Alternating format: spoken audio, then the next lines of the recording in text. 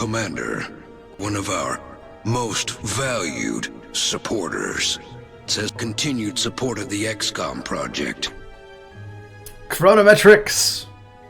Hitting it up with that 7 months of council support to start the stream off. Well timed, good sir. And hello, hello.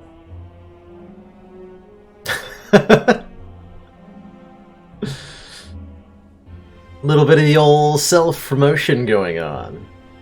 Excellent. Zizzivification. Nope, not capable of saying that right now. Magic Cut. Whalerfish. And everybody else who's hanging out and lurking. DJ Dragonflame. Give you Slay the Spire or give you a birthday cake? What if I gave you a Slay the Spire birthday cake?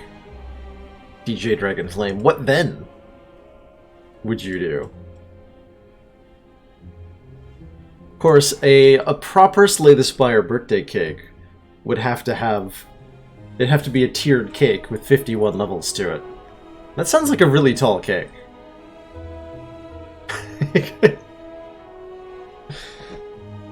Dang it, Chrono, you can't make the exact same joke as me at the same time as me.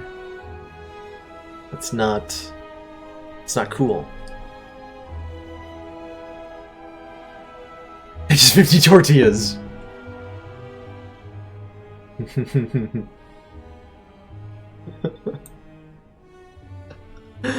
My friend... Growing up in high school, I had a friend who was all about... he was a big fan of, like, Domino's pizza.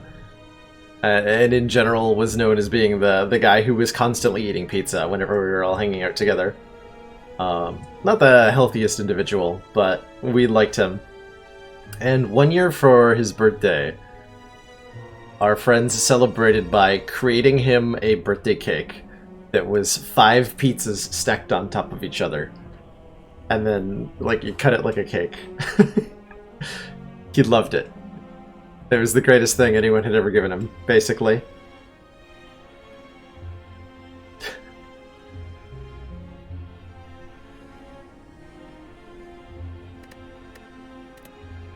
Hope everybody's having a absolutely lovely Wednesday? Yeah, it's Wednesday today. I'm a little tired because I got up really early to do a dental appointment this morning. Nothing, just like a regular checkup. Teeth are... I actually got complimented on my teeth like 3 times. I'm not sure what that was about. It was pizza, yeah. It was literally 5 pizzas. They bought 5 separate pizzas, and they just put them one on top of the other and cut it like a cake. It was a tragedy to behold, but also amazing. It kind of made my my arteries hurt just looking at it. My teeth are very soft today.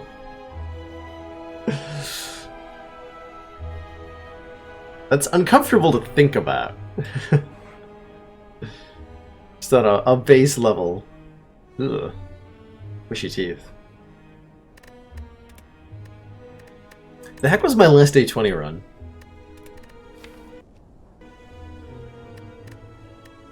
Oh yeah, I remember this hovering kite runic pyramid. Oh, we started with the hovering kite. I was doing boss relic swaps that day, wasn't I? Ah. Did get a couple of wins in with the starting relic swap. Figuring I'm not specifically going to be doing relic swaps today. Although since we're starting with defect, there's a reasonable chance that I will.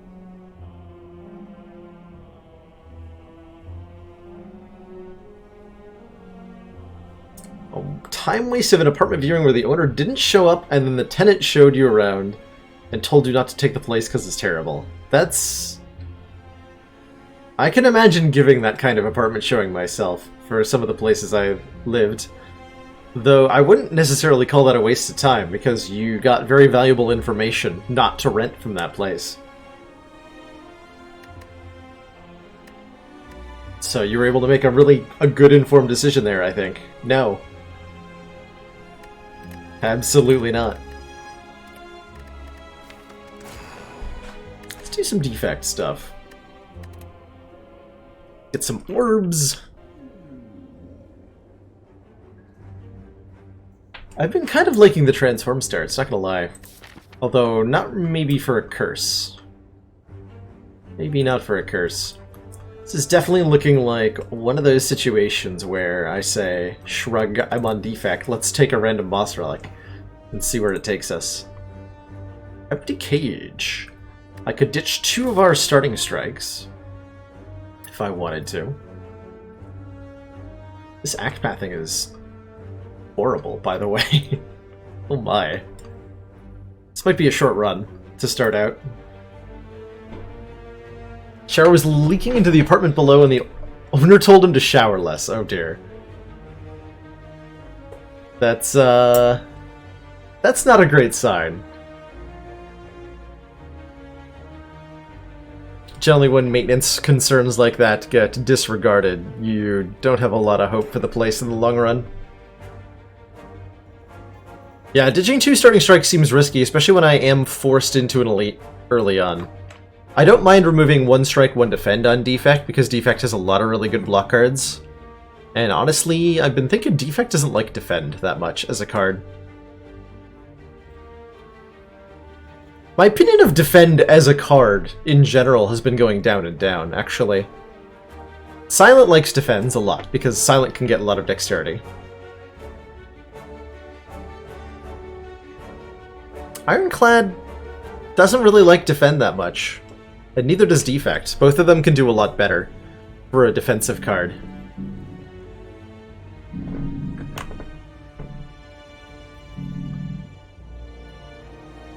Well, I'm not taking this path, and I'm not... Well, maybe I'm taking this path. No, I'm not. God, this is a terrible act. Kind of feeling like I should just YOLO the Burning Elite. Either we get that out of the way and have a better Act 2, or we just, like, die and try again. Let's lose Defense Strike. There's maybe an argument for losing Dual Cast. But not that much of an argument. Which class's strong defense do I like the most aesthetically?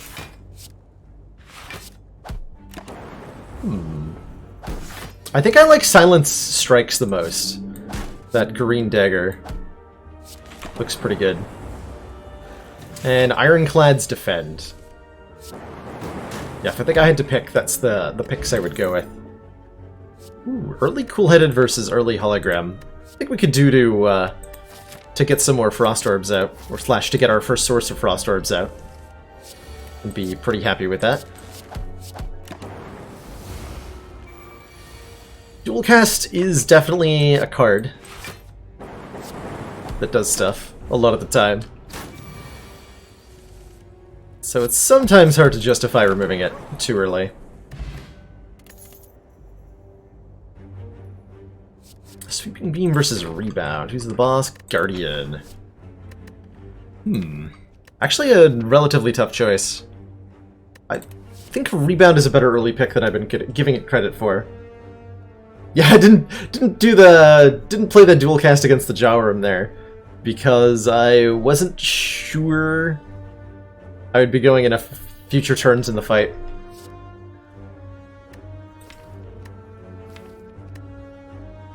This is probably a Sweeping Beam? Yeah, it's gotta be. It's just such a good card for a lot of the Act 1 encounters. Hey, defrag, and we already have a Frost Orb. That's probably a yes. It's definitely a yes. And then we hope that we are somehow ready to fight an elite by the time we get over here.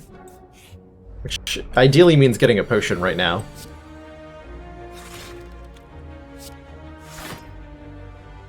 Could take... No, I don't want to take 2. So again, I could take 2 to get the defrag out, but I'll pass on that, thank you.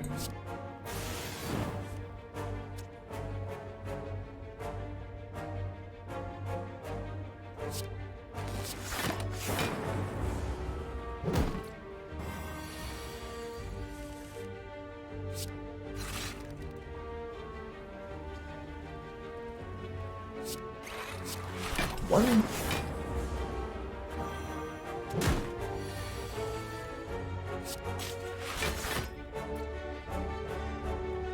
Okay, full block. Got him!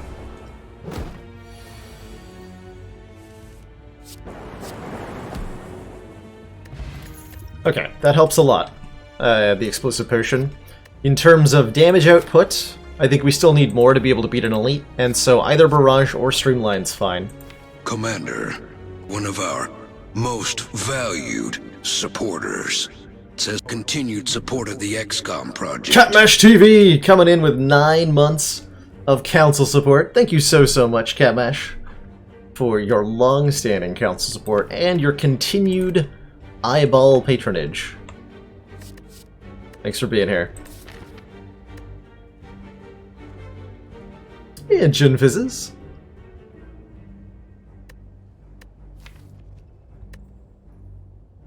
You're here to be devoured again. Steam Barrier is so perfect against the knob. It replaces the defend we removed.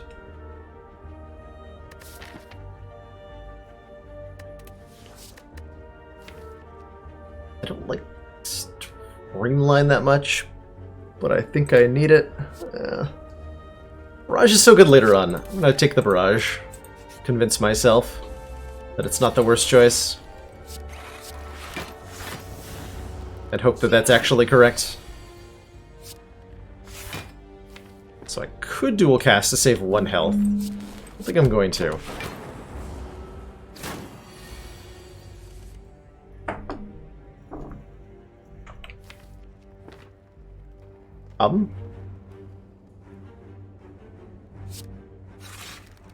Okay. So now I'm particularly glad I had that orb in the front slot.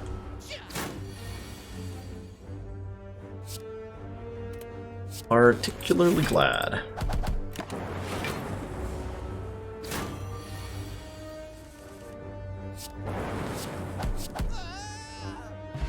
Okay, Power Potion also and a Cold Snap. Given that we just took the Barrage, we want more orbs.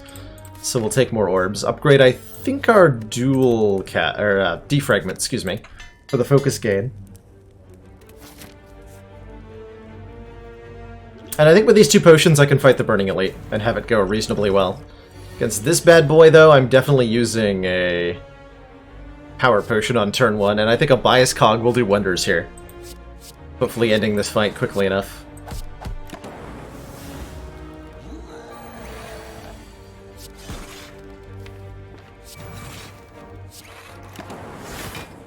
Full block on the knob.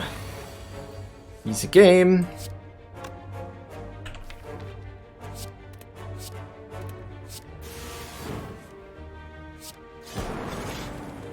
Okay, if I have only Frost Orbs, though, I'm going to struggle to do damage. Next turn we have 12, 24.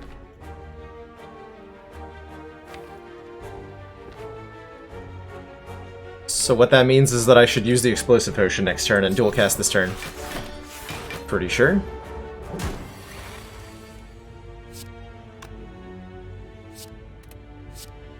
Wait, I'm dumb. Oh my god, I'm dumb. Why did I do that? Zap first. Ooh, that actually prevented me from getting lethal here. So I am taking a tremendous amount of damage for my own idiocy. Whoa, that was fun. It's a good way to wake up to the stream, huh? So what's the best play now that I've screwed up the correct order? Zap is going to do 6 damage. I guess I don't play the Zap. Keep the minimal amount of health I'm going to have here. Let me go for an Explosive Pot kill next turn.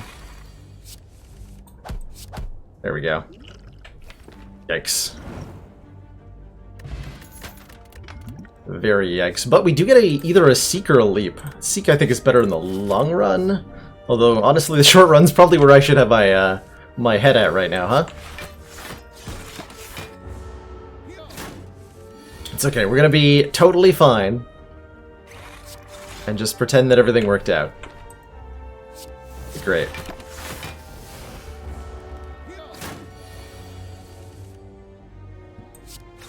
You're creening.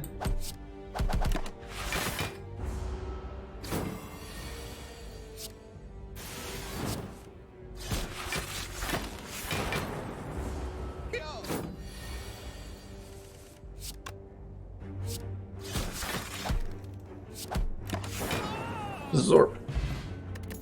Yeah, I do need a restart turn relic, like, Into the Breach has. That would be particularly helpful. Also particularly helpful, I think, is a Go for the Eyes. Man, I'm planning on fighting an elite with 9 health. That's pretty yikes. Tori goes a long way, though, and we would receive unblocked attack damage of 5 or less, take it down to 1. And we have no money, unfortunately. But there is a charge battery in this store, which is pretty okay. I'd like to also remove a card, but I can't obviously do both of those things. Do I just remove a strike then? We have a couple decent attacks as strike replacements. And we can maybe pick up a charge battery later.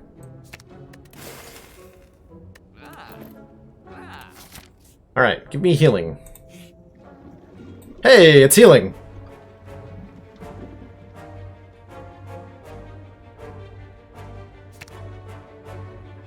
Well, it was nice knowing you, Seek, but I think your time in this deck has come to an end. I am at 9 health because of my own misplays, and I would really like to fight this elite and not die, so let's take a full heal and 10 max hit points from donating a rare card.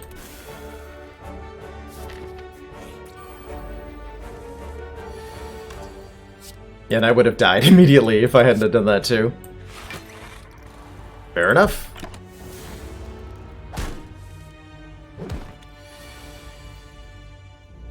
Fair enough.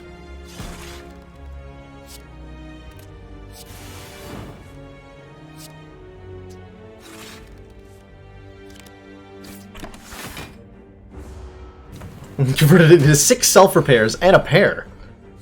So a self-repair. Get it?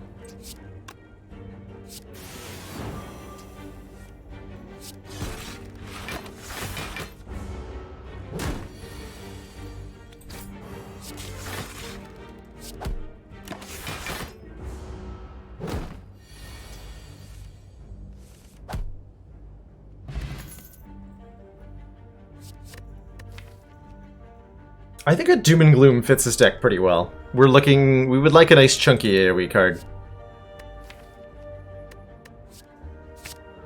And a way to push out a little bit more damage. And I think we're very grateful to have it in this fight. Especially. Is this defend Doom and Gloom? No, I want to get this to fragment down, and I want to get some orbs down here.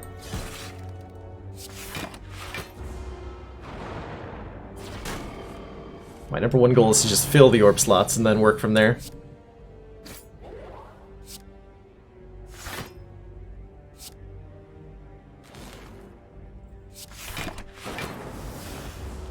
Thanks to Tori, we can... Tori and Frost Orbs combined will make this a very safe fight.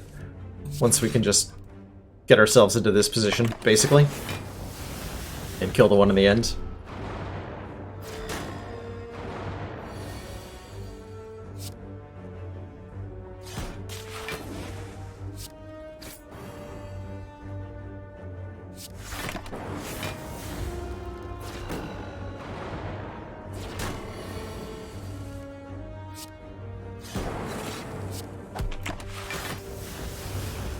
One hit point. Okay, Sweeping Beam will finish the job.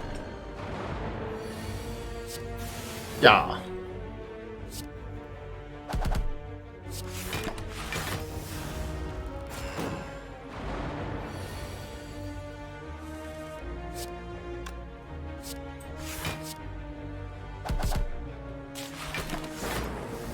I don't think I've ever seen Chrono and a good pun in the same room together.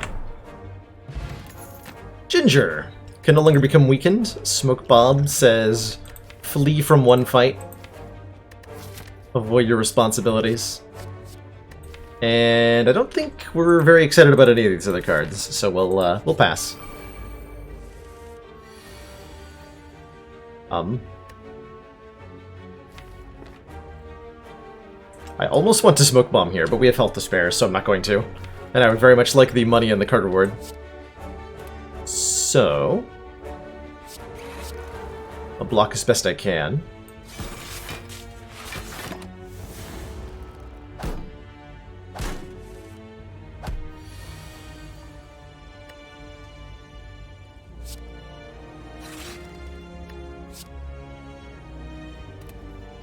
That'll kill one. Otherwise I can defend. So if I Doom and Gloom, the middle one dies. Tori blocks this. I go for the IZU, I take 7. If I defend, go for the eyes. I block for 14. Take 1. Take 7 as well, except then all of them are still alive. So I go with the Doom and Gloom route, I think.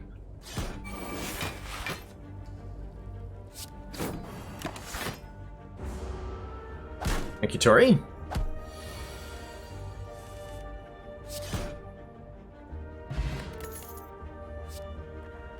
Capacitor says gain 2 orb slots. We already have a lot of orb generation. We already have a barrage. We already have a defragment. This is an excellent card to be taking. There's maybe an argument for the creative AI here as well. That said, which lets me get random powers. It'll certainly allow me to beat Guardian just fine. I think we want the more predictable scaling up of the capacitor here. And then we just upgrade, presumably, the capacitor. And we should have no trouble winning this fight with our orb scaling.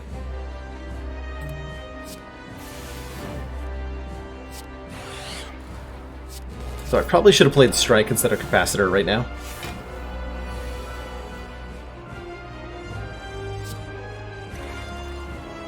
Let's see, would it have made a difference? 20... No. Would not have made a difference. In that case, I don't care too much. Take my 27.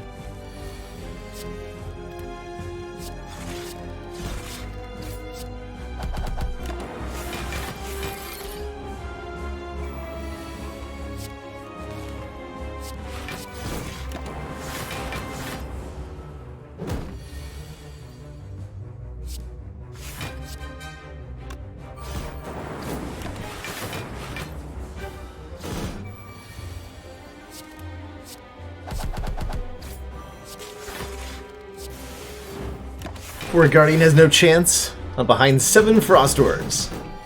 Metaphorically speaking, of course.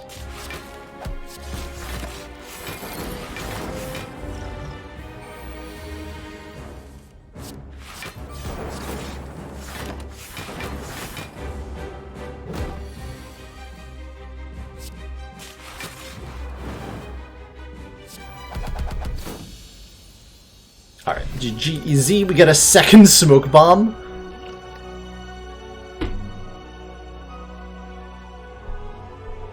I'm trying to think if I've ever found 2 smoke bombs in Act 1 before. That is a decided rarity. Ooh, Vision. This is definitely the sort of deck that would benefit from the acceleration that comes from drawing a bunch of cards, gaining in a bunch of energy, and doing a bunch of stuff. Meteor Strike doesn't do a whole lot right now because we can't play it. Thunder Strike doesn't do a whole lot net right now because we have no lightning generation. So I like the Fission a lot. Just pacifist run through Act 2. Yeah, just skip every combat. Go straight to the boss. Die. There, we didn't kill anything. I think I'm gonna go with the Fission here.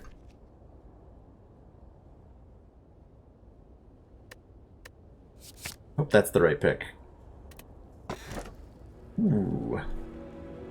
What an interesting decision. Runic Pyramid versus Coffee Dripper. Runic Pyramid says at the end of your turn you no longer discard your hand, which is honestly pretty dang good in a deck that has very few strikes and defends, so we're very infrequently drawing like the bad cards. Or we could go with the Coffee Dripper, gain a 4th energy, but we can no longer rest at rest sites. That would let us play Doom and Gloom a lot more effectively. And then of course there is the Snecko Tail. When you would die, die slightly later. That's what the text says here. I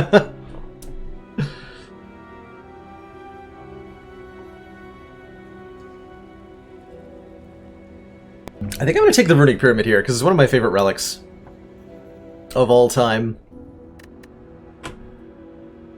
And especially on Defect, lets you set up some really wacky combinations of cards or effects that just get stuff done in a lot of wonderful ways. Like some upgrades. Unfortunately, I'm not allowed to have any, because there's not very many fires. We'll hit the early store and see what I can make happen.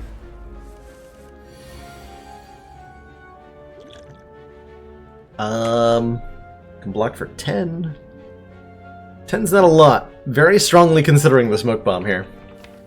But I know the rest of this fight will be a breeze. So I'll take my 11.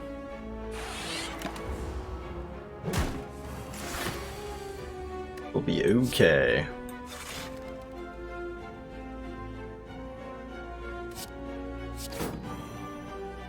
Five times 2. Okay, so I only need to block a little bit of that. Tori! Tori's gonna save me a lot of health over the course of this run.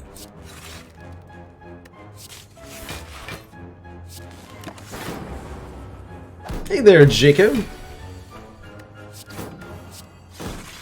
Hope you're having a good one.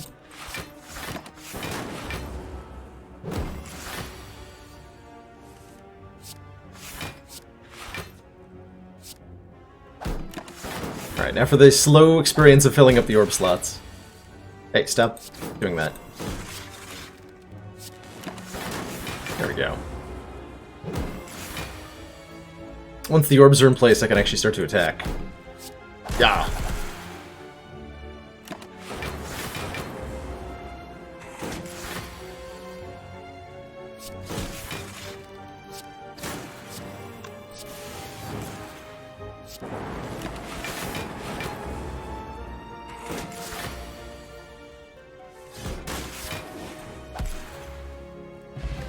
Okay, a real potion, thank goodness. Another capacitor?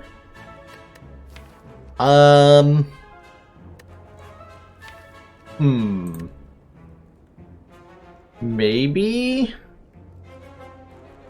In the future that would be good. Right now it doesn't seem very good. Yeah, recycle. Ideally what I find is a recycle plus, like, immediately. Turbo would be fine. Double energy would be mediocre. Not sure what other ways I would have to get energy. Aggregate would be terrible. What are my thoughts on a relic that stops you from discarding your hand at the end of the turn, but at the start of the next turn you discard however many leftover cards you had in your hand? That would be interesting. In some cases it would be better than the Runic Pyramid, actually. But for the most part it would be kind of worse. So if you retain 5 cards, then you draw 5 more and then discard 5. Which is it's pretty good.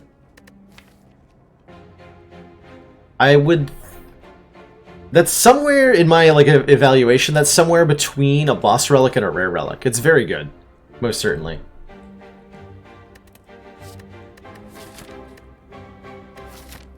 Or yeah, retain 10 cards and just be forced to discard the whole hand. That's also possible. I'm thinking this is a skip.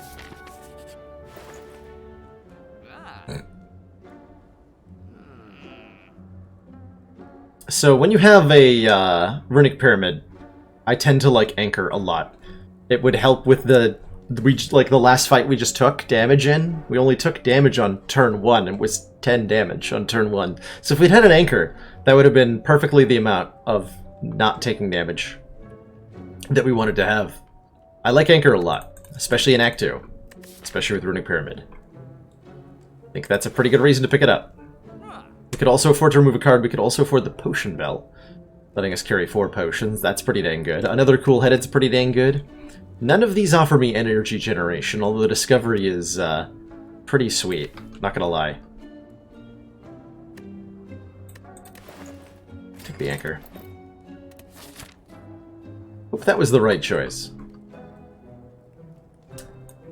Don't know if I'll end up fighting that elite. We'll see how our potions are. Okay. I'm glad I have Barrage here, because it's going to make it very easy to knock birds out of the air.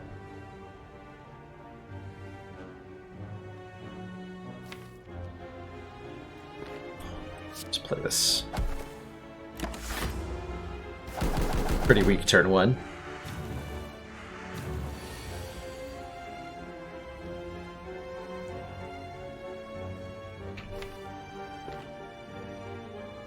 Damn it.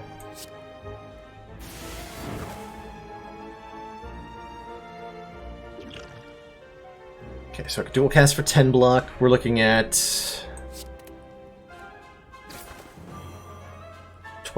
27 damage. 12, 20, blah. It's 27.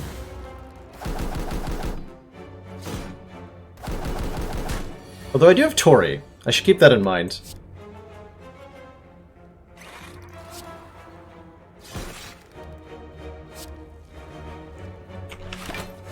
So it doesn't matter if I take some of the multi-hits. Yeah.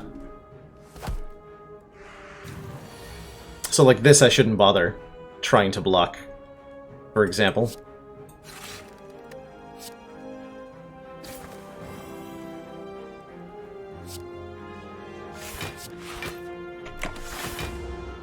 Take 6 more here.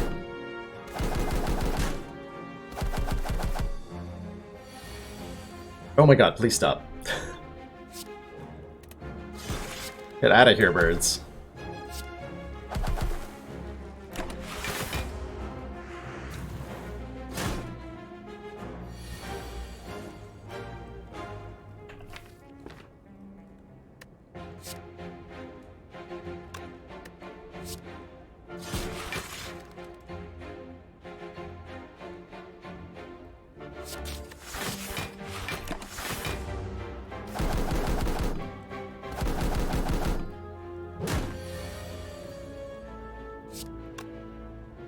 Okay, so zap, barrage, sweep and beam. Gotta get that fission upgraded immediately. Oh my god. Please cease your assault.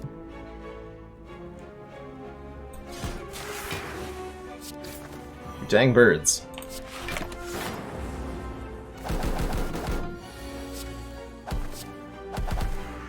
Yeah, there's a lot of cards that could definitely stand to be upgraded right now. Zap, dual cast, cool-headed, go for the eyes. We're behind on upgrades because we were offered very few fires in the first act, unfortunately. How about a rebound? Not great. Continue to not take cards? Question mark? Yes. Hold out for better stuff. Question mark.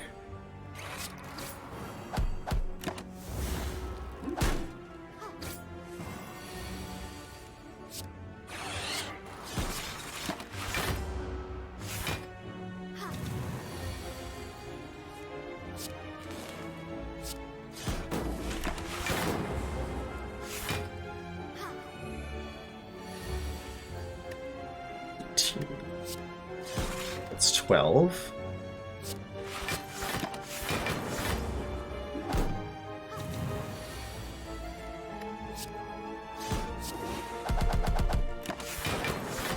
Now we're getting somewhere. There's nothing better than an upgraded claw. If I had a kunai, I'd be all over that. Agree with you there. Does 5 entire damage for 0 mana. It's impossible to beat that.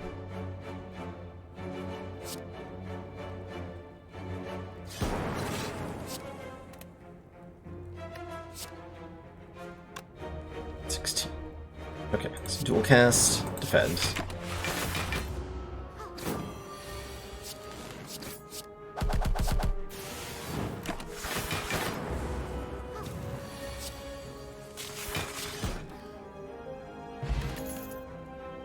Here we go. Free Frost Orbs, and given how many orb slots we have, we're desperate to fill the orbs. There's a slight argument for the second Go for the Eyes, but I'd much rather have the chill here, I think. Definitely shouldn't have played Go for the Eyes there. Should have held on to it for a turn like this one. Oh well, we have Tori here.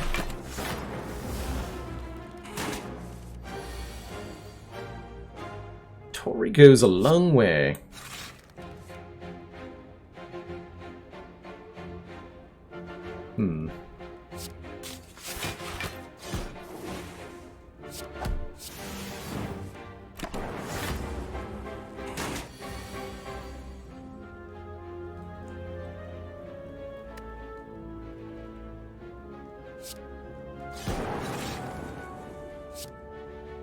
Rather save the Go for the Eyes for a turn where I'm being attacked for more than 1 damage.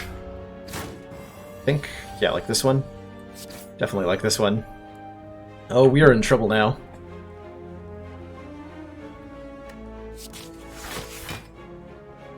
We're in big trouble now. I can only play 1 card a turn. Unless I find a way to get some of this crap out of my hands.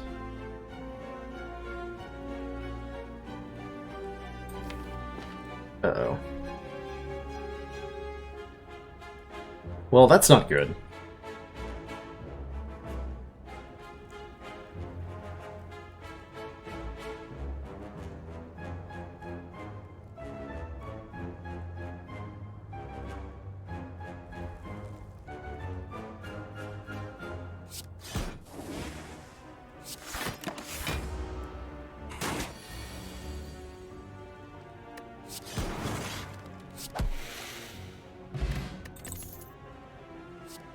Poke your next orb X times. We have a Dark Orb. Multicast could be quite potent here. Did I have it? Didn't feel like I had a kill there. But I didn't math it, maybe. Let's grab that multicast and rest. I was supposed to upgrade Vision there so that I could take the Elite, but at 13 health, I think we're just gonna avoid the Elite. This run is in dire straits here. Our deck is very slow.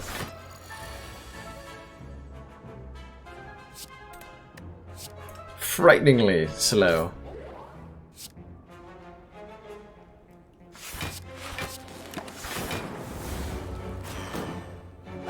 No turbos, no charge... I haven't seen a single charge battery, actually.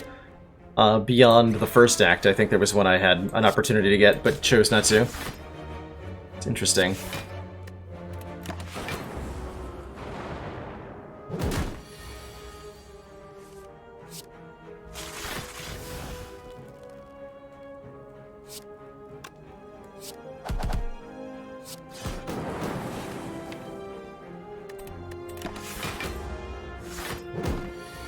So for the Bonfire Spirit event again. So I don't have to upgrade Vision. Again.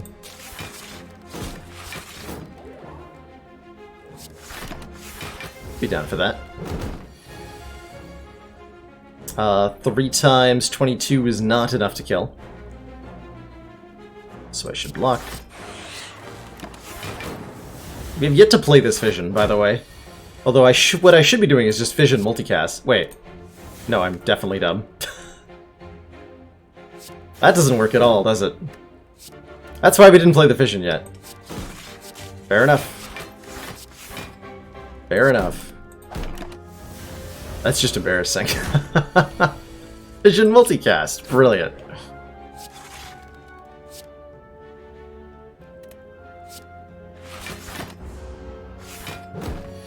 I'm actually gonna get murdered now. Behold! Baylor dying embarrassingly into the runic sphere. Though I think we're about to have an embarrassing death either way.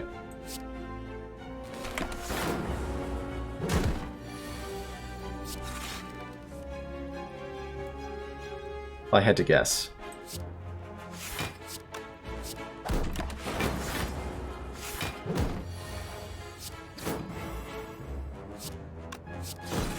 think it's pretty telling that this deck cannot do any harm.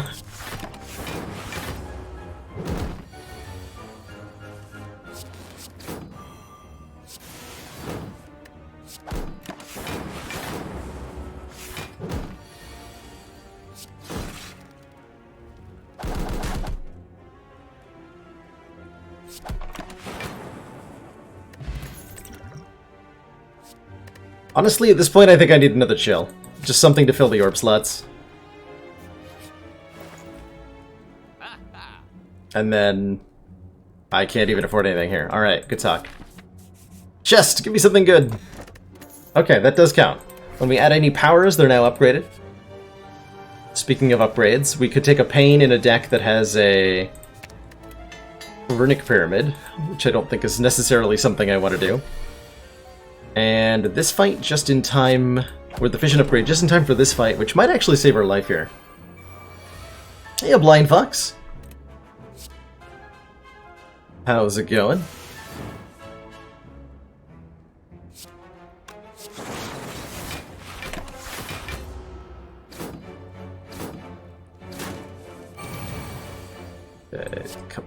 Capacitor.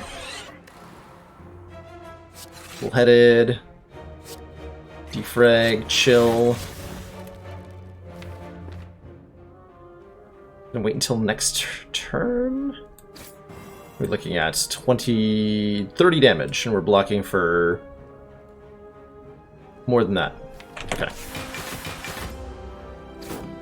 Just want to draw the barrage and play it before I vision all this, ideally.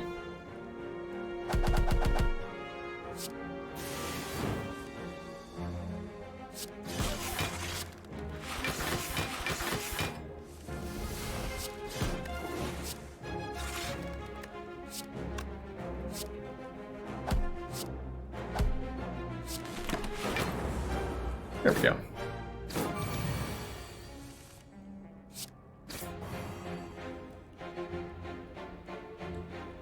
If I multicast this...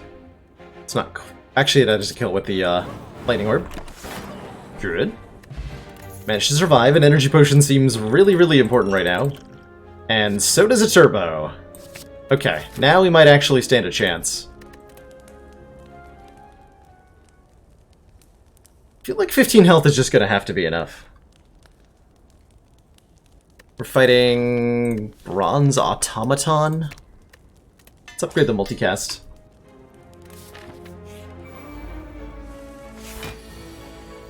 Okay, 1 Book of Stab.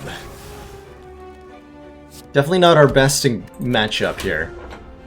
I'm glad I upgraded the multicast.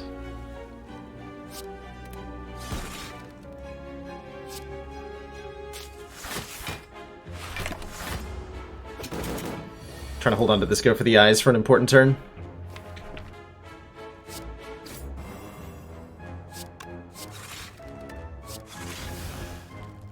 Like this one.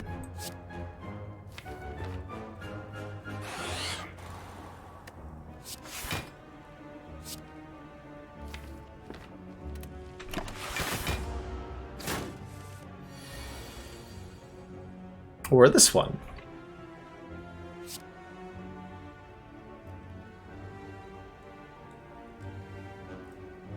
Let's see, 154.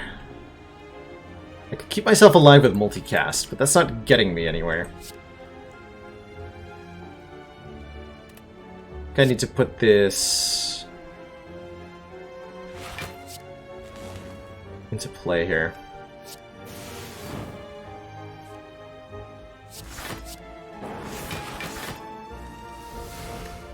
Okay, you go first. 7 times 5 is 30-something, so we're covered there. Our goal is to get this multicast to be lethal in the very near future. Hopefully off the back of a turbo.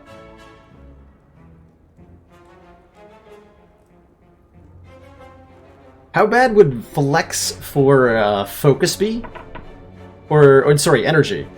Wait, Energy? Do you mean Focus, the stat for defect orbs, or Energy, the spend mana thing? Oh, sort of next turn. So... that's kind of what Turbo does.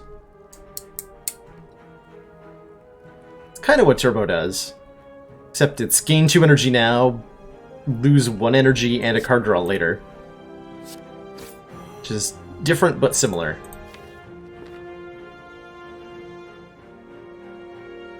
Okay, we have Tori, so this is not actually scary, which means I can set up this turn. To get a kill next turn. Which I'm going to do now.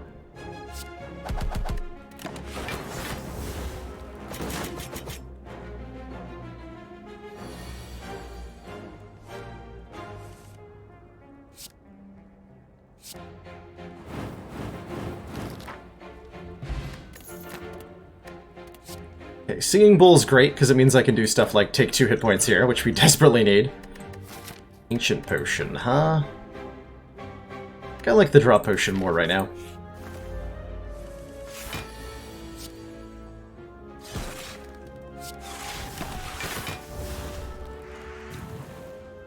You put up bad things till later, often they never happen.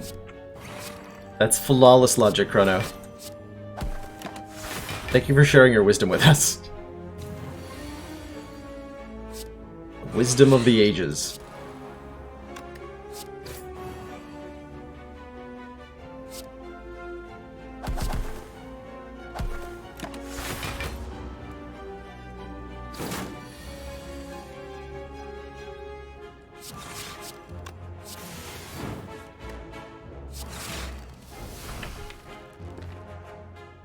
Is this really all the orbs I didn't put any damage orbs in my deck, apparently? It's mildly concerning. For a wide variety of reasons.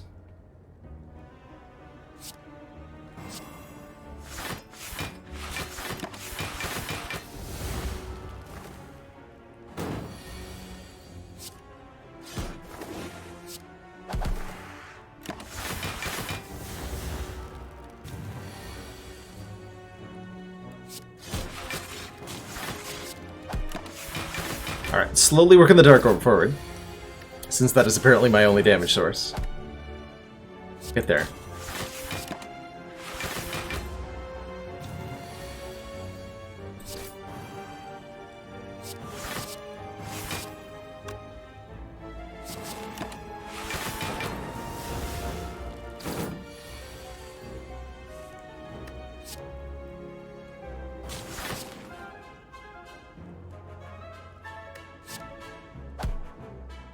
Alright, should be able to just fission here. Actually, I can just block.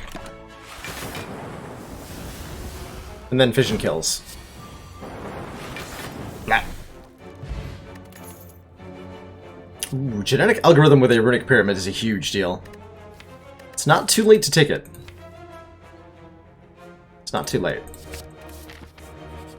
It does not help us in this fight, notably, but it is not too late to take it. Can I possibly reasonably survive if I choose to upgrade here?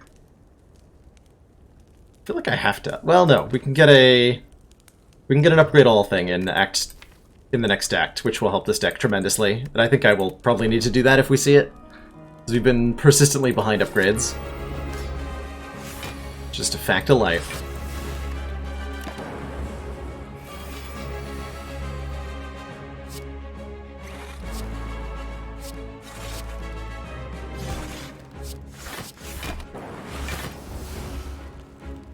Okay, I'm gonna need that.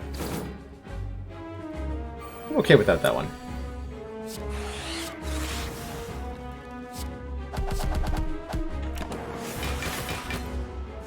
Good to see my orbs are in agreement of the card I need most. Give me that back!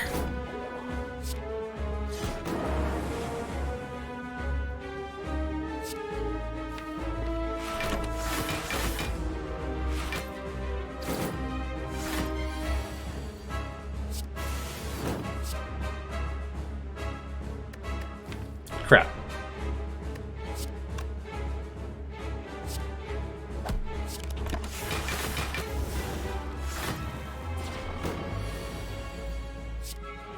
Alright, well, Turbo Multicast is gonna have to do here.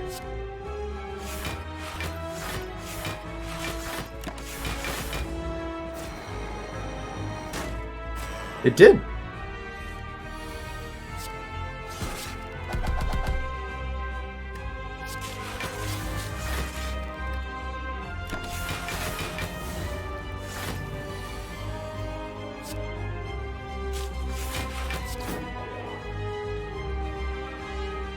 16.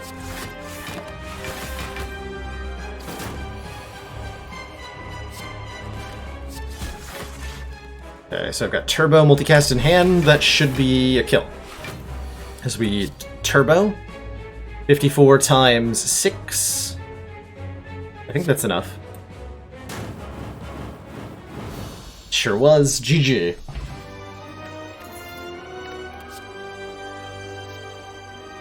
Lightning now hits all enemies. Channel 3 Lightning. It's a pretty good card. Hold on. Amplify, though. Amplify is actually really good. Hold on. Wait. Amplify is actually really good here. Because I can, you know, with Runic Pyramid, guaranteed amplify the powers. So I can double defrag, double capacitor if necessary. Interesting. Very interesting. That said, do we need electrodynamics? We might need electrodynamics to be able to get through fights like Jawworm, Reptomancer, and the multi-shape encounters. Like double exploders seems problematic. You remember you have Amplify approximately as often as you remember you have potions, so never, right? Super duper never. Yeah, we still need to... No, we took our Burning Elite out in Act 1, that's right. We don't have to fight any elites, actually. I'm gonna believe in the Amplify, then. And I think we need a 4th energy really, really, really, really badly, based on my encounters in Act 2. So as much as the inserter here for every 2 turns getting an orb slot is fun, or the White Beast statue is nice for gaining potion rewards after every combat, I just need a 4th energy, so I'm just gonna take the Busted Crown. And hope that that's enough. Alright, Amplify deck versus Awakened One. Who will win?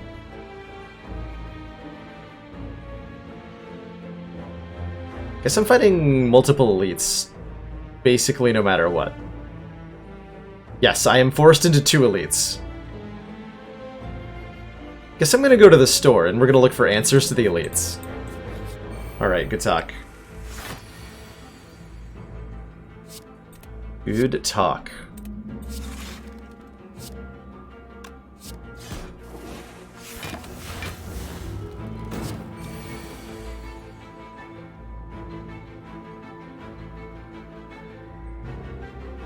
When you draw Amplify Defrag, your instinct just makes you draw the, or it makes you play Defrag instantly. Fair enough. Really? I was expecting more out of that turn. Still was expecting more out of that turn.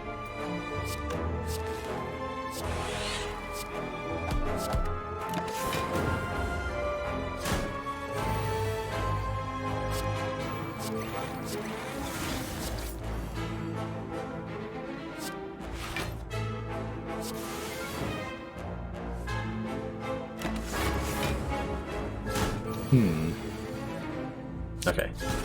Get orbs into play. Everything will be okay.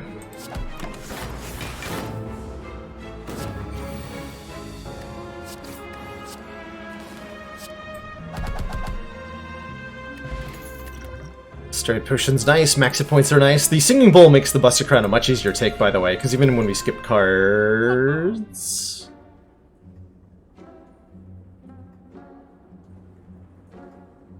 I don't know if I've ever seen these 2 relics together in the same store. Start combat with 3 extra orb slots, or start combat with 1 extra focus. Fascinating. Very fascinating. Cannot afford both of them. I think we need the focus more than we need the orb slots, given that we already have Amplify Capacitor to potentially give us 9 orb slots in a combat if we need them already. And the data disk is significantly cheaper, which is nice too. We can afford data disk and a card removal if we want, or data disk and focus potion, or data disk and cool-headed.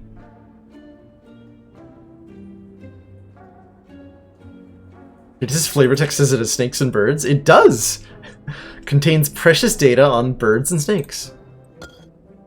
Whereas the runic capacitor simply says more is better. Storm could be a damage option now, yes. Yes, it could. We have 1, 2... Not that many powers, actually. Not yet, but we're probably going to be taking more, given the Amplify.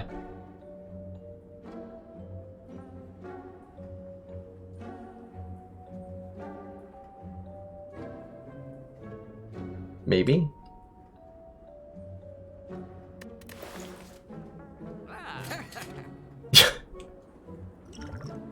Yeah, isn't that bizarre? The correctly spelled animals. Is this the only instance of this in the game?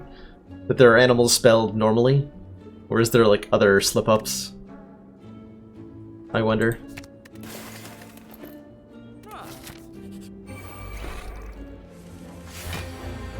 This is one of the fights I was actually worried about. Not having Electro for.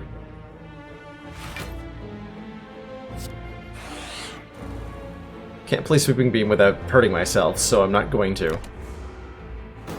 Play any more cards here.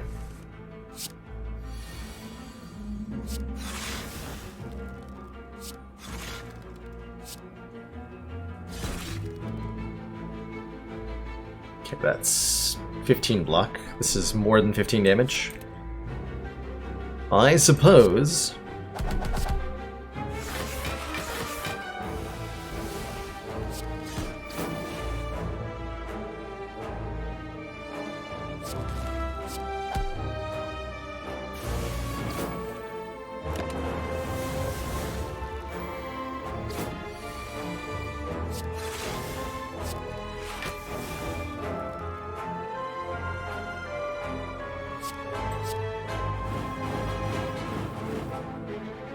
Alright, GG. I don't think we need a ball lightning.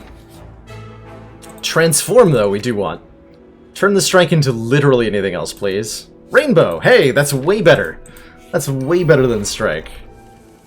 It's another way to get a Dark Orb in play, which is actually really important. Also, Transient is terrifying right now. I don't know that this deck beats Transient. Actually.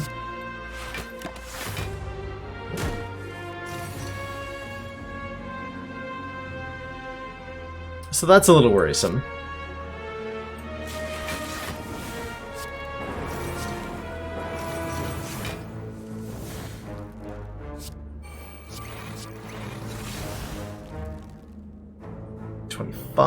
We're in Torii range. I'd like to get this Dark Orb out. So I have that for a future turn.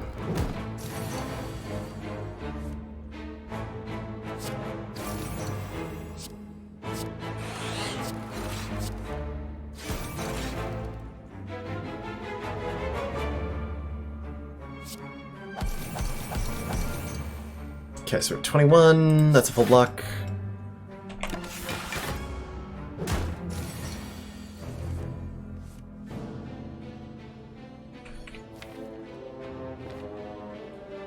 Hoping to avoid having to...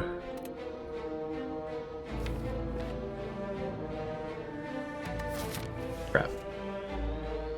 If I just multicast... I want to be able to multicast this Dark Orb to deal with probably the last turn. So I have to figure out ways to survive the intervening turns. That may involve the Energy Potion here.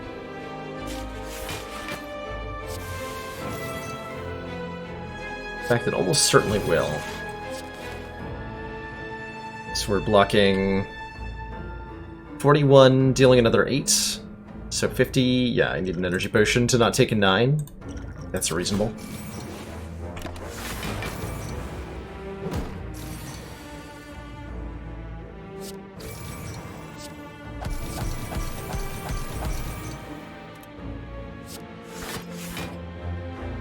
One. This is into Torii range.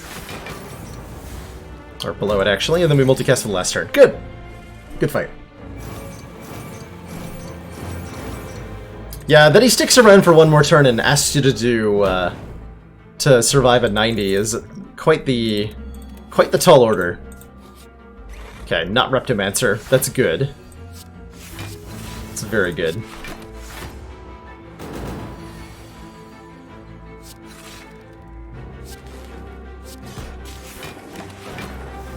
Gonna hold on to Defragment, hopefully getting Amplify in play.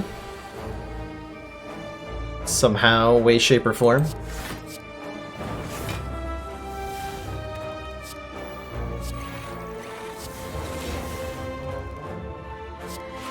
Seem to have figured it out.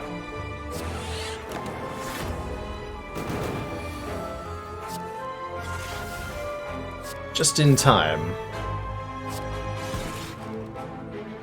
1. There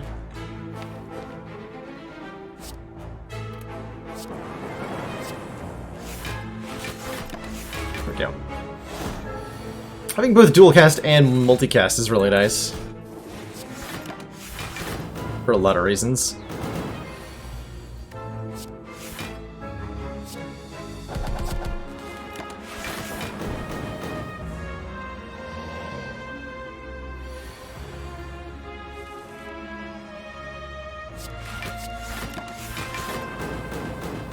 How many burns did you put in my deck, dude? Jikes.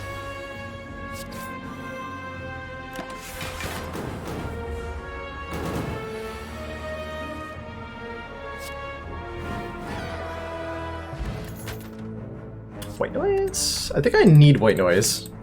Just for the off chance that it can do something good. And we're gonna upgrade Amplify so that I can have better turns, courtesy of Runic Pyramid. Yeah, you get an achievement for killing Transient Dark Fox. I've done it a number of times on all the classes, but it's certainly not easy to do on demand.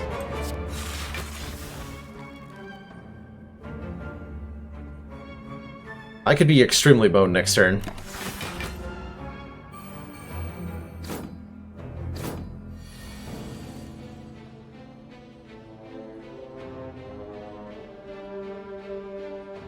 Okay, I've got Steroid Potion, Sweeping Beam, but that doesn't kill anything.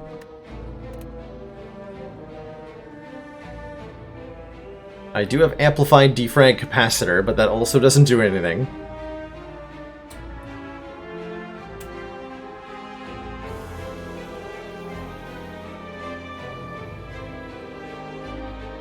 I dare say I'm in a bit of a pickle here.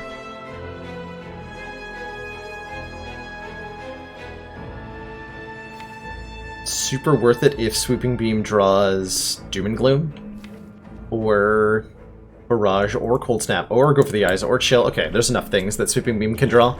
I'm gonna Steroid Potion and drink and draw a card here. Good. Very good.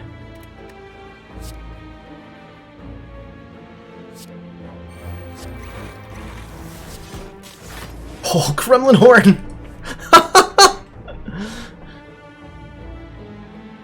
Oh, Gremlin Horn.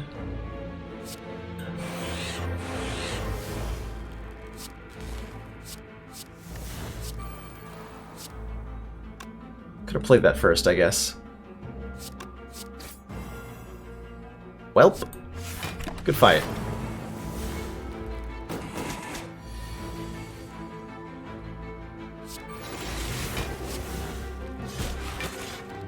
Yeah, good fight. I can also double cast this genetic algorithm to boost it twice, which I'm going to do now before I forget to do that.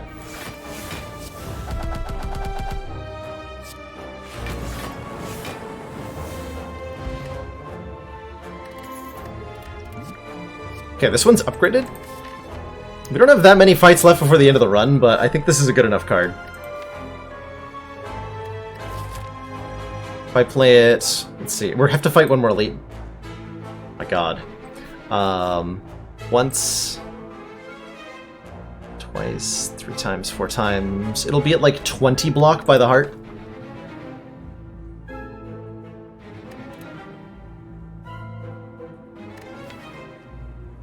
Yeah, I do need that.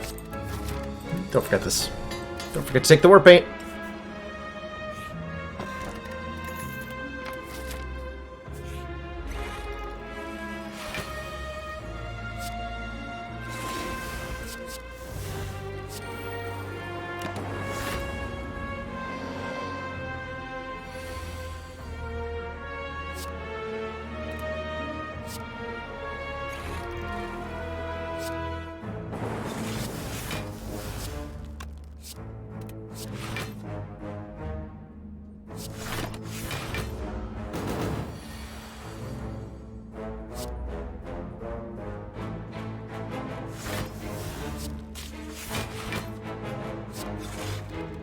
Okay, that's enough.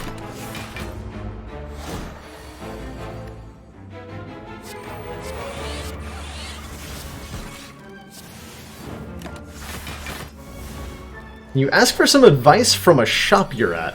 Absolutely, Hockey, if it, pertains to... Are you asking for shopping advice or Slay the Spire advice? So I'm actually not clear from the question. Either way, though, by all means.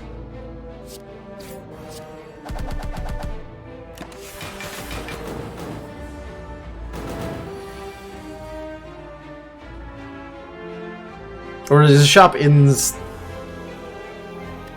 Doesn't sound like it was a shop in Slay the Spire itself. It's the reason I didn't turbo multicast that turn. Yeah, because I didn't think about it. Now I have to fission to stay alive. Well, not to stay alive, but to avoid damage. When I could have killed last turn. Oh well.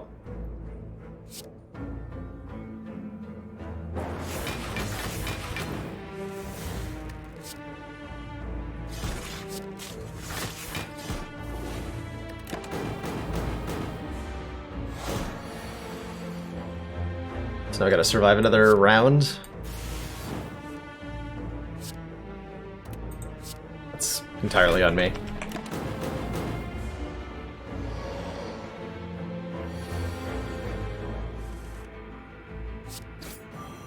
Damn it.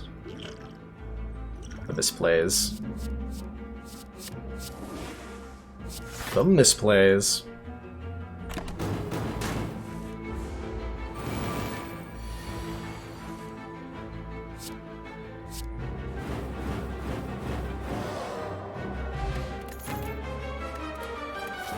Okay, Turnip is excellent in terms of improving our odds against the heart. Not being frail during those first debilitating couple turns. It's pretty dang important.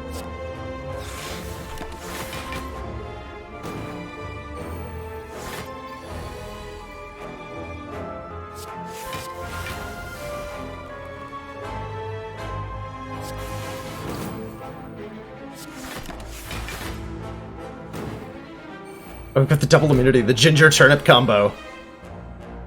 Amazing.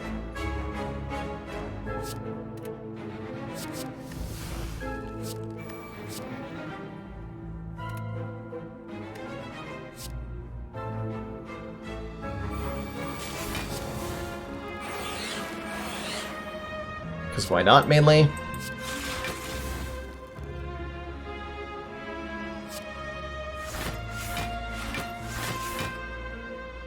Not enough. Kind of assumed that would be enough.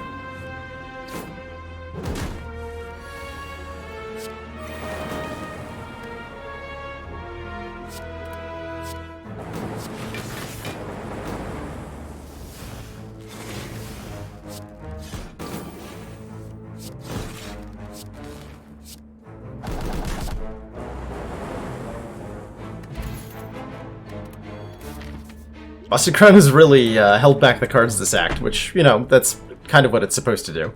So, fair, I suppose. Let's grab our recall. I feel like I have to upgrade Barrage. Oh, hold on. Am I upgrading everything?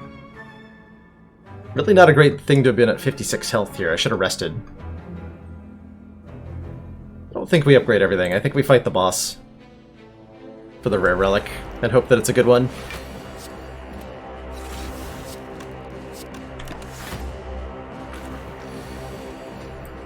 Act 4 shop, you've got 223 health with 2 blood potions. You're offered a steroid potion with the clockwork souvenir. So you want to know whether you ditch a blood potion to take a steroid potion. What kind of strength scaling attacks do you have in your deck, Hockey? And do you have any copies of Limit Break? I guess is my question. How good are you at dealing 800 damage? Because that's the main question, is, do you need... Doesn't sound like you need the survivability with 223 health. So you might want the permanent strength gain instead.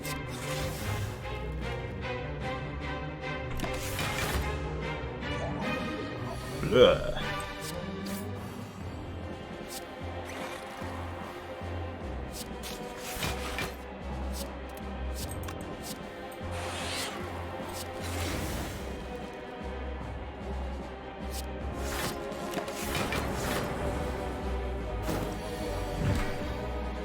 just one sword boomerang at a demon form.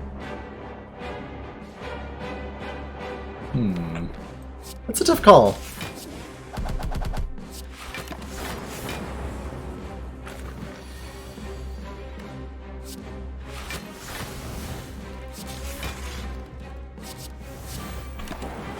She didn't consider the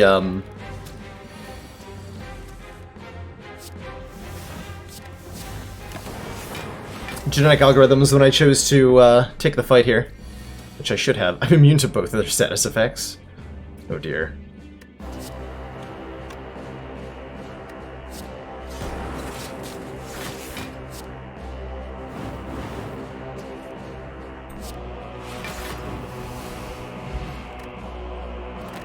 Okay, Pocket Watch, not the greatest with the Runic Pyramid. When we play 3 or less cards during our turn, draw 3 extra cards next turn. I think we're rapidly running out of ways to survive this experience.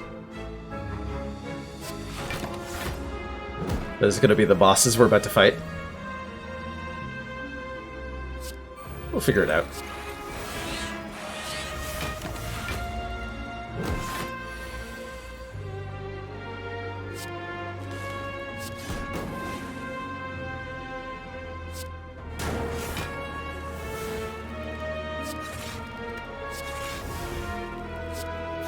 Not that attack.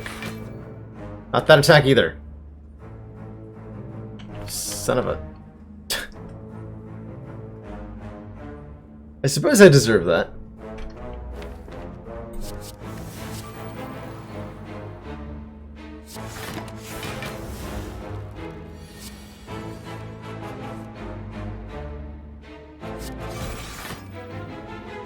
Thanks for the curse!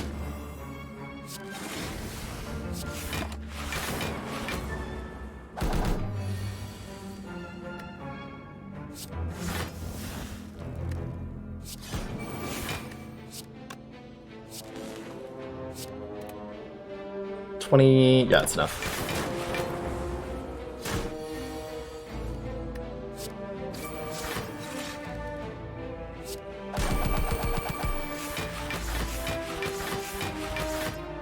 $72 block.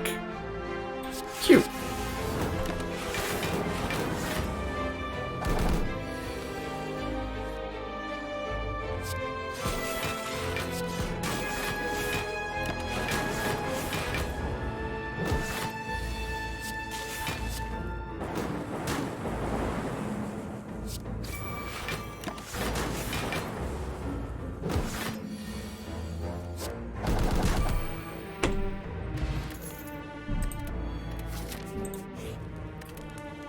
Alright, as our last upgrade, Barrage, so that we have actual damage. A weakened one is gonna be... fun. We have no way to purge the debuffs on that, right? So that's gonna sit in my hand this entire combat? Oh boy.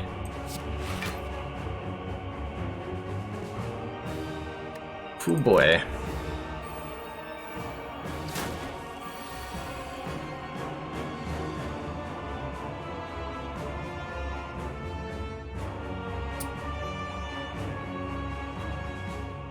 The world's greatest fission, huh?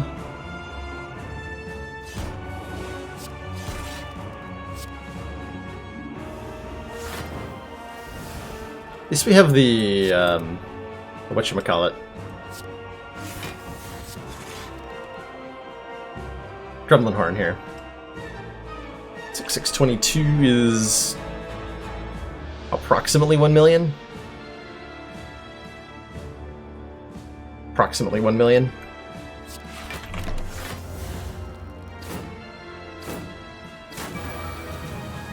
And here's my algorithm turn.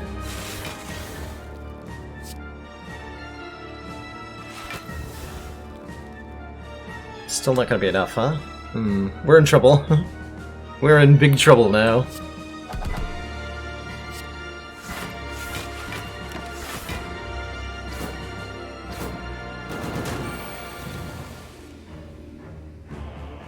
Okay, so I can do Amplify. Oh boy.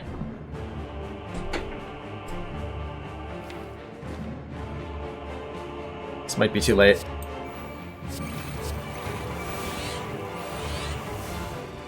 This might be extremely too late.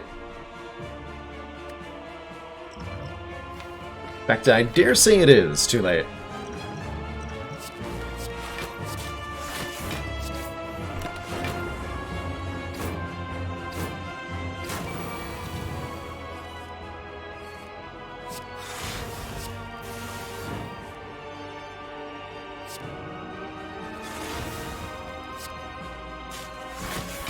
Okay, I'm gonna have to YOLO multicast this lightning orb to try to kill stuff.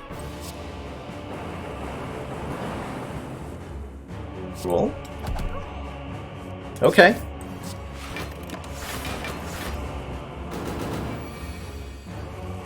I accept. Okay. I think I survived the experience that is the Awakened One here.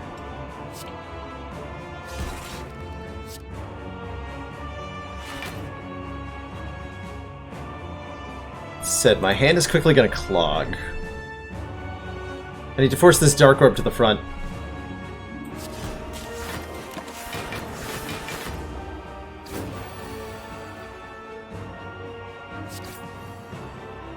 So we have, what, 21, 21? It's 42, so we're 6 blocks short. Just need to play 1 blocking card.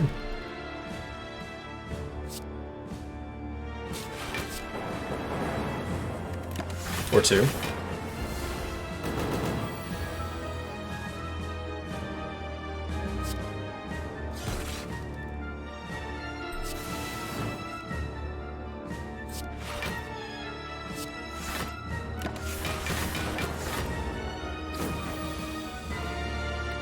There we go. Gonna hold on to go for the eyes. Multicast will kill next turn. So we can get rid of the first phase here.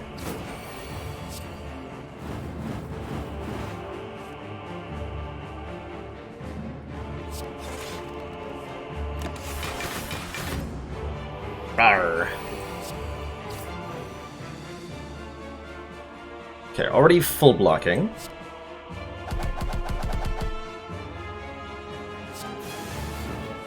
Now I just need to get this orb in front as quickly as humanly possible. I should also amplify Bias Cog at this point, because we know as soon as this gets into the front, we win.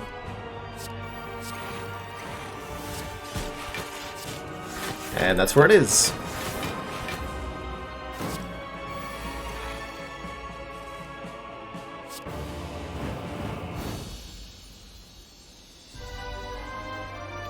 Alright. 1 down. At least 1 to go.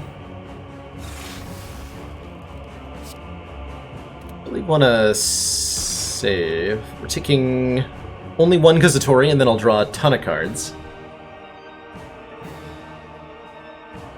Let's get this out of the hand. It's not doing me any good.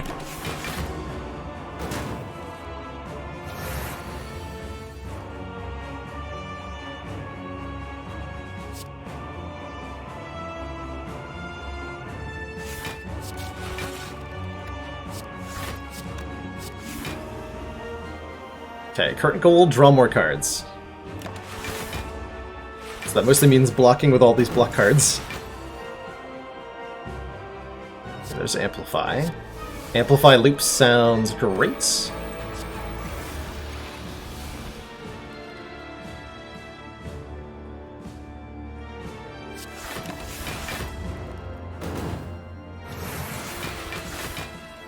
There's our capacitor.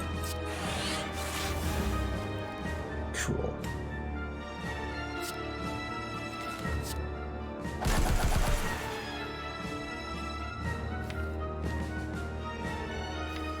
Alright, time to get the Dark Orbs going.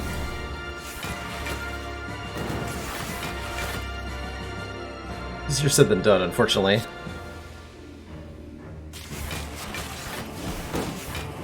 Like that? I may end up multicasting a Frost Orb to block on this turn or something. Although I'm already blocking for 28 out of 42. It's not particularly bad. I'm just going to dual cast it.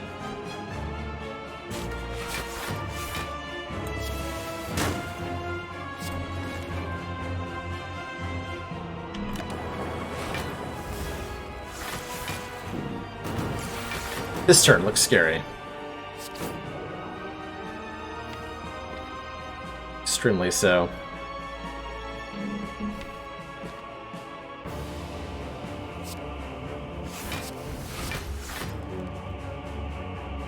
That's 30-something. Not enough. I don't want to fission because this Dark Orbs are a win condition. Hopefully I don't have to. Next turn.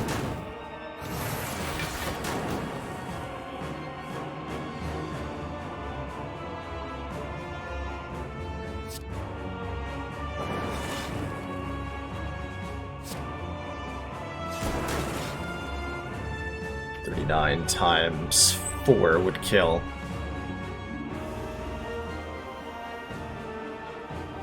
So if this draws any orb generating card, zap. Or dual cast technically also works. Then I don't have to fission. That is not either of those cards. That is not either of those cards.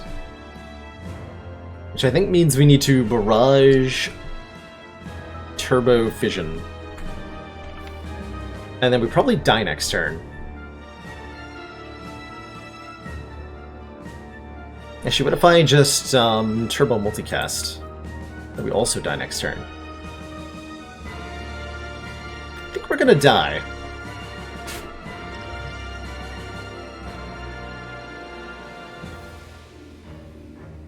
Let's see, 21 block.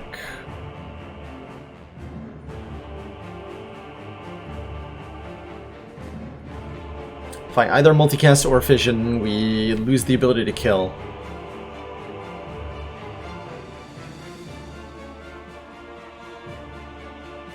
Actually, can we kill Donir here? This will be 80... almost enough? Worth a shot.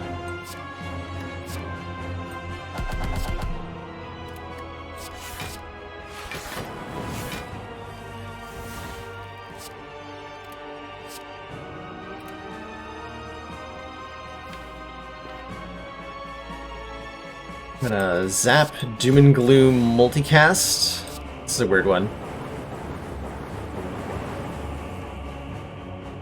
Okay. Then we die next turn. Probably. Yes. Although this became 39 already. If I'd redrawn the multicast, I might have survived. I might have survived.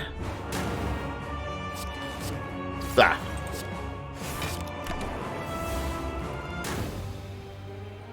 Did I have a... No, that wouldn't have survived even with Speed Potion. GG.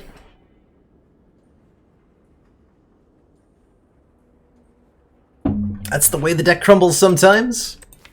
Just wasn't quite fast enough. I gotta say, a Seek would have really improved this deck. It's a shame we never saw one of those at any point during the run.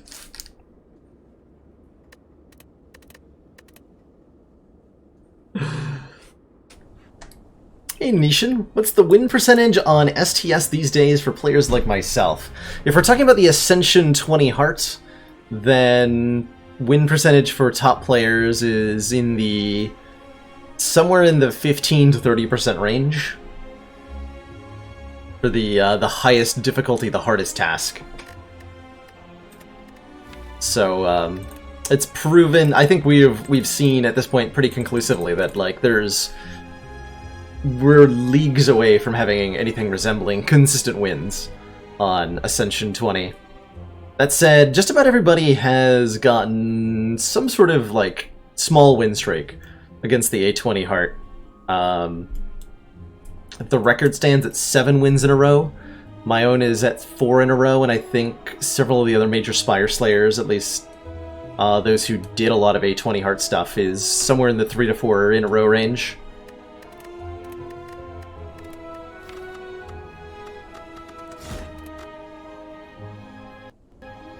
So winnable, but not consistent.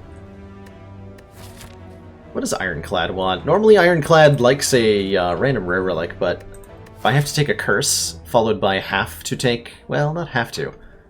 Want to take an elite?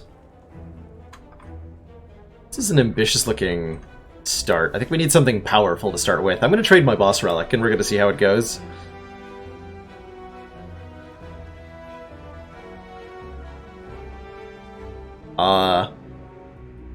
It sure goes.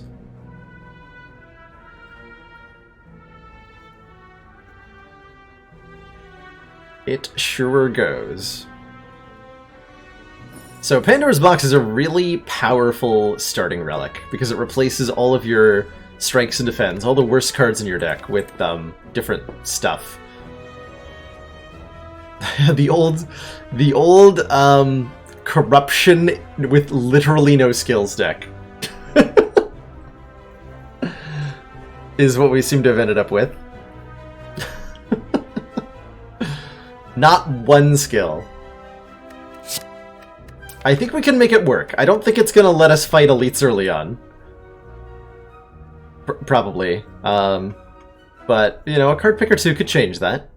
So let's take a hallway fight followed by an event, followed by a hallway fight, and then we have the option to go anywhere.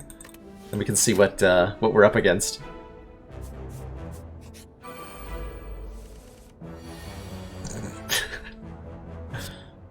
Okay. At least I got my Metallicized to block for me.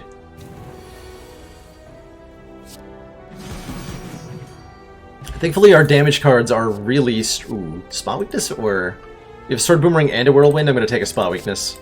It's a strength gain card, and right now that is what we need.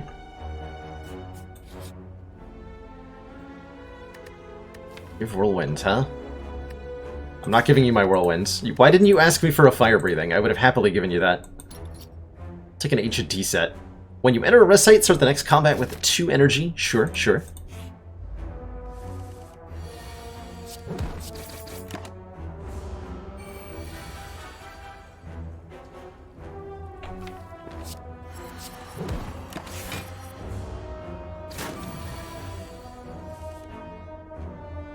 Yeah, that's about right.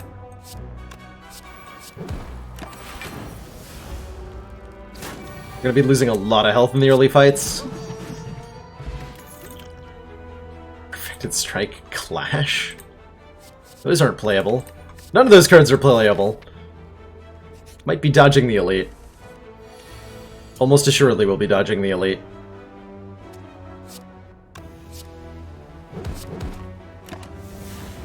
It's 12. Block card. Hey, that's a block card. Power Through. Add 2 wounds to your hand, gain 15 block.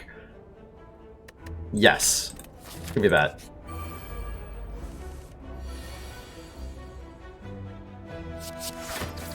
Yeah, in the short term, not taking the Shrug was definitely a little on the iffy side. So, on the iffy side.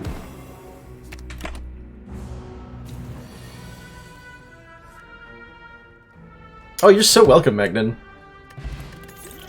Ooh. Feel No Pain blocks. Feel No Pain corruptions. That's a lot of block. Take that card. Okay, we're in no shape to fight an elite right now? Not at all. Well, I mean, we could get lucky, actually, right? Like, if it's triple sentries, we just win the fight, thanks to Feel No Pain. If it's Gremlin Nub, I would be dependent on card order if I beat Gremlin Nub. That said, I mean, I'm asking, does a deck with literally no skills beat Gremlin Nub? I'll fight that elite. Let's get an upgrade, which is going to be presumably the Whirlwind? Maybe the Carnage. Still have to figure out a way to beat Guardian, which is going to be fun.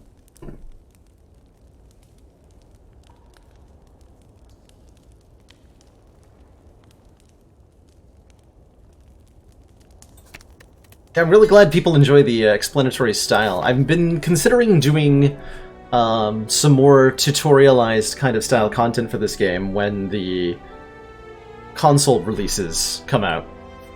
It's coming to, Slay Spire's coming to Switch and PS4 pretty soon. And so, being able to communicate easily to new players how to play, I think, would be something very valuable. Okay, our Shrug returns to us. And we can lose a Fire Breathing, which I think I would really like to do. Get out of here. Could have taken a third copy of Corruption, almost to the collector bonus on Corruption. But alas. That's some sweet relics, by the way. All three of these generate energy. And this is by far the best elite fight we could have stumbled upon. Oh, hold on. I have 6 energy. Hold on.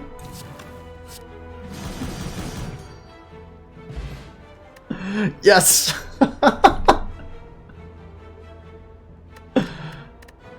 Oh yes, that was so satisfying.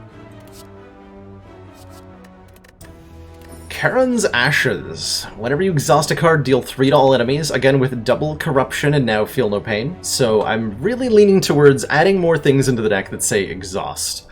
And certainly a True Grit says Exhaust. So I'm pretty happy to have it. I think I like this variant of bottle. We might end up using it against Guardian, by the way. Just a heads up to everybody. That might totally happen. And while our Pandora's Box start was a little iffy originally, it's looking a lot better than... like, a lot better than it did a few floors ago.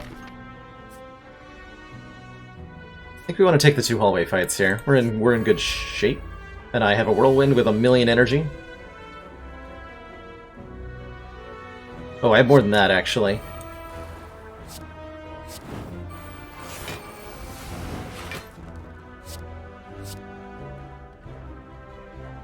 Begone, foul wizard.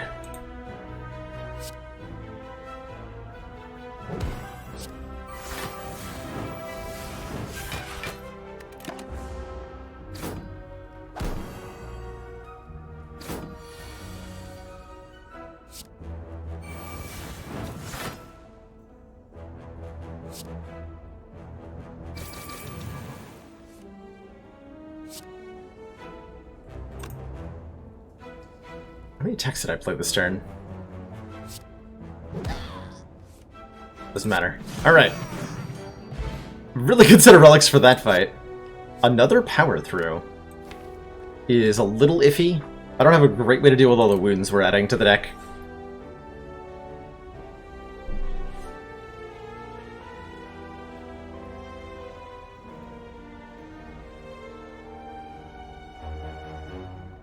I wanted 1, but not 2. Is that risky? I don't think that was risky. I did notice that I noted that we had Sharon's Ashes and Charon's Ashes, and my brain told me that it wouldn't kill them for some reason, even though it clearly did kill them all. There's a slight argument for seeing red, but I don't think it's a good enough one.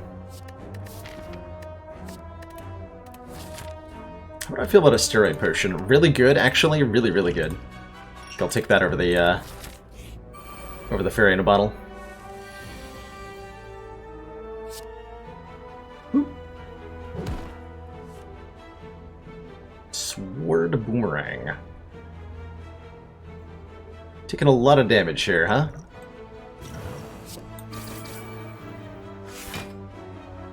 Not today.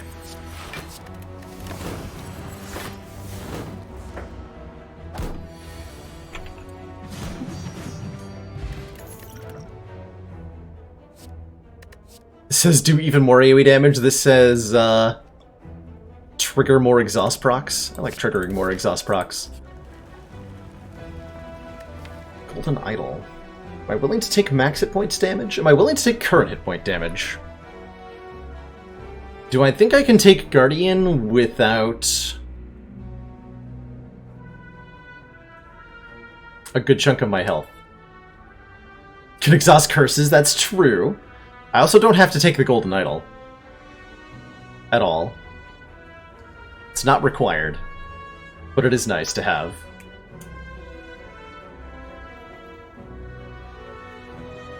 And I have enough curses already, thank you. So this would be either take the max hit points or take the current hit points. And then rest. Sorry, and then probably still upgrade the True Grit. I think I'm just gonna decline. Of course, I'm gonna get the Bloody Idol if I decline it. Yeah, if you don't take it, you get the Bloody Idol of at 100%, right? Those max hit points are valuable. They are very valuable to us.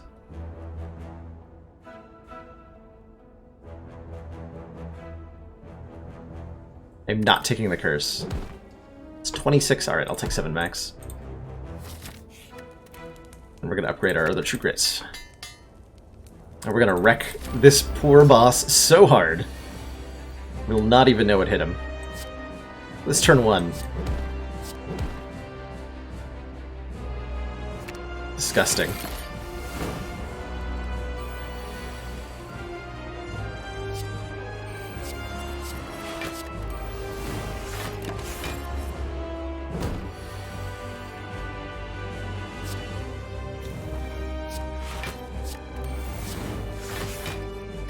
Absolutely disgusting.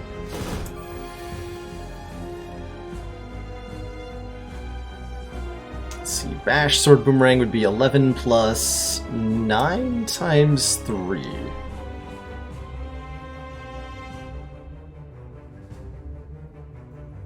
That's not enough.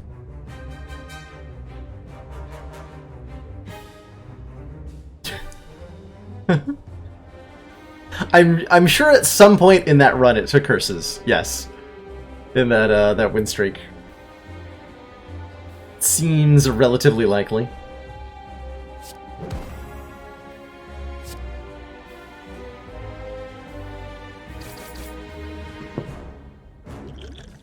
Behold.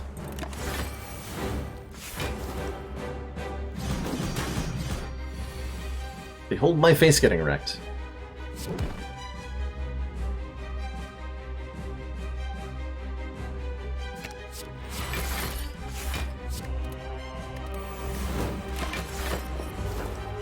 Ironclad Exhaust deck is the best place to take curses, that I agree with. But only if your Ironclad Exhaust deck has some sort of card draw. Which ours does not.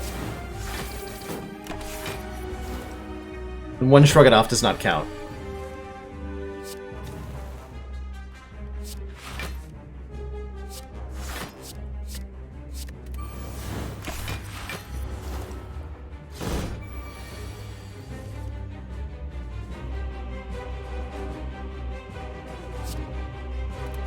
$27 plus 28, not 60.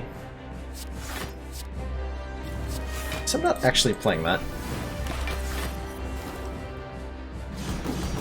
There's only 6 cards left in my deck, and 2 of them are True Grit.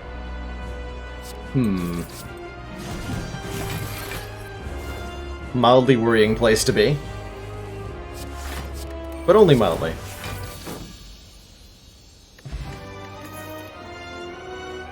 Ooh, Offering. Or Juggernaut, hold on. Oh my god. We're rapidly assembling Ironclad Exodia here. Juggernaut, Feel No Pain. Corruption. Lots of skills. Does a lot of damage.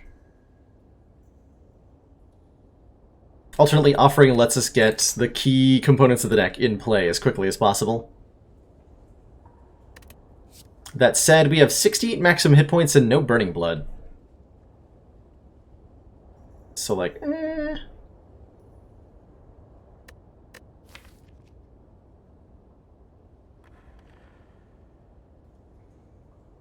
We also don't currently have 4 energy, though we're hopefully about to be offered a 4th point of energy. Ideally, like... what is the ideal... what is the ideal energy relic to find? They're all kind of bad at the moment. Take the Juggernaut. Busted Crown? I mean, the deck is mostly complete. We could take Calling Bell for the Curse synergy. Or we could take a Runic Cube to draw a card when we lose hit points. Runic Dome. I think we certainly want a 4th point of energy, and Busted Crown is our offer for that. So let's take it. Only 1 card offered at each card choice, but our deck's already mostly complete. Like, we beat Champ already. And we're mostly looking to, like, collect relics this act. So let's get us some damn relics.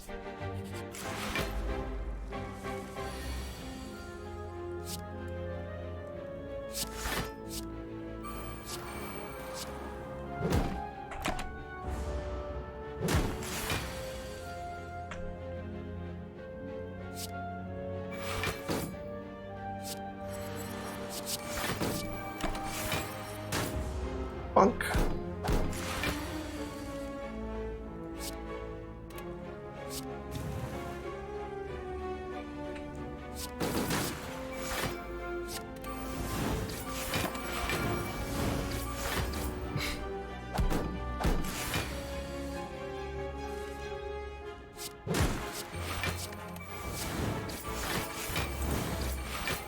Oh my god. All the little damage procs this deck can do. Holy crap.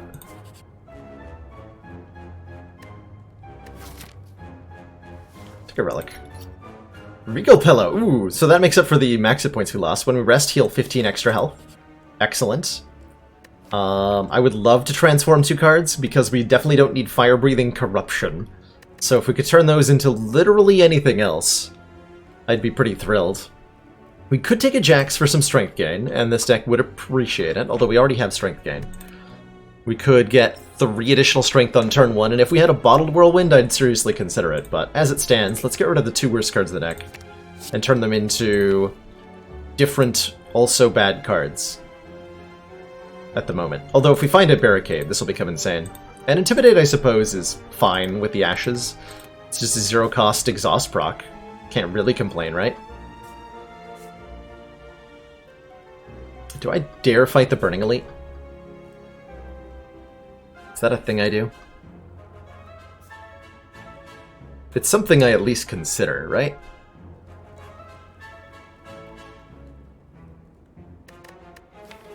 I think we're more than strong enough.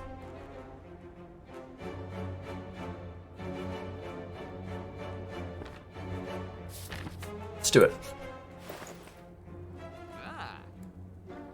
Disarm is amazing. It's a skill that says exhaust on it, and it's a skill that helps us block, and it's a skill that's really good against Act 2 elites, barring the triple slavers, which we're about to hopefully not face.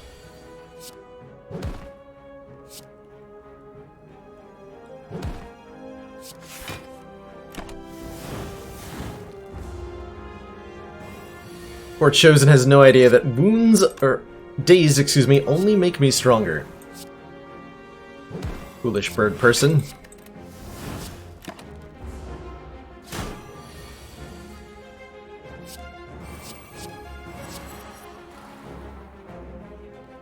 Maybe meant to play Juggernaut in there somewhere.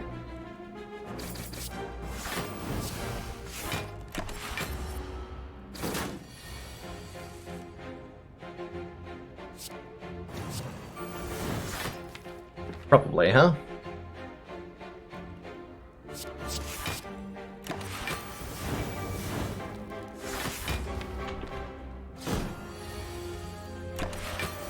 It's alright. With the Feel No Pain, we're blocking anyway. Slash killing them. Alright, 46 health for the Burning Elite. Here we go. Regenerating Triple Slavers. Unfortunately for them, 7 times 8 is equal to 56. And I have a Gremlin Horn. So...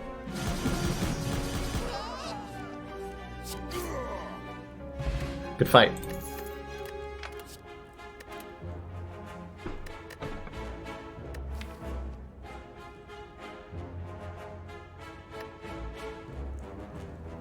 What power would I like to bottle? We can bottle Juggernaut, Feel No Pain, Corruption. Or armaments. Which is not a... I think I take that armaments, don't I? Maybe. I think about taking the armaments. Bottle jugs because of T-set. I'm thinking bottle feel no pain, because the jugs doesn't even do that much until the feel no pain is in play. Jug is a good consideration, though. No, it's gotta be the feel no pain. Worry about everything else in future turns. Do I take armaments?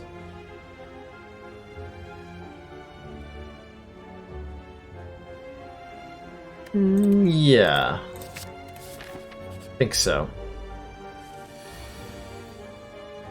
Birds.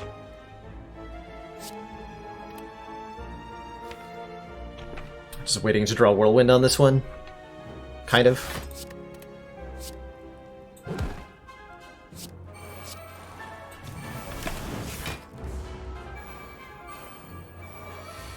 There it is. I found it!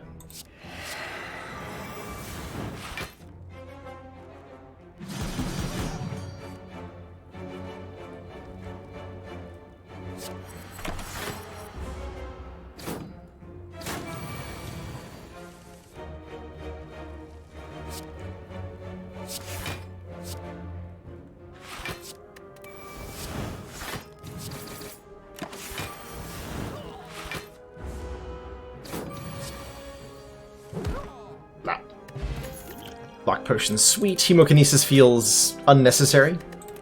We definitely want to upgrade the Feel No Pain and the Juggernaut, I think, at the next two fires here. Get these superpowers boosted. Sundial? It's a pretty small deck. We would definitely get relevant energy out of Sundial more than none of the time. And we can potentially... It's degenerate. We can potentially build an infinite.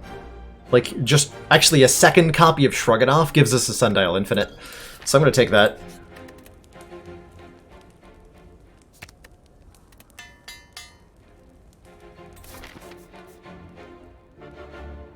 Can afford a removal here. Or a second Feel No Pain, which we're definitely taking.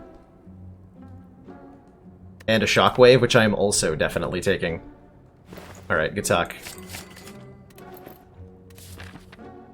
The Ironclad Exodiac continue.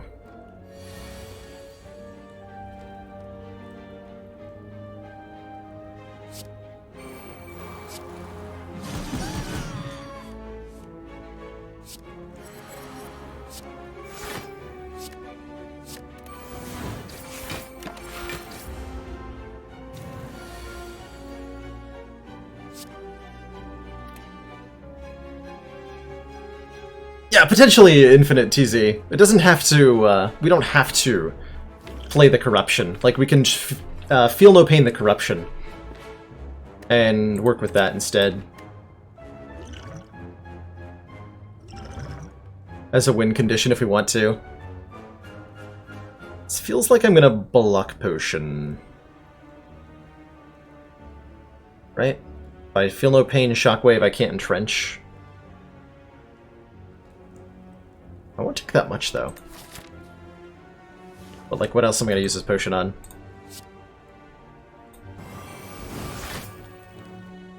Yeah.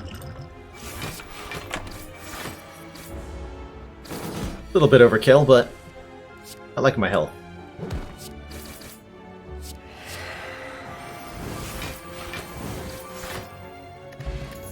Bag of Pret. Draw 2 extra cards with a ton of energy on turn 1. That's incredible. Absolutely incredible. I am absolutely reading this book, because any hit on this book is amazing. Start of each combat, add a random power card into our hand that costs 0, because that's definitely what we needed.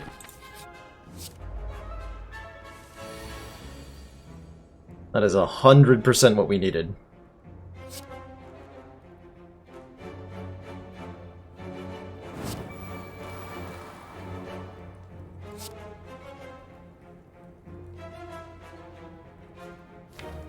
Armament spot weakness here.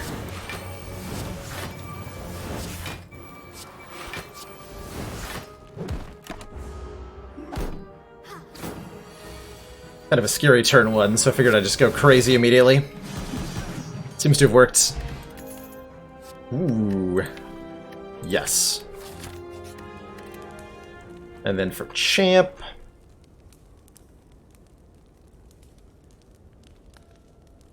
upgrade armaments.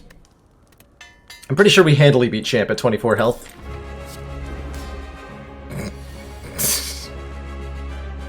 Yeah, I'm gonna say yes. We pretty handily beat champ at 24 health. Oh my. Oh my.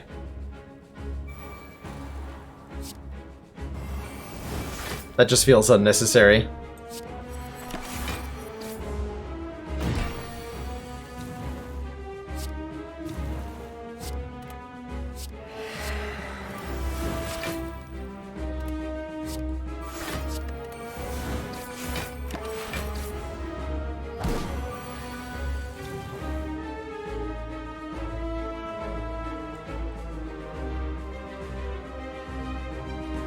Armaments, feel no pain, disarm. Is that gonna be enough? Not enough block. I think I can just play the corruption, right? Yeah.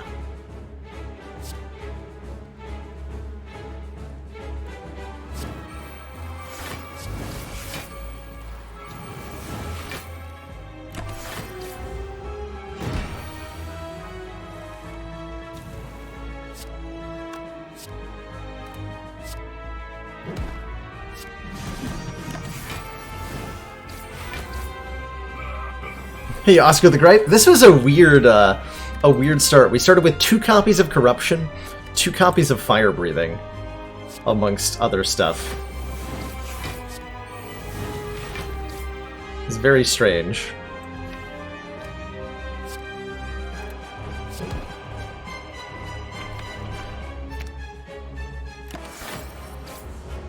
Twice below half. I actually didn't...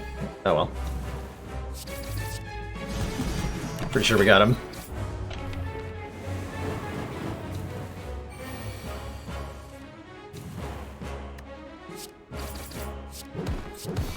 Yeah.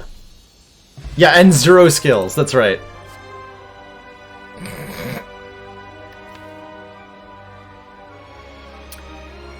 That's a barricade! Block is not removed at the start of your turn. That's another piece of ironclad Exodia. All we need now is the Dark Embrace, and we have the full set of powers. Could be a Dark Embrace in this Ori. Thinking with Corruption, I maybe don't want a Velvet Choker. Granted, we have Busted Crown, so this is literally just look at 5 cards. The odds we get a Dark Embrace here are very low. Very, very low. How often am I worried? Actually, if I don't find a Dark Embrace, I have 0% worry about playing more than 6 cards a turn. So we could take a Choker here. We have some expensive powers now that Barricade is here. We could also just take the White Beast statue so that we always get potions after combat rewards, and I gotta say, that's pretty good.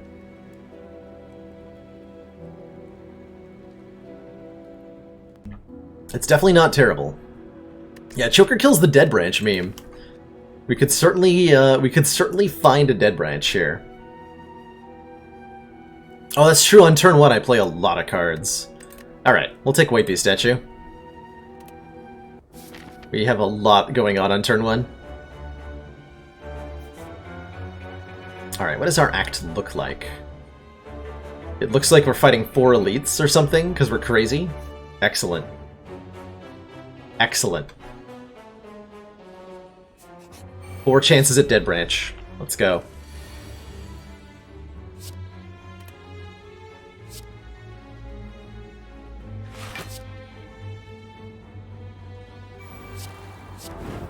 Just assemble the entire Exodia on turn 1. Got him.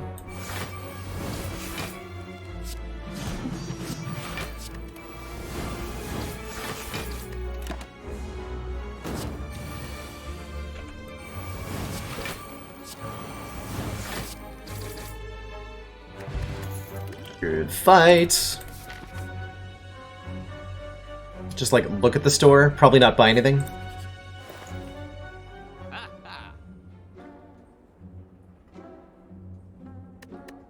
I would take Master Strategy immediately. I don't mind removing Bash. At all. I'm pretty okay with removing Bash. Pommel Strike's not bad either, right? Deal 9, draw a card. Oh, that gives us... Oh, that actually gives us an infinite to build into. Pommel Strike Shrug is an infinite. Yeah, actually, I want that. Let's do that.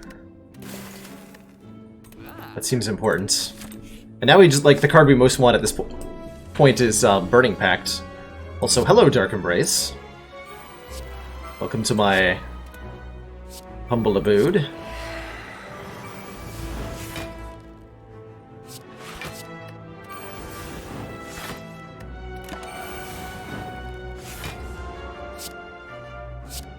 This is not a seeded run mathematician, but if you want to play the same seed, you could try inputting that sequence up there.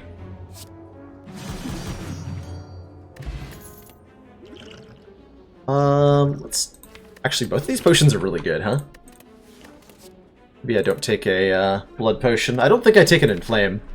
We have ways to do damage that are much better than strength scaling at this point. I can actually go for removing almost every attack in the deck from here, truthfully.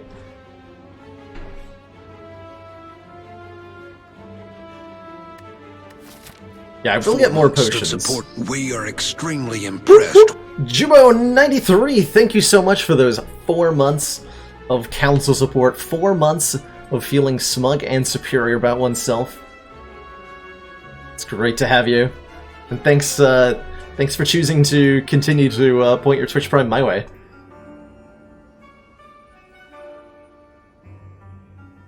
Yes, I remember that one well, Mathematician. Panda Restarts are definitely some of my favorite. Definitely some of my favorite. Let's get rid of this Liquid Bronze. Don't want to ride. No! Take a Fiend Fire, though.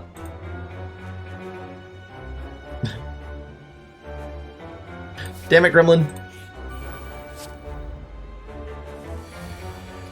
Damn it.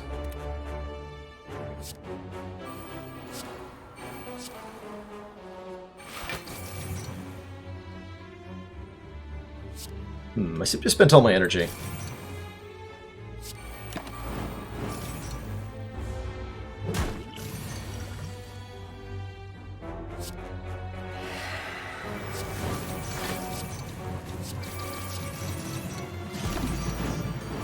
So for anyone unfamiliar with this Transient enemy, Transient starts off by doing really, really big attacks. And then every turn that the combat goes on, they get bigger. Transient will only stick around for 6 turns of combat, after which they'll automatically perish. And every time you do damage to Transient, they reduce their damage by 1. So it's not a question of, like, do you have the ability to kill this 999 health creature, but rather, can you mitigate the incoming damage sufficiently? And this deck is very good at doing that.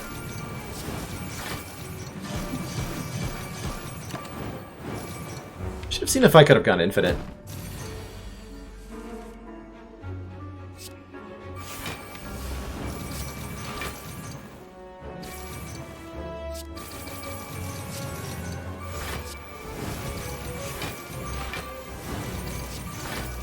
Not with corruption in play, I suppose.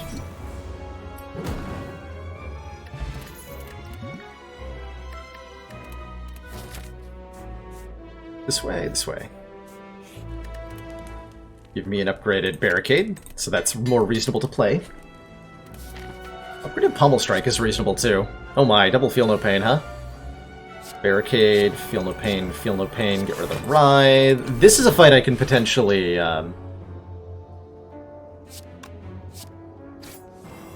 do my infinite against to show off what that looks like. So Just want to remove as many cards from the deck as possible.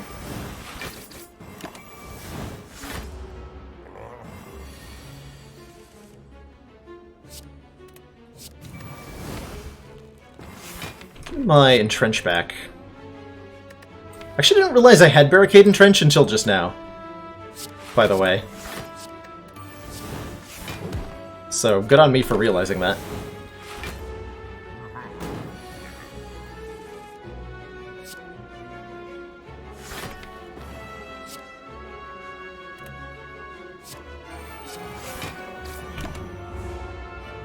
Oop. So from here I should be able to outscale the giant head pretty easily. By blocking harder than it can attack for. And once there's enough cards removed from the deck, you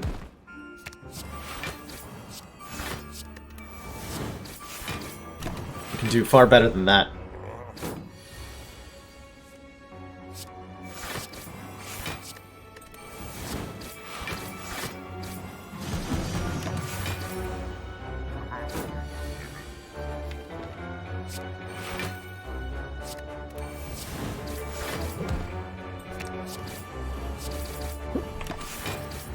Meant to trigger that, but it has zero impact whatsoever on how this fight's about to go.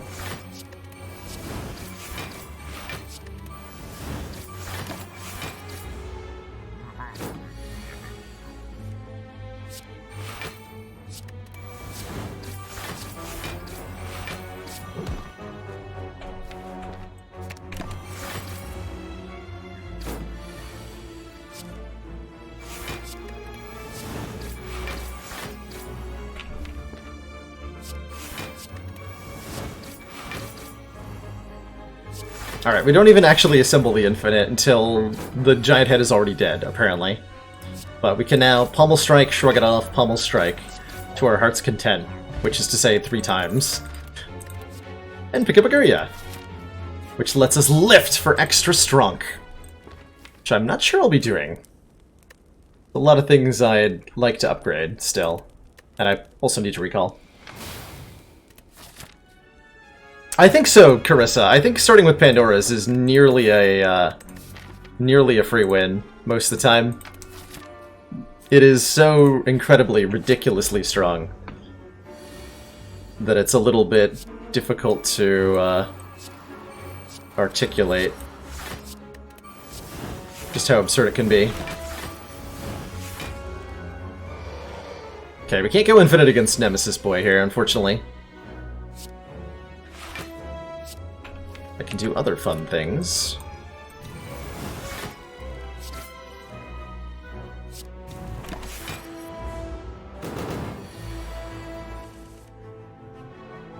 Rude.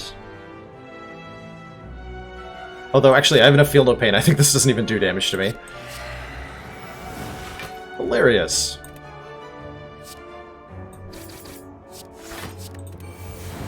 Yeah, we just full block that. Never mind. Whew.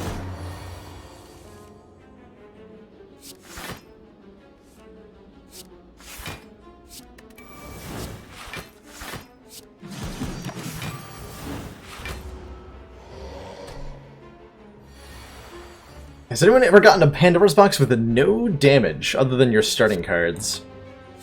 That's a great question. I would love to know. Like somebody just gets completely... I have to imagine that somewhere there exists a seed where re-rolling your starting relic gives you a Pandora's box that loses to the first fight.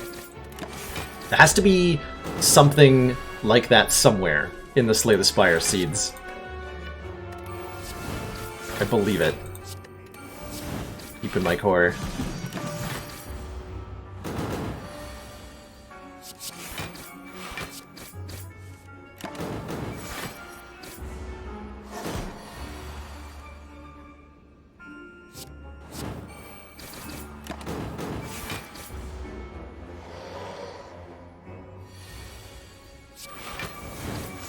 Starter decks can't themselves lose to Jawworm under almost any conditions.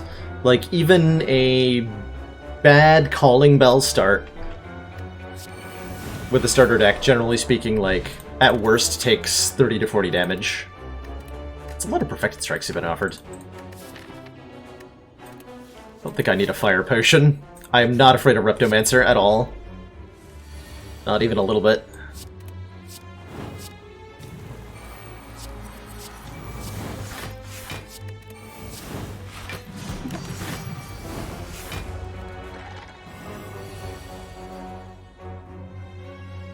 Rude.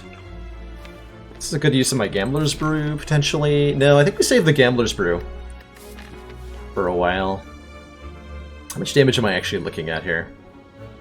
Bit of 6 plus 8, 14, like taking 15-ish damage. It's a little iffy. Here's a Friday run idea for you. Start with a chosen deck, Meat on the Bone, Coffee Dripper, Fusion Hammer, and Peace Pipe. I cannot take card rewards from fights. So, at every fire, I am forced to remove a card. And I can't take card rewards. From fights. I can and from shops, looks like. So it's a question of, you cannot skip a fire. No. If I visit a campsite, I will be forced to remove a card in that situation. That sounds pretty fun. I like that Maniac. I'm gonna copy-paste that into my Discord. So that when I'm looking for Friday ideas, I am more likely to remember it. And thank you for those 15 bits.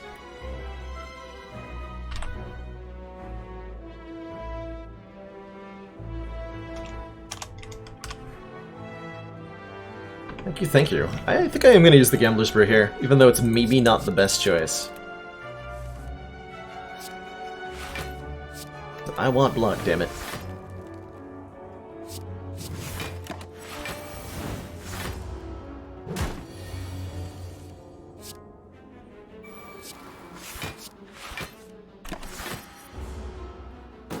Choose a deck of 1,000 Mind Blasts. Ooh, I had a thought.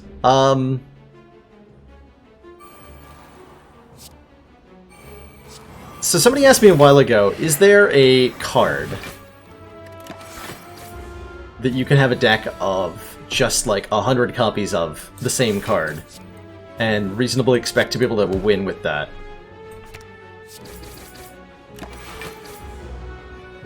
And the answer for most cards other than Mind Blast is no, and then Mind Blast itself is also no.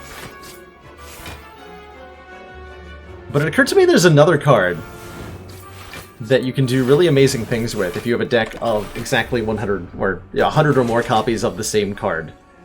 And the right relics. If you have a deck that if you have a deck that's 100 copies of Havoc, then playing one of them plays all of them. And if you have any relics like Charon's Ashes or a Feel No Pain in play somehow, although obviously you can't have that, but a Power Potion could give you one, or a Letter Opener, then they'll trigger infinitely, which is amazing.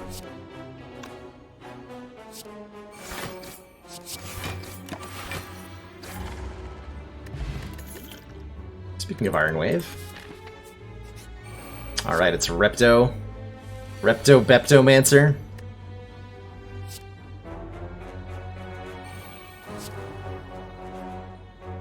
Need to play this for 3, right?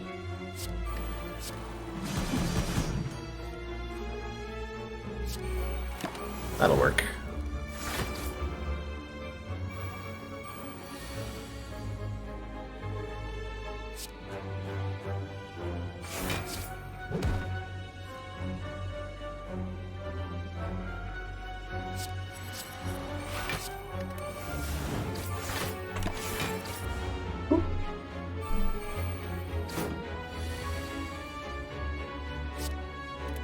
More blocking.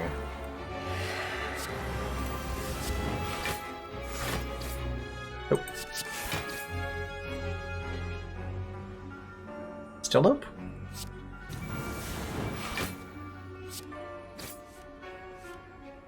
Alright, good turn. Yeah, Mind Blast will lose only to Heart. It should kill everything else. But, I mean, that's typically the answer with such hypothetical questions. It's like, yes, this deck works, but not against Heart. So many decks in Slay the Spire, that's true of.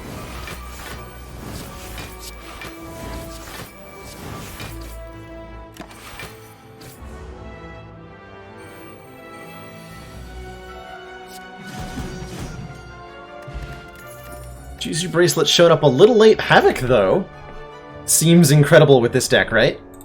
Play the top card of your draw pile and exhaust it. Don't mind if I do. Don't mind if I do.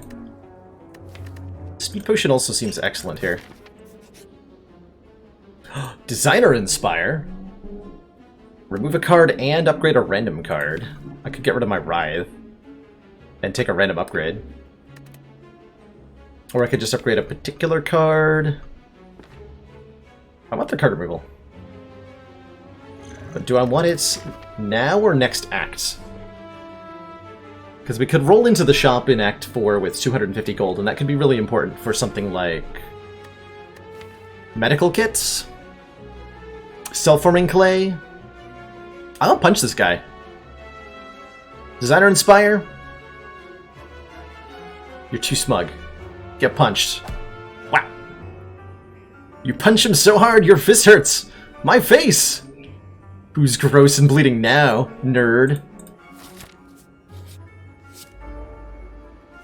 Who's gross and bleeding now?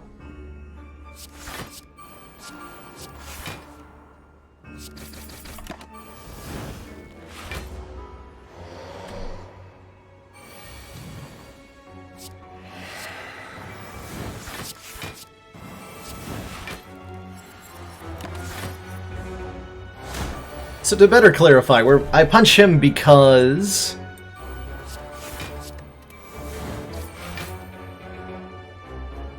It's not block. I don't want to lose Entrench. Punching him there because I want to be able... I'm valuing the potential things I could get from the Act 4 store. I want to be able to afford a store or uncommon relic. And I don't think the upgrade is sufficiently helpful to make it worthwhile to not do that. If that makes any sense.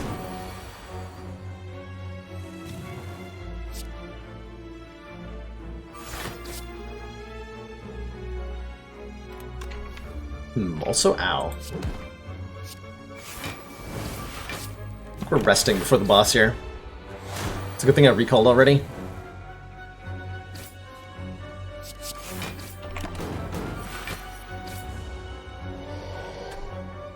Can't afford a Dead Branch. Would be nice, but it's out of our price range. But there's plenty of other things that aren't. A Singing Bowl. Thanks for the hit points. Okay, we have Regal Pillow, so this is actually a big beefy rest. Perfect. Perfect. Okay, Awakened One's a little scary, because we're definitely dependent on playing a lot of powers in this deck. That said, I can burn the deck down to an infinite pretty quickly. Certainly going to play the Feel No Pain. We're going to lose as many cards as possible as quickly as possible, I think is the answer here.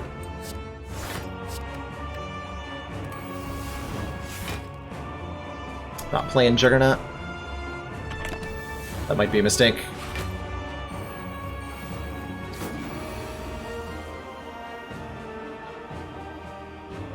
Damn it. Ouch. Just had to multi-attack me turn 2, huh? Damn.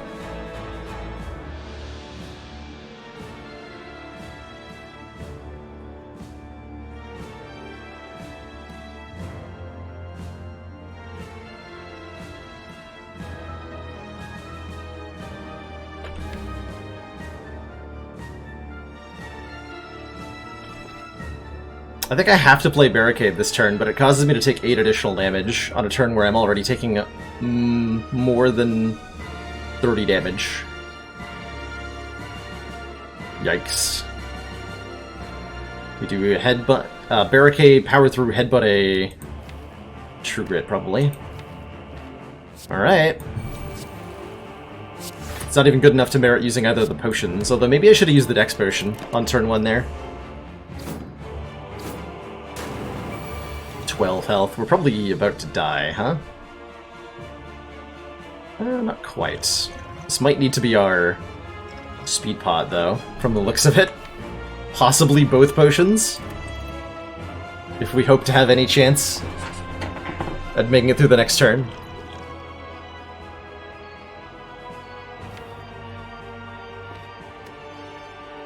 This is the first boss.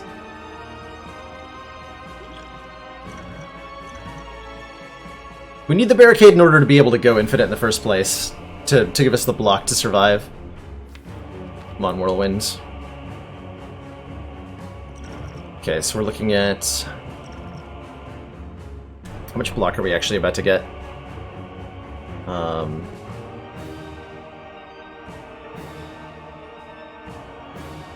14 plus 3 exhausts. Exhaust spot weakness.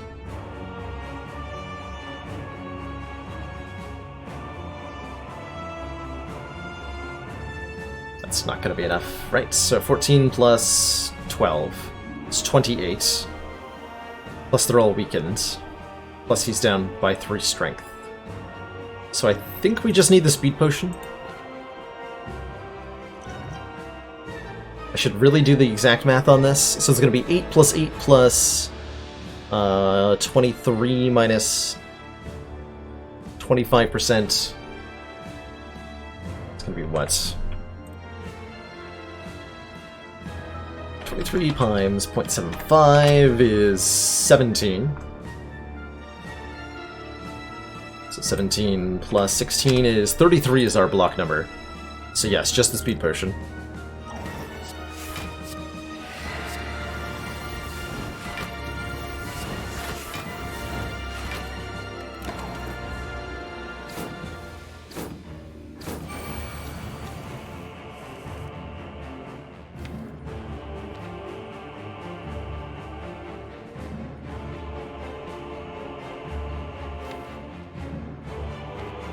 Kind of need my Whirlwind right now.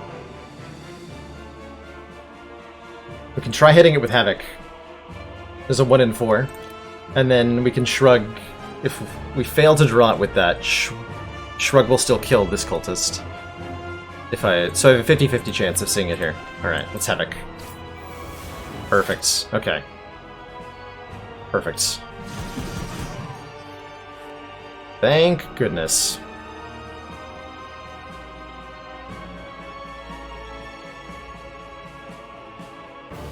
Need to be weak for longer.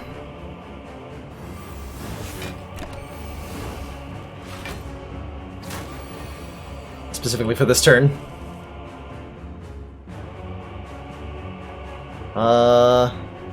9 plus... I'm gonna die. Should've just used the Dex potion immediately, huh? Damn it. Also, yes, that hit the Pommel Strike, which means we don't have an infinite available to us anymore.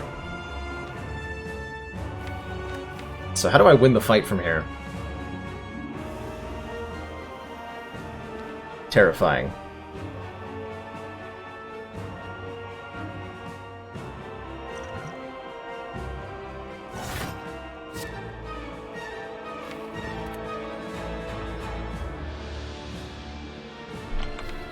We do barricade and trench things? That'll work just fine. Yeah, that'll work just fine.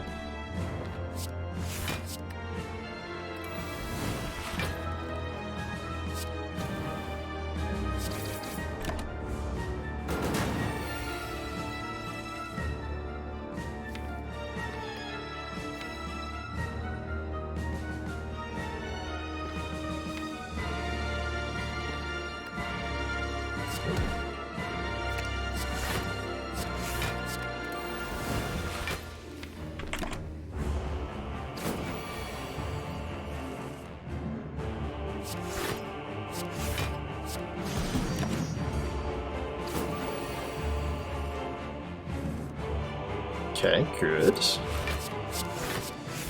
have to be really careful about playing Havoc when I don't need to.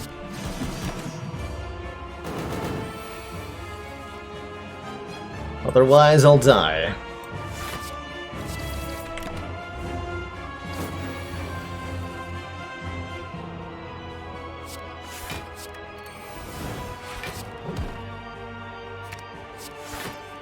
Okay, we should be safe now. Except for the part where we're on 1 health and extremely likely to die immediately in the second boss fight. Doesn't bode very well.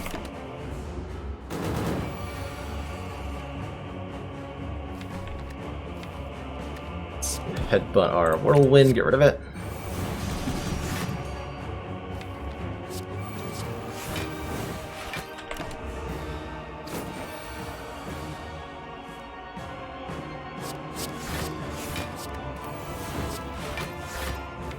Do have an attack left, okay.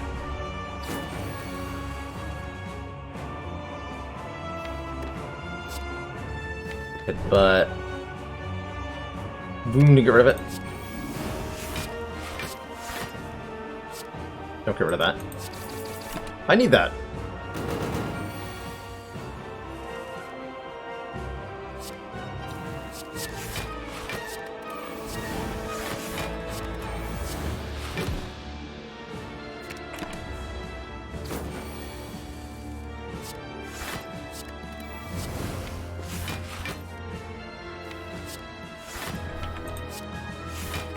I think that's enough block for the rest of the fight.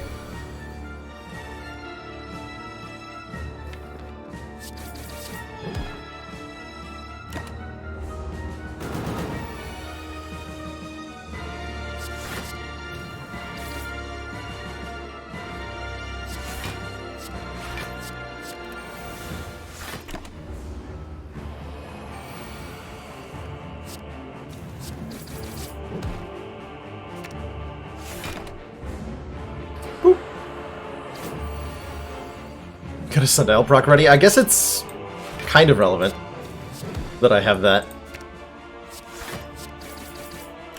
Though just barely.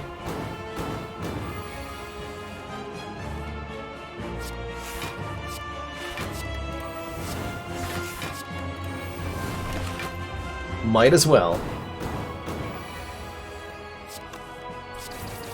Alright, I'm gonna need Fabulous Draw Order against... Time Eater? You're not Time Eater. Brutality. Oh man, giving me a card I can't even play. Cute. Very cute. The double Feel No Pain's nice on turn 1. I think I just have to Havoc. That was bad. Oh, that was bad. I think we're dead very quickly here. Probably right now? Yes. Wait. No? No. Okay, my only concern right now is blocking, and that means getting rid of Whirlwinds.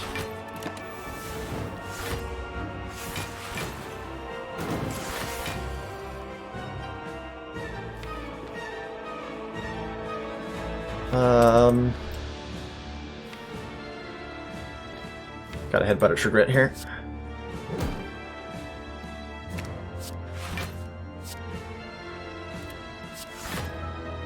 Stay alive. Wait, no, I'm not alive. I'm not alive. It is over. That is 2 block, too few for that turn. GG.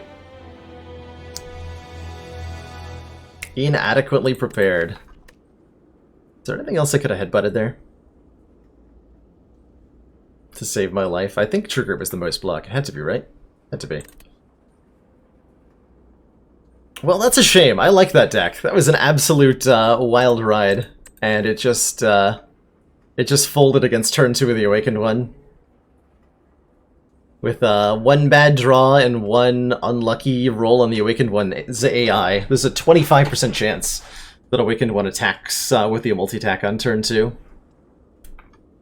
And ultimately we just, we had a lot of powers, right? We had 1, 2, 3.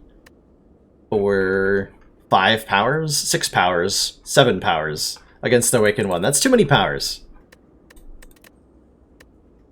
Was Havoc a good pickup? Not really. It sure didn't feel like it was, ultimately. That's alright. I definitely appreciate we have had 2 runs in a row get to the Act 3 bosses. That's not even easy to do on Ascension 20.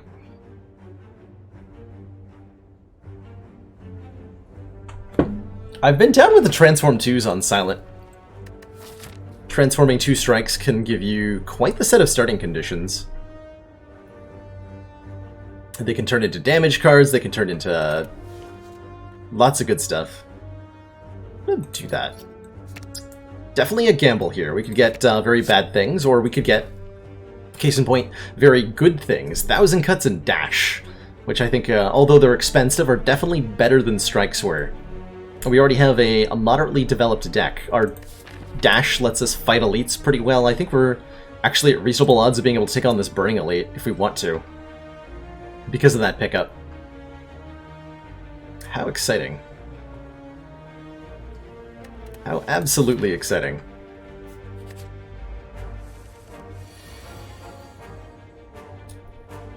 Yeah, I don't think 1000 Cuts is the greatest on Ascension 20 Mathematician, but it can definitely get stuff done. If we were up against Slime Boss, like... Oh, we are. Oh, so I'm gonna upgrade it then. We're fighting Slime Boss, so I want it. Alright, it's decided then. It has been decided.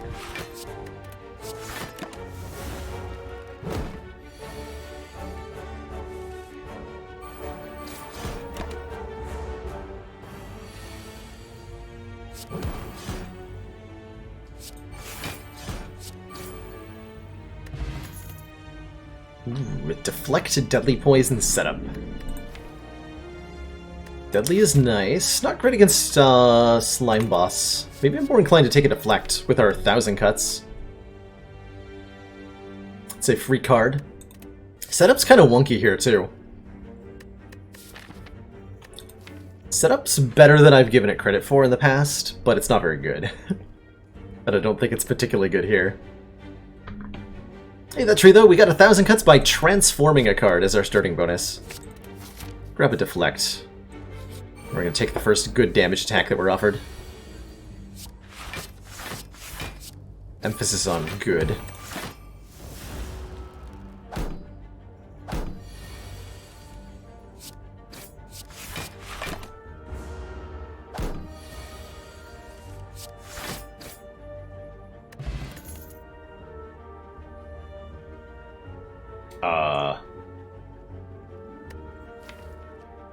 I mean, that's some pretty easy footwork, right?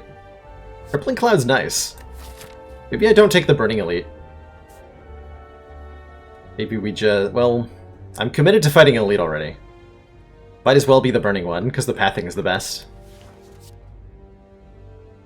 Grab a footwork. Grab 2 events in a hallway fight. We're now looking pretty aggressively for ways to kill the Gremlin Knob. Ooh, Anchor. Start each combat with 10 block means our days of taking damage in hallway fights are basically over. We would love to upgrade Dash for this elite fight we're about to do. Slash this Jawworm elite fight that we're about to do.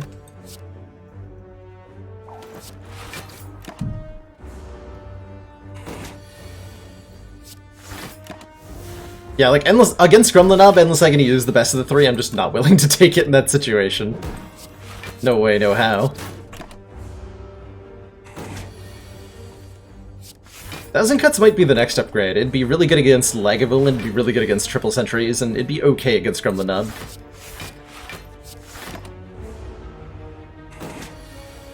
Who is our primary concern at the moment.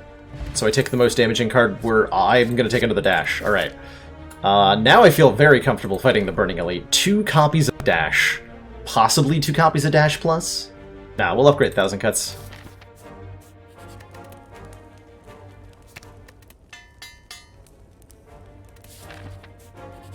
Okay, it's not a Gremlin Knob.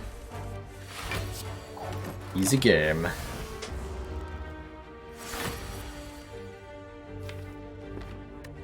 Rude. Oh, all the good block cards, huh? Double rude. Metallicized Lagavulin means the 1000 cuts damage isn't that relevant, but it kind of is.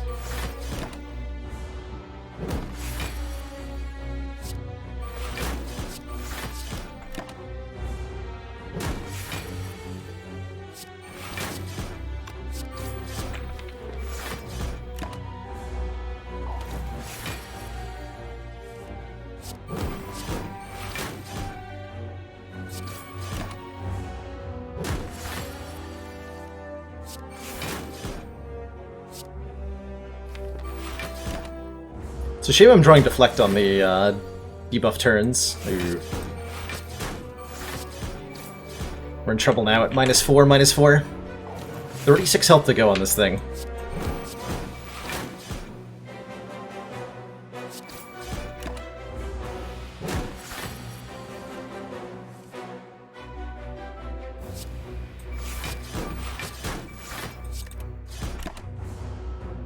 Chubby dashes. Nope, stop drawing them together. Yeah, 1000 cuts is our only damage now. We're in extreme trouble because our basic cards are no longer functioning. Need to play dash next turn. Good. Okay, that was a little scarier than perhaps we'd hoped, but we made it through with just barely enough damage. I'm going to be forced to rest now. And that's okay. That is okay. Do I want a Wraith form? Not really. We don't have a way to do a lot of damage once the Wraith form is down. And I'm thinking I need damage immediately enough that a poison stab is fine.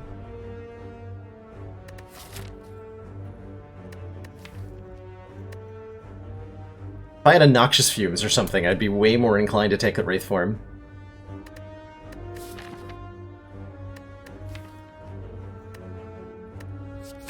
I have way too many heavy cards as is, unless I get a Snecko Eye or something. We're resting? We're resting. And then I find a Regal Pillow. Or an Ancient Tea Set, which could let me play these expensive cards on turn 1 in any fight immediately after a rest site. Hey, there's the Noxious Fumes. Now I kind of wish I'd taken the Wraith form. I think we are taking that Noxious Fumes, huh? Start of your turn, apply 2 poison to all enemies. Works in conjunction with 1000 cuts to be consistent damage output. Then we upgrade the fumes, and then we upgrade the footwork. Oh yeah, that'll be an easy win. That'll be an easy slime boss.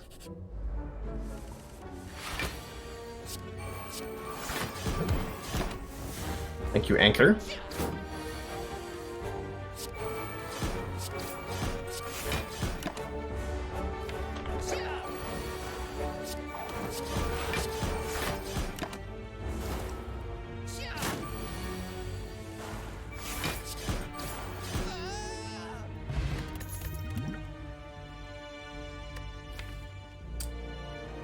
Given all these heavy cards, I'm thinking about taking another Deflect with our footwork.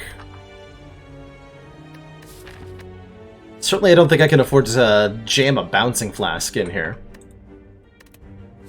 Grab another Deflect.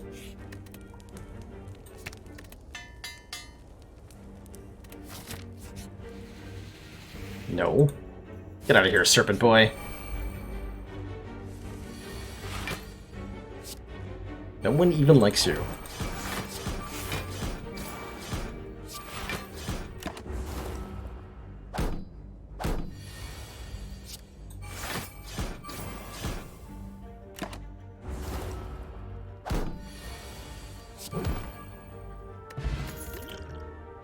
Okay, no, don't want 3. And I don't think I want a Bane either. So it's not terrible. I have to imagine with an upgraded Noxious Fumes and an upgraded 1000 Cuts that this is not a difficult fight for us.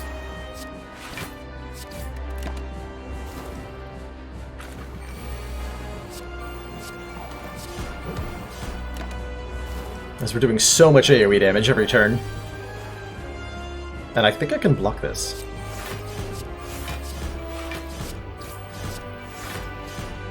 Basically.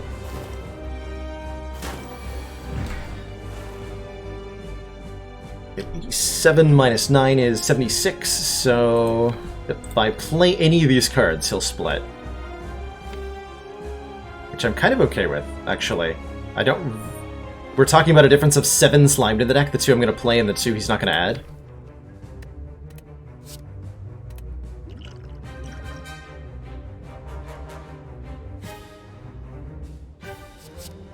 It's a really crappy attack potion.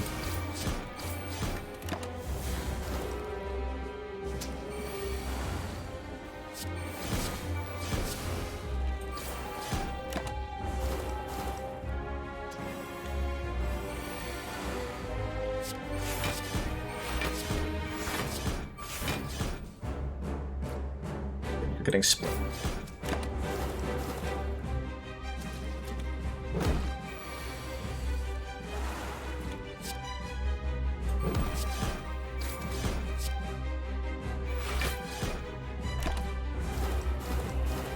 Fume takes care of these two, and I gotta say the fight's easy from here.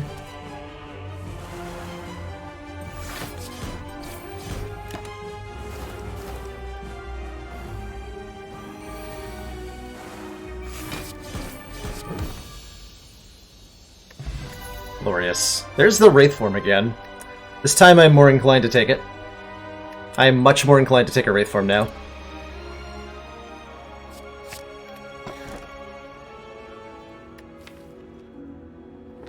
That's a pretty insane runic pyramid. We have 2 deflects, so we have ways to function pretty consistently on 3 energy. Means Wraith form is always deployed at the exact correct time. With my footwork, these defends are pretty good. I only have 3 strikes, so Pandora's Box, not that appealing. Curse Keys, okay. 4th energy, but we get a curse whenever we open a chest. Nah. Let's take the Pyramid. Do I ever not Runic Pyramid? Almost never. Almost never not Pyramid. It's so good. It's too good. It's way too good. It's so good it should be illegal. That's how good Runic Pyramid is, generally speaking. Let's see, I could fight 3 elites if I was feeling ballsy.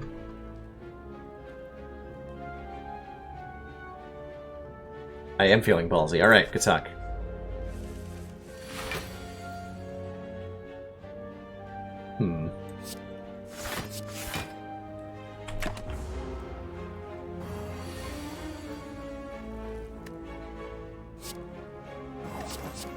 Burger.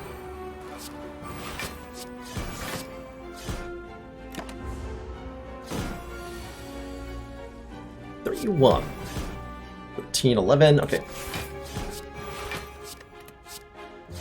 We have Wraith Form to save us from drawing too many days here. I had Runic Pyramid to save me from drawing too many days.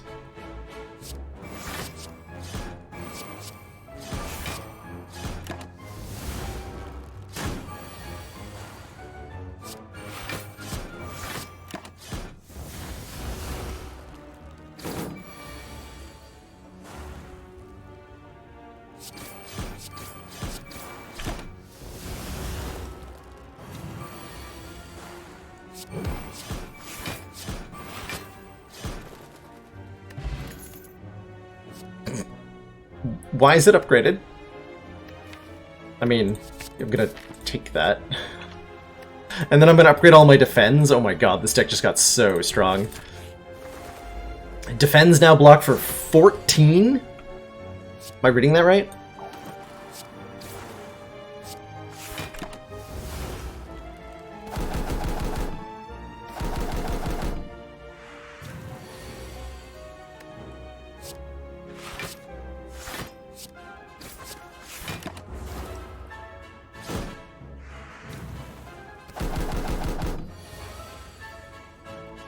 Do you guys mind?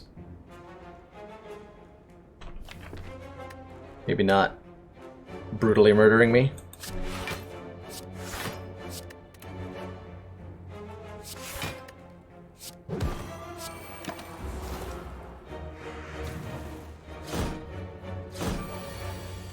No? Fair enough.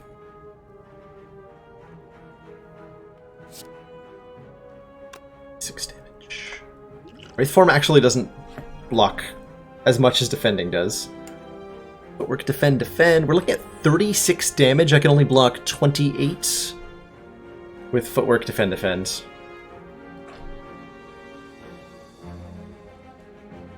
Yeah, I remember the original Pyramid Mathematician. I basically never took it. Original Runic Pyramid used to say, at the end of turn, you no longer discard your hand, draw one less card per turn. It was terrible. 4 cards a turn is not enough to work with.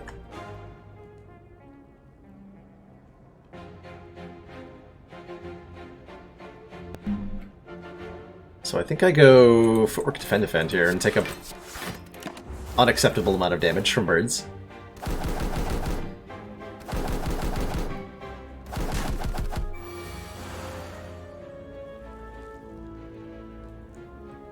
Can't stop, won't stop.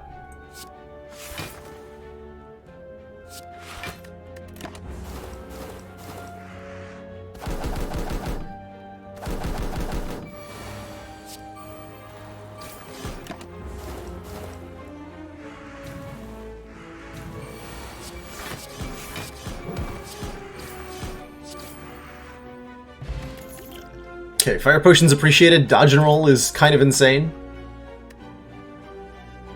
Although we're starting to lack front-loaded damage. I'm going to take a Quick Slash Plus, because it's upgraded for free and does a lot of damage. And we can use this opportunity to purge. Seriously contemplating a defend. Maybe the unupgraded dash, now that we're on... Now that we have a lot of dex and only 3 energy, a 2-cost attack like this isn't so good. That's a weird thing to want to remove. It's a very weird feeling. I'm actually down for, like, a deflect again. And keep removing stuff. This deck wants a lot of deflects.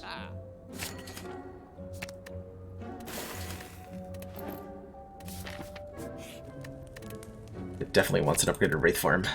Okay, not Book of Stabbing, not Book of Stabbing. Thank you.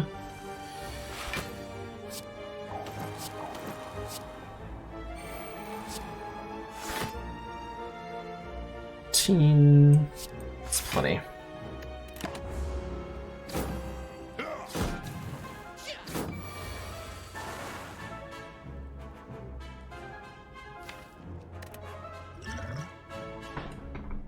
Did we skip an earlier deflect before I had Runic Pyramid? Because that's an important differentiation there. I don't actually remember the timing of it. 29?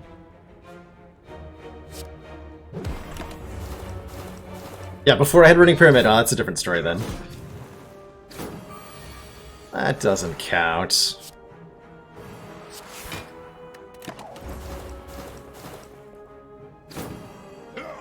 Context has no bearing since this is pre-recorded. Look, even if it's pre-recorded, that doesn't mean I know what's going to happen in the seed. It just means I recorded it ahead of time.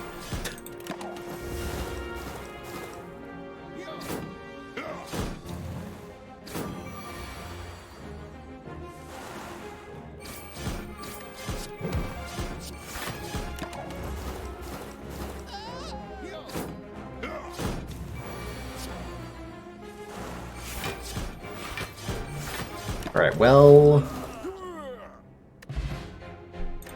Bag of Prep's excellent. We start with a 9-card opening hand. How many deflects do I want in this deck?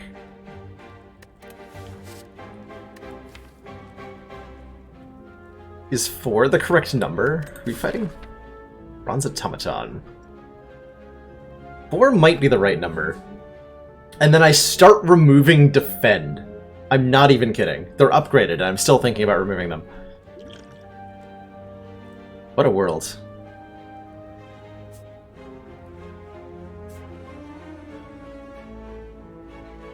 What a world. Take one more.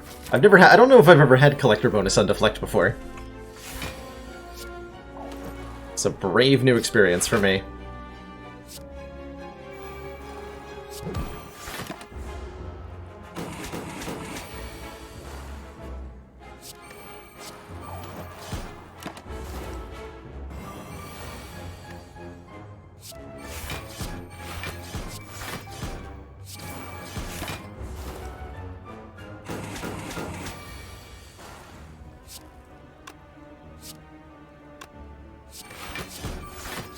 And deck has 3 energy, I'm not even, like, slightly worried about being able to block anything. Good lord.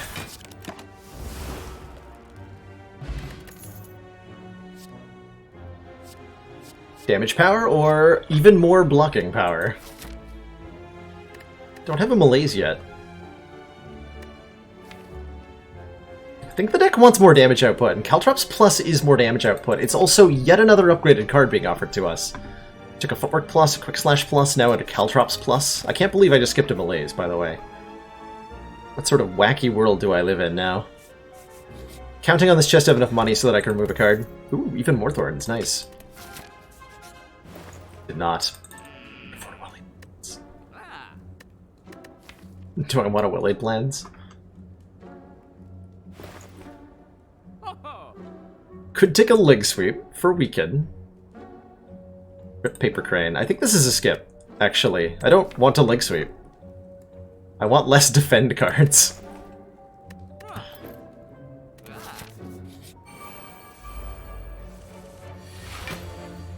Way less defend cards.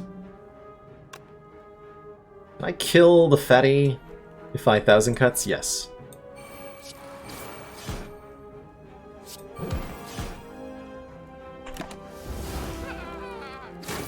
It's an important power to get down early in this one.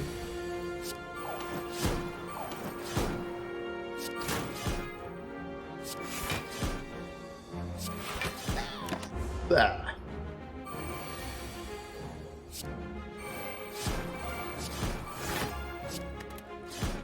There, we're guaranteed being attacked next turn. Or no, we're not, actually, because I just died to Thorns. We are being attacked anyway, alright.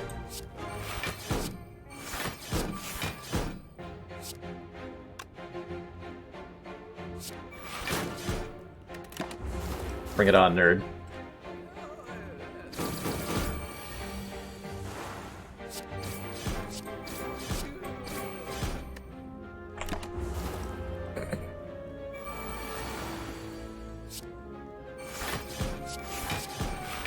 It's cute when he attacks.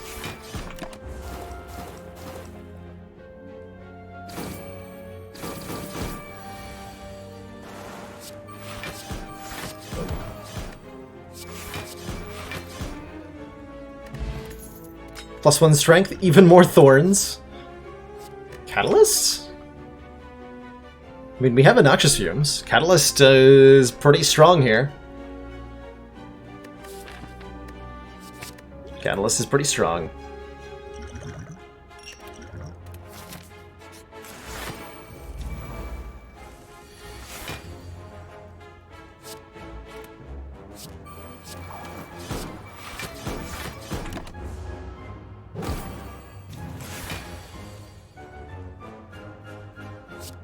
Could take a Cloak and Dagger. I'm not too worried about 1,000 cuts anymore and what it can do for us.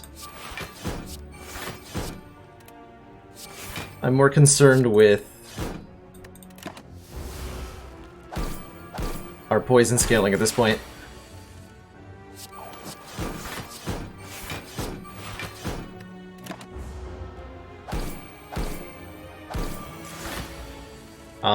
No. Bad avocado.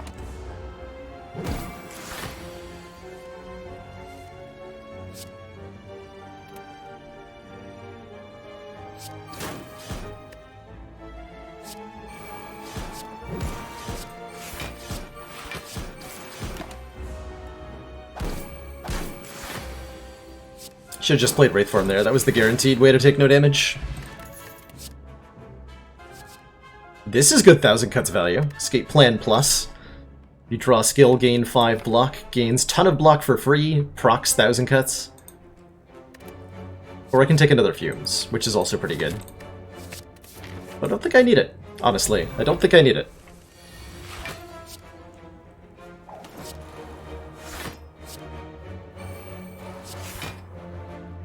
That's the 30 million bajillion turn of damage.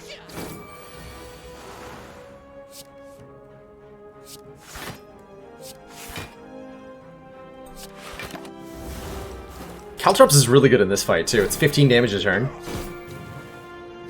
which I am probably not going to need.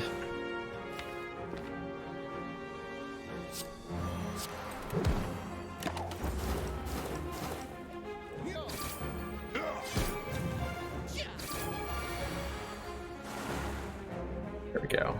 1,000 cuts. Caltrops deflect.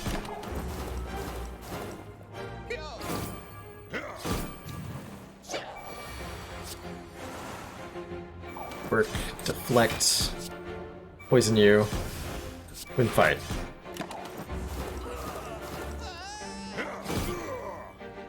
How does strength and dex work? So, strength and dexterity, my god, modify the numerical values on your cards. Any card that says block is increased by the amount of dexterity you have. So 3 dexterity from footwork makes defend plus block for 11, 8 plus 3.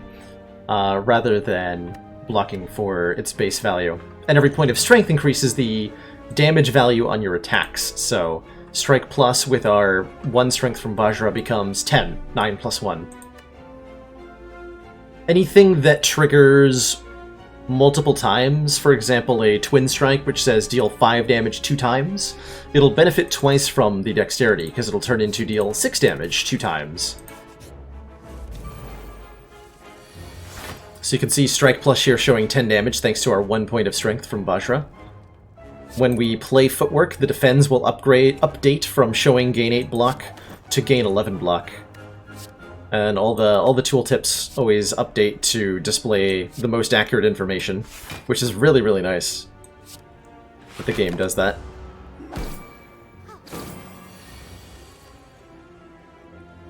Greatly appreciated.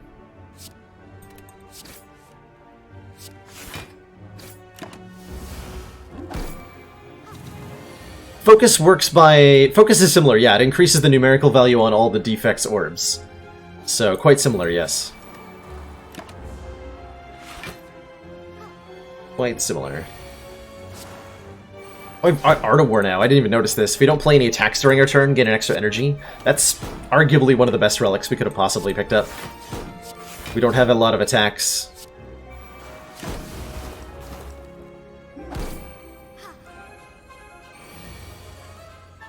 Are there any super broken prismatic combos? You bet there are, Mathematician.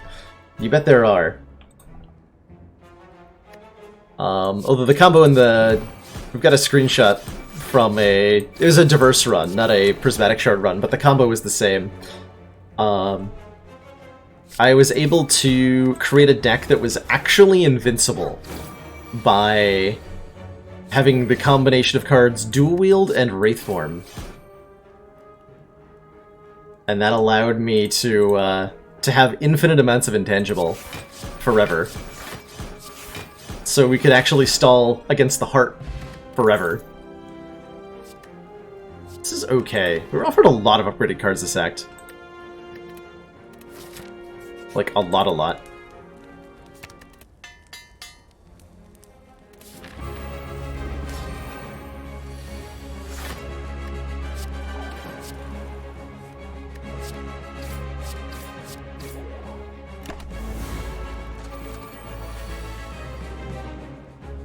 Okay, we're having 1,000 cuts, and... It's a slight issue.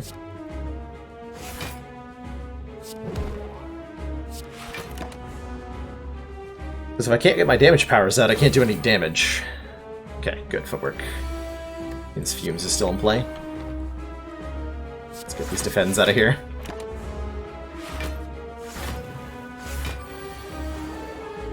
Not worried about this fight, because I can probably survive for a very long time here.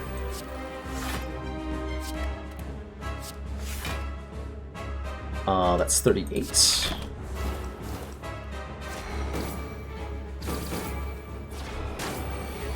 No, that was 40. Where did I learn how to math? She want my footwork back.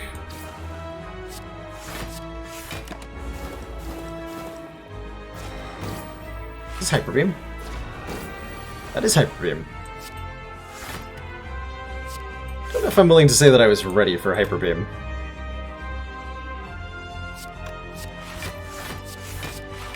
I was ready for Hyper Beam.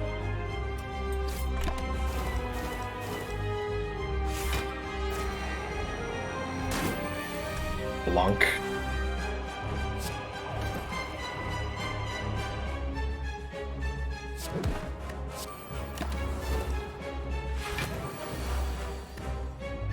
$20 times 2.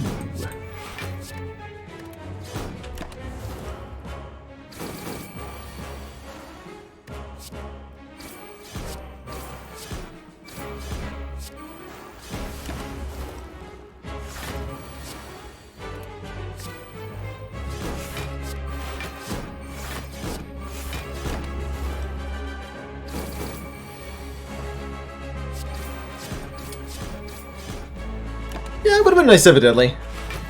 Mostly I feel like the deck is more than adequate on all fronts right now, which is kind of insane. GG. We'll take a regen. We're gonna hold on to a fire potion for a next act, just in case we run into Reptomancer. Burst? Burst Catalyst is the thing I can do if I take Burst.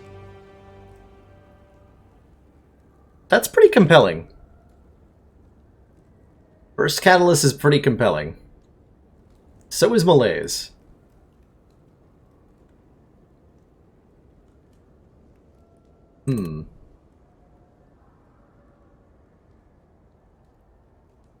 Choose Burst.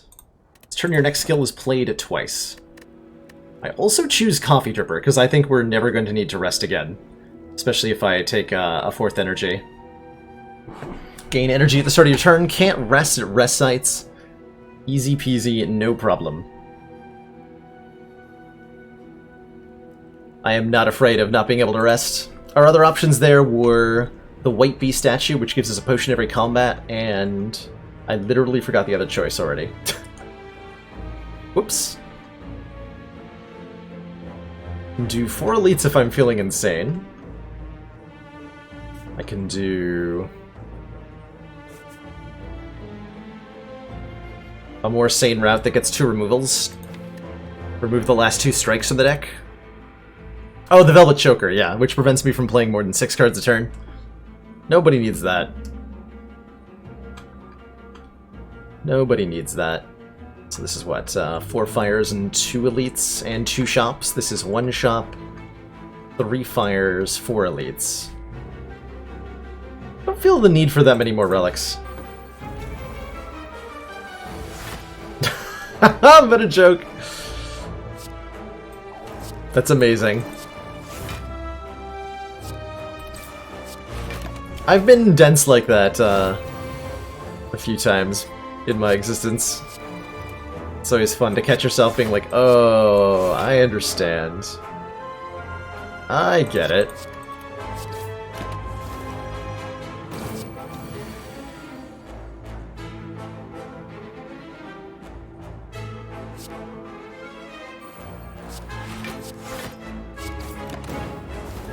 Stupid strikes out of my hands.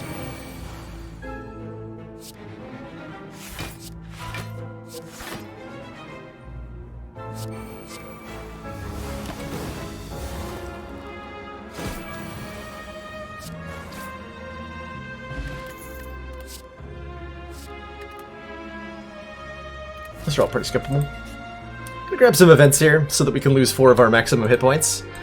And then probably not fight these guys. No, not fight these guys. This is a fight that could go wrong in a really bad way if we draw the damage powers in the Wraith form on the bottom of the deck. They scale up their damage so quickly. Whereas I will definitely look at colorless cards. There's a few good finds here. Panache is interesting. If you play 5 cards in a single turn, deal 10 to all enemies. Apotheosis can upgrade every card of the deck, which is mostly the deflects, actually, and not a whole lot else. So maybe I don't want that. But I do want a Dark Shackles. Enemy loses 9 strength this turn, and exhaust. Discovery's kind of okay. Discovery's kind of okay.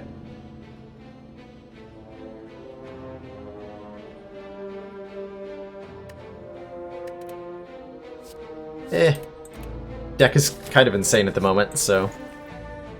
Adding mediocrity to it seems pretty mediocre, whereas adding blur to it seems insanely good. Blur says, block is not removed at the start of your next turn, and you can burst it so that it says, block is not removed at the start of your next 2 turns. And then it's disgusting.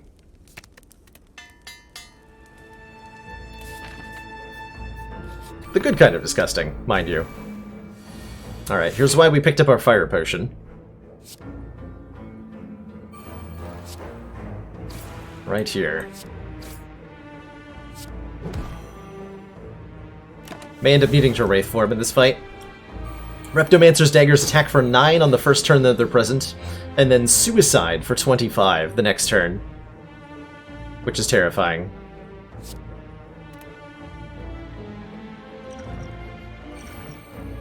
Can I block all that? Incoming damage is 25 plus 18's 40 shenanigans. Answer to the question, can I block it, is no, but that's what we have the fire potion for. Alright.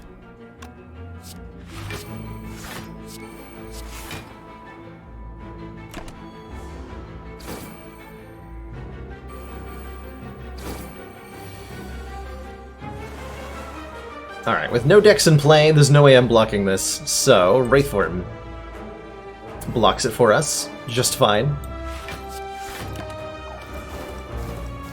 And we hope to win here before the intangibility wears off.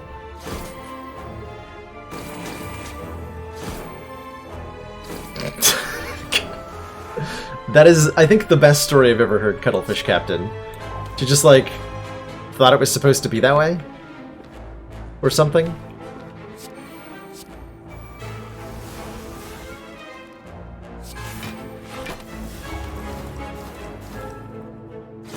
Somebody put this giant hole in my living room. It's conveniently the exact shape and size of a window.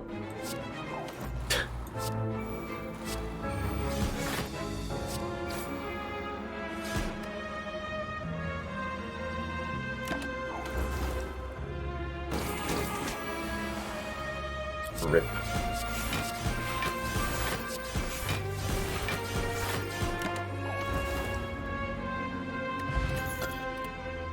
Okay, there's a Deadly Poison Plus. That lets the catalyst go off way faster, so I'll take it. And that's, honestly, all the damage the deck needs. From here on out, all it needs is our upgrades, and not even that many of them. I think the Neutralize upgrade's a really good one, because we never did get a second source of, weaken. Sapphire Key. Fight an Elite. It's Omnomnomesis.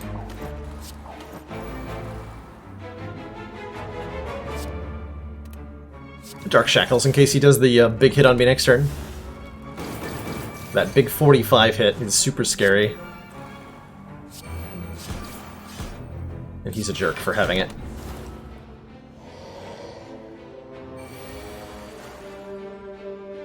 There it is.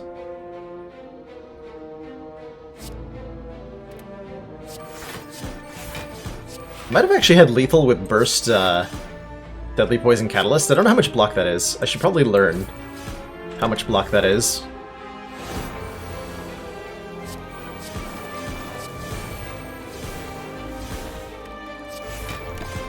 Seems like it was enough.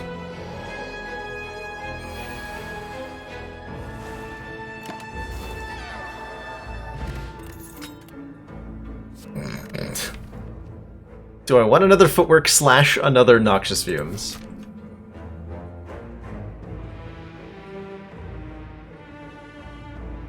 I did have lethal, alright. Well, I can't imagine it made too much of a difference. Let's take another footwork. because there is no such thing as too many foot. Ooh, I should actually be saving this money, right? Because we're getting Maw Bank. It's going to be another, like, 80 gold if I don't spend anything here.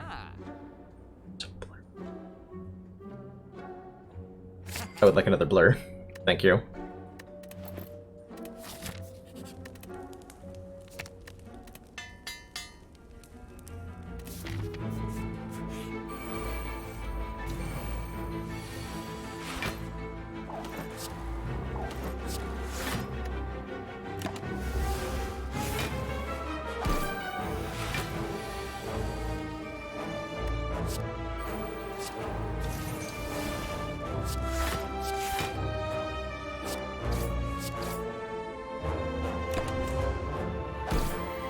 And with Burst Plus and 2 blurs, I can play like I have Barricade if I want to.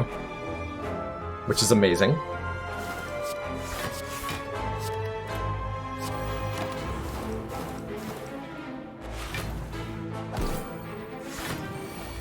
Bullet time would make our deflects 0 cost?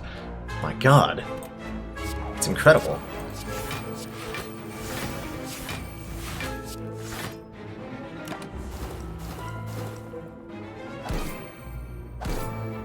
So I think something that's nice to highlight here, by the way, for this run is how important 1000 Cuts was to the deck originally, and how irrelevant it is now. It's still useful. We still want to put it into play if we can, but it's not doing anything really important.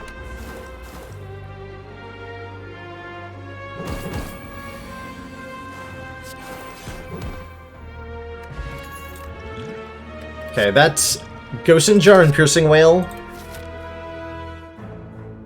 Put our win chances from here at approximately, like, 95%. Stream too blurry to watch. You take your jokes and you leave, meta joke. No, please stay. I like when chat's entertaining for me. It saves me the trouble of having to be funny myself. We still haven't seen Mind Bloom, right? Let's go to an event. Alright, that's not Mind Bloom, but I'll take it.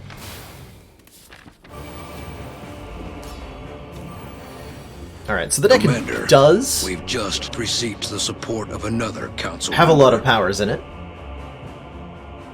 Background Sculpt, thank you so much for that Twitch Prime sub. I want to say welcome back, question mark, to the council. Either way, I know you've been around the channel for a long time, and it's awesome to have you as a council member. So thank you so much for pointing your Prime my way. Okay, I gotta kill these birds quickly. They are dangerous. I think that means playing Fumes on turn 1 here.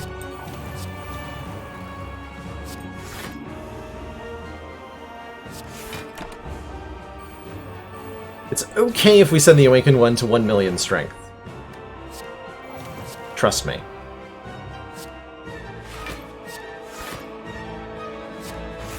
Please trust me.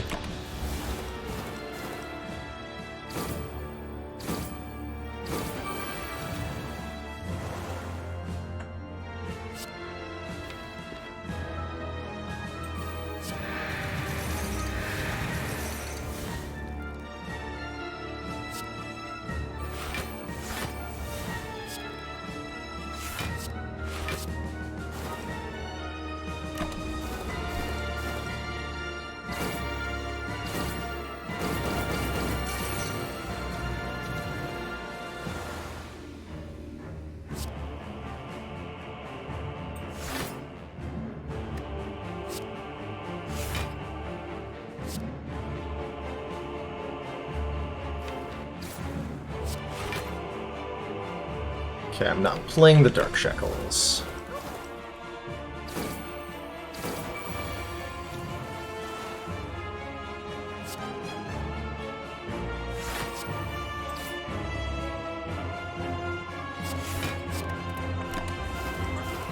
Okay, next turn's a multi-tech.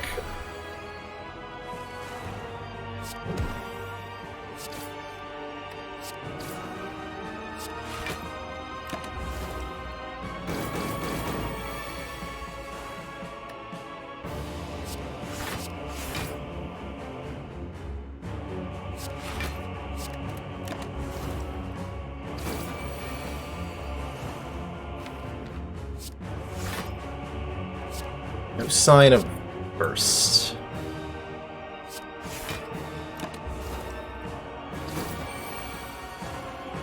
There it is.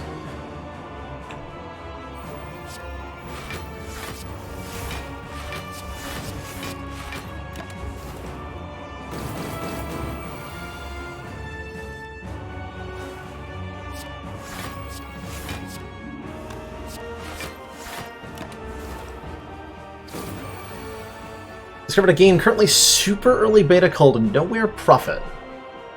Looks like STS mixed with a bit of MTG mixed with a couple other games. That definitely sounds like something I'm interested in. You can absolutely post a link to that, Mathematician. Absolutely. I should just kill you now. Wait, and then we do that. Alright, there we go. Alright. So because I played Dark Shackles on the first phase of the Awakened one, as it was dying, it only comes back with 1 strength instead of 10. I have heard of Hand of Fate, Tom. I actually streamed the original Hand of Fate 1 many years ago. I saw Hand of Fate Hand of Fate 2 and wasn't as interested in it.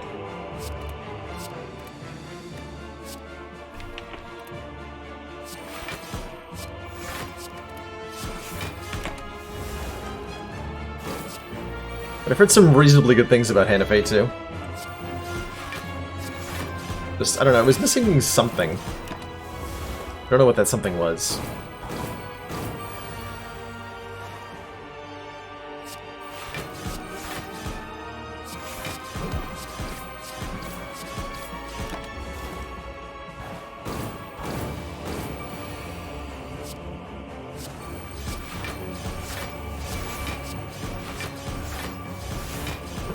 Poor Wicked One. Completely bodied by this insanely good deck.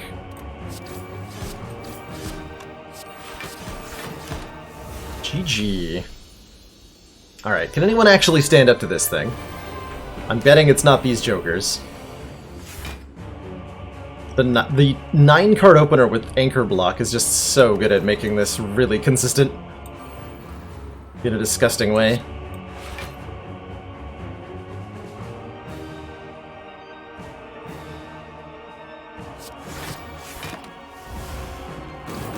Give me that Art of War energy, thank you!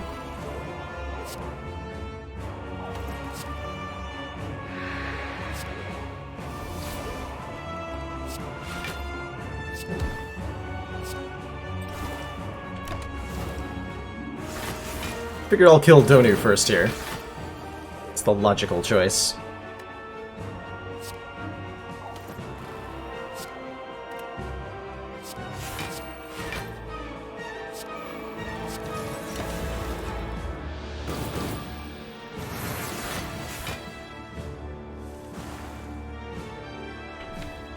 Still waiting on burst.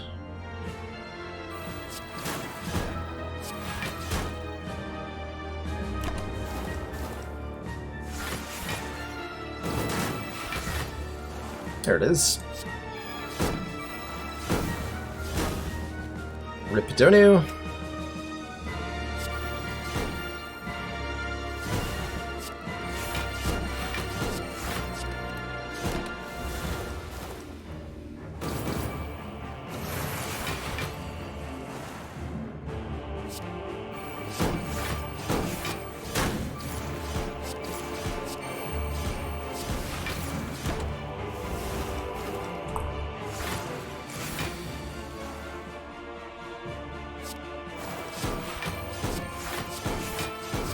Oh, that's great, Tom. I'm trying to think of any games that are coming out in like the near future that I'm excited in for.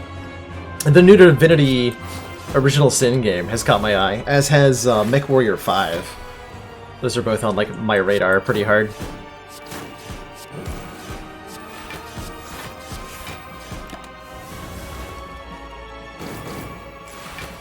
Hollow Knight 2, yeah, the Hornet has a story in Hollow Knight 2.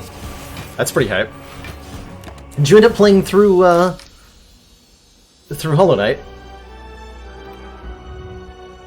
What's the difference between Donu and Deka? Excellent question, Almerith. So, the two perform the same attacks every other turn. They have a base 12 times 2 attack. But the action they take on their other turns is different. Donu buffs the strength of both of them, which is what causes the extremely dangerous scaling of that fight.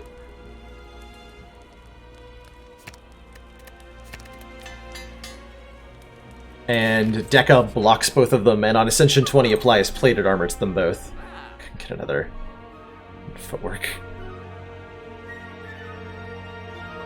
Deka also adds Dazed into your discard pile when he attacks you. Most of the time, you want to be targeting down Donu first, because it's the strength scaling, the constant buffs every other turn that will cause you to fall behind and lose. But there are some decks where the dazes and the block can be more important. And I sometimes get people ask me, like, how do you know which one to target first? And the answer is, if you don't know which one to target first, target Donu first. And if you know that you should kill Deka first, then do that. But targeting Deka first is a pretty high level play a lot of the time. Let's take a fire potion. Give me a chance of maybe killing one of these elites a little bit quicker. But I think our deck is basically perfect as is.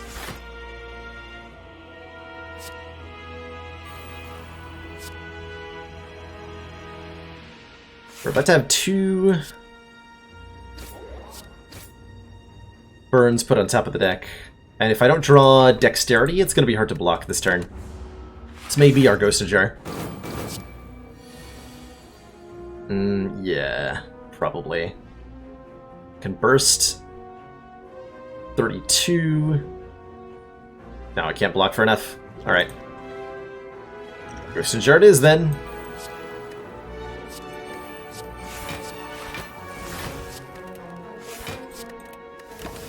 Definitely not how I wanted to use that.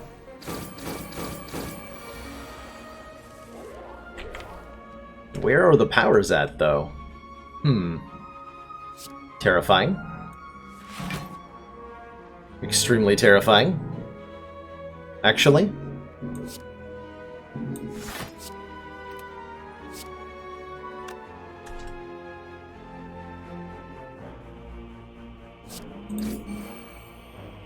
I could have saved the ghost there, but if I had, I would have had to use it now.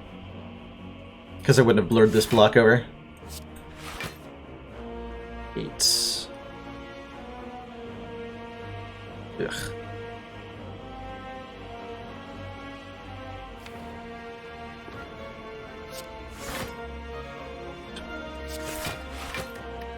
Block as hard as we can here. We're not being attacked next turn. For that much. Excuse me. Is it okay to play Wraithform now? It's gonna have to be.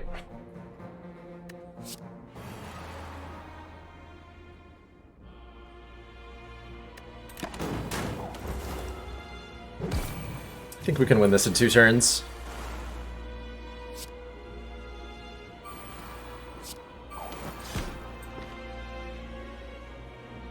I certainly hope so.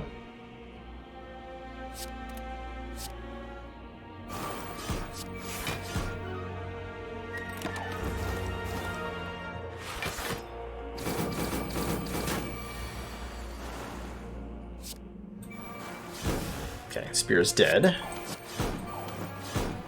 This is our last turn of Intangible.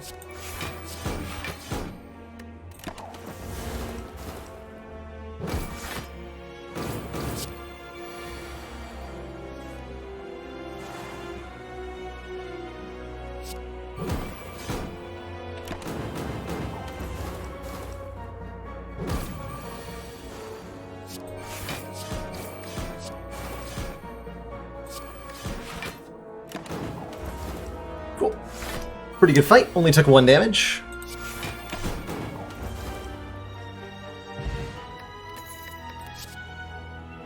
We could take another 1,000 cuts if we wanted one. War Paint is like, what, a guaranteed 2 deflect upgrade? Or bursts? That's pretty good. Upgrade 2 random skills. Alright, so we're going into this fight with full health. We have 1 fire potion. And probably one of the best decks I've ever seen.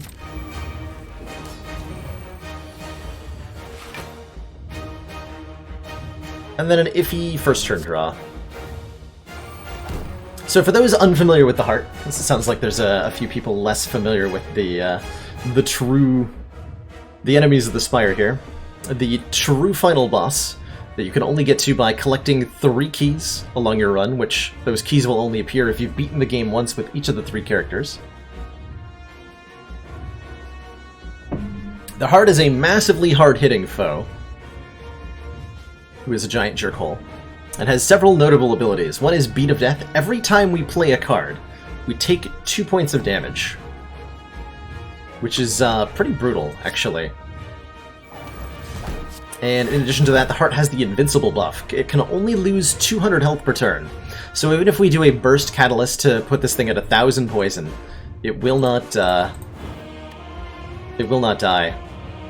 in 1 turn. We have to survive for long enough, which our Wraith form and our 9 dexterity and our blurs is going to make pretty reasonably possible.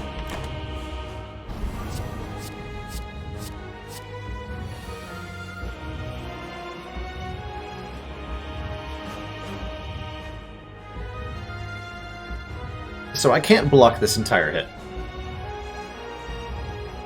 because my blocks don't block for enough. Heart makes us frail and vulnerable and attacks for a frankly absurd number. And I'm honestly tempted to just Wraith form right now. We'll lose dex at a rate of 1 per turn, but by the time we've run out of dexterity, this fight will be over.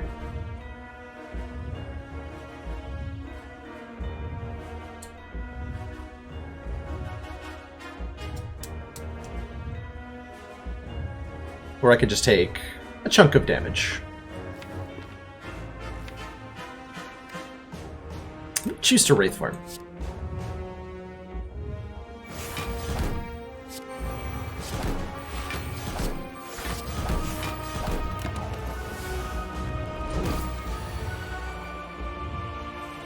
Want to draw into the powers. Keep Blur for 2 more turns. This out of my hands. Oh, I didn't want to burst yet, did I? I wanted to hold burst. I'm sure we'll be fine.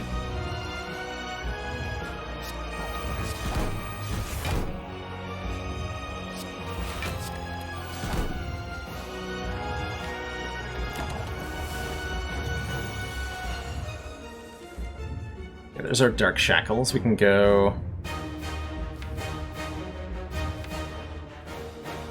I have a hard time blocking next turn, huh? Although I already have enough block to block this, so I don't need to do fancy stuff. Just need to get my damage in play here.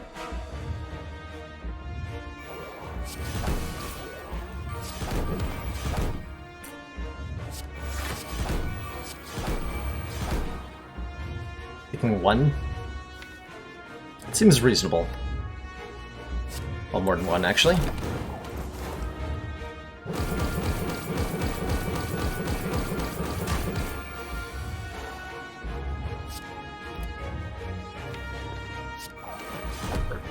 Deflect.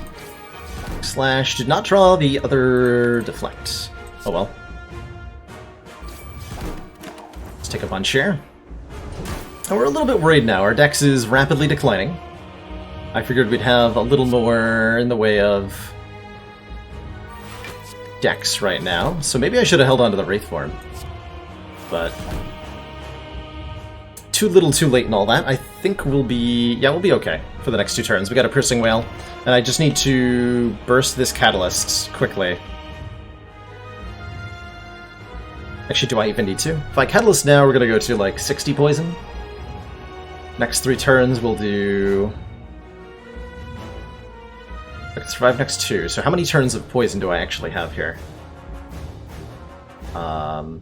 This one, attack, attack. Another buff. Another attack. So 5 turns of poison damage before I die. So 5 times 60 is 300. The thorns will do a bunch. We should be okay here to kettle us right now.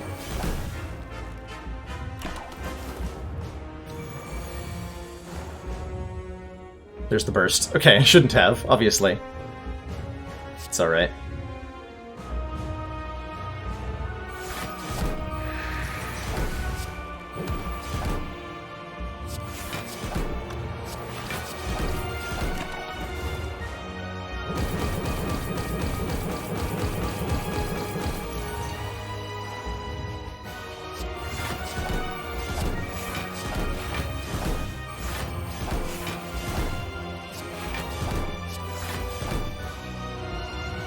Just enough.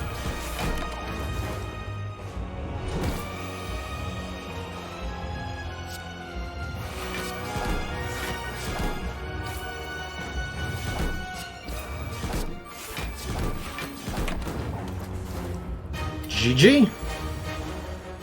Could have been handled a little more gracefully.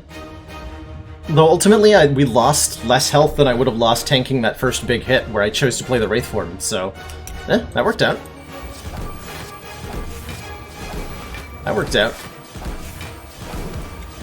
Yeah, just an absolutely disgusting deck. I can't believe we got 4 copies of Deflect with a Runic Pyramid, and then 3 copies of Footwork. All the free blocks in the world. Hot damn. What a run. What a run.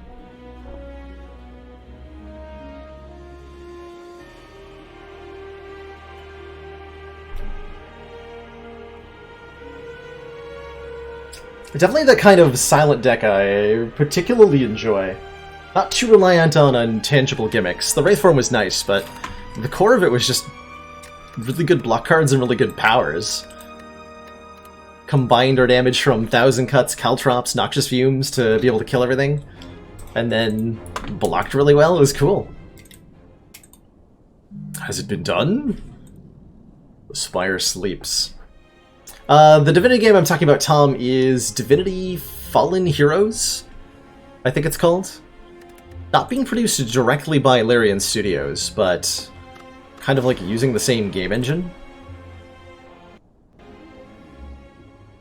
as some sort of like tactics game. Looked really interesting.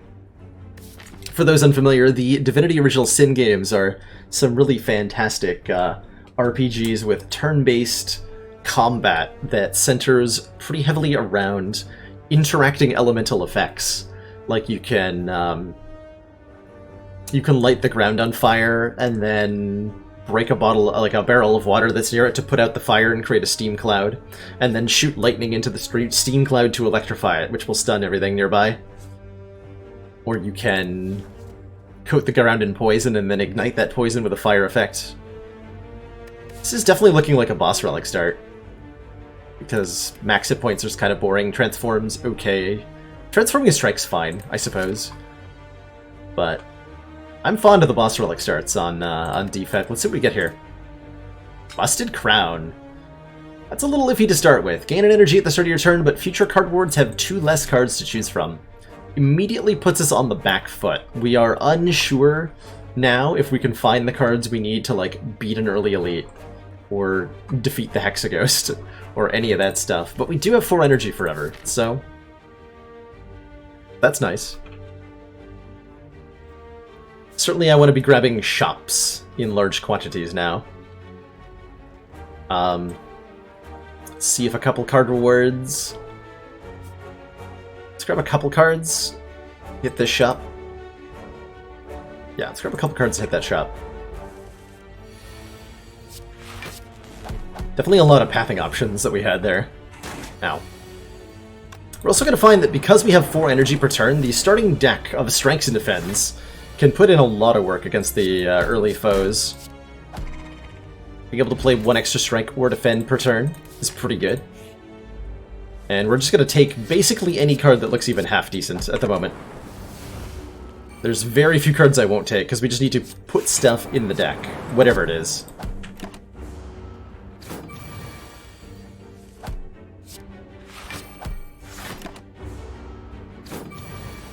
Wow.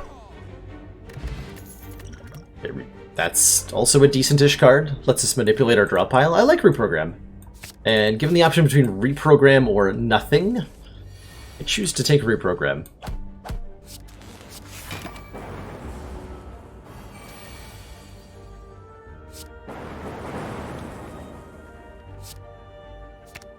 Though in this case it did just cost me 3 hit points.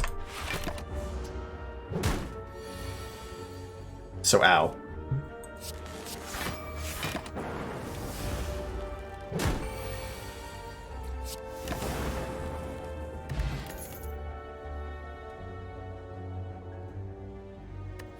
Am I allowed to skip this? It's not a good pick. It's a damage card. I mean, no, I'm not taking... No. Right? If I had a cool-headed, I would take this, but as it stands, I don't think I want it. And then we probably avoid elites because we have nothing.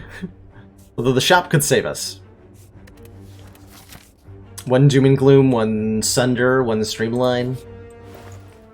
There's Sunder, Sunder Beam Cell even. And there's the cool-headed. This is a really good store, actually. I can do Sunder Fire Potion, too. So suddenly we're able to beat an elite because of the very damaging things we see in the store. There's a Sunder, there's a Beam Cell, there's a cool-headed, and there's a Fire Potion. Those are all really big deals. I think we're going to fight this elite, and then this elite, and then possibly another elite. Who's our boss? Hexaghost? Okay. Hexaghost means we want as much damage as we can find, and that actually might be Sunder and Beam Cell together. Certainly I'm buying the Sunder, regardless of what else I'm doing. So I have to choose between Beam Cell, Cool-Headed, and Fire Potion.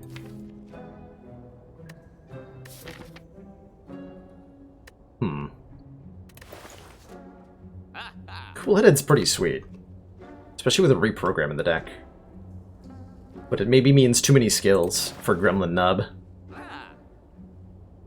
Take the Fire Potion. Is that the Gremlin Nub concern? Bonk. Sunder's a card that just does so much damage.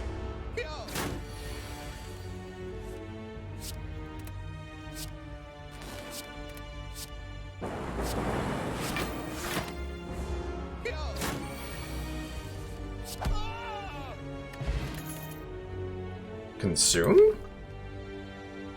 I'm gonna take this. This is orb scaling. It's not very good right now. Gain 2 focus, lose 1 orb slot, but we have to, like, any opportunity to take a decent card that we're given, we have to do with the Busted Crown. We may never see any card like that again for the entire run.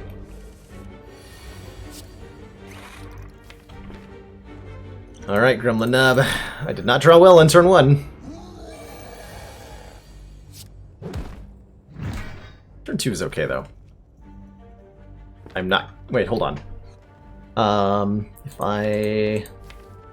20 or 37, Zap is gonna do 5 per turn. There's no way I kill next turn.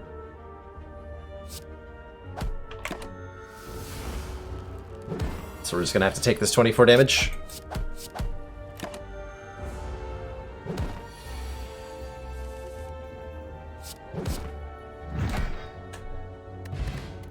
Ice Cream. Energy is now conserved between turns, means that I am extremely interested in any card that has a cost labeled as X.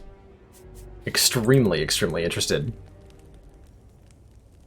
Oh boy. It also means energy upgrades, like a Zap upgrade, are better.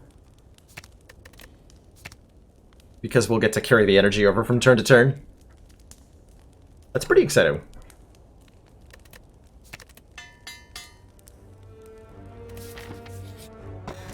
Ooh. Alright, well, we might have Busted Crown, but Toxic Egg means any skills we find are going to be upgraded, and that means that what few skills we do find will be really good. Which is very exciting. Just gonna let Lagavulin sleep for a bit here. We got some energy to build up. Lagavulin will sleep for up to 3 turns when you encounter him, at which point he will get up and be very grumpy. So on your 3rd turn, you should attack.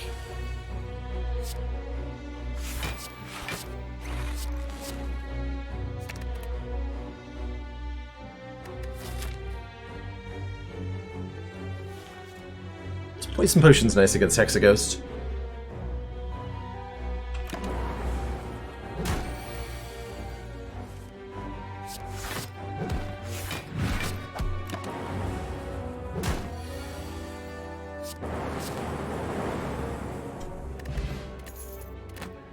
Every time we play 3 attacks in a single turn, gain 4 block.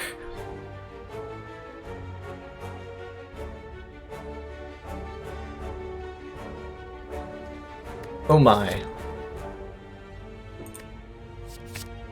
That's quite the card.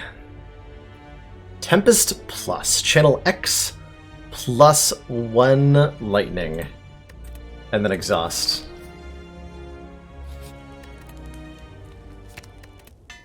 Oh my.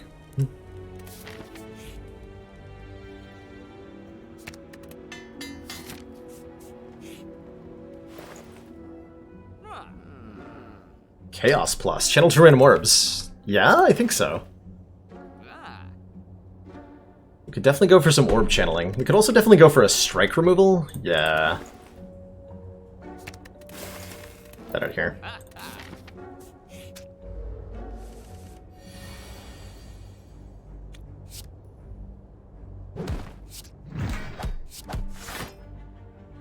Thank you, Ornamental Fan. I'm your biggest fan.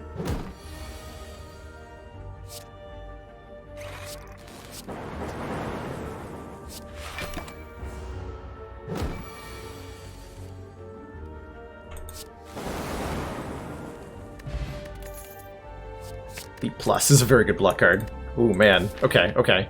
I think with what we have, Hexaghost should be very easy. And actually start to think about upgrading Defends, maybe. Now, let's upgrade our reprogram so we can look at more cards. Bring it on, Hexaghost.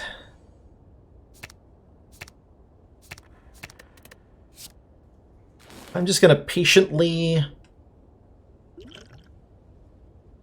don't think I need my potion. I'm just gonna patiently wait here in this fight.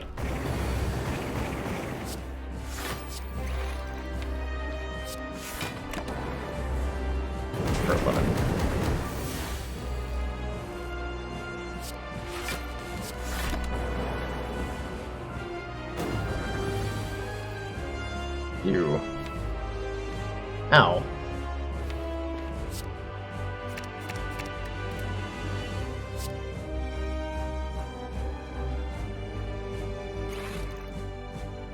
That's a lot of damage I didn't want to take.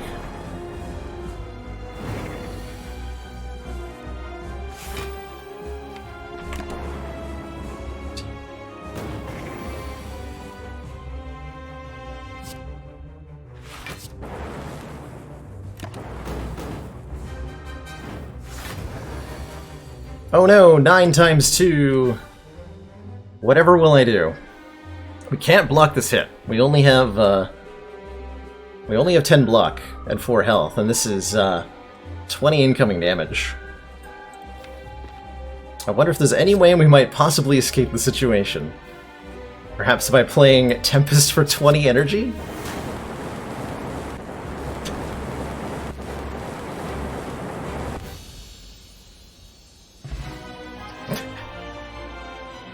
Got him.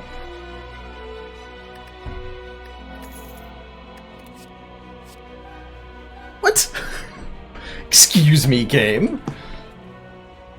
My options are Seek Plus or Skip, apparently.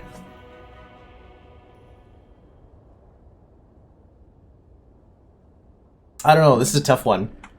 If I had a singing bowl to give me +2 health, maybe there would be an argument for skipping here.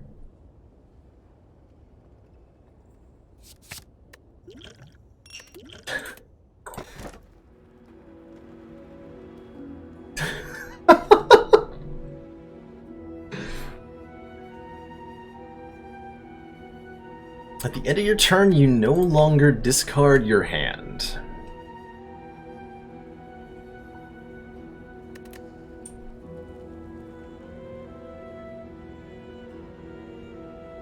Did you see my eyes light up when I looked at it? Choker is significant, right? 1 extra energy per turn means the Tempest becomes super deadly that much faster.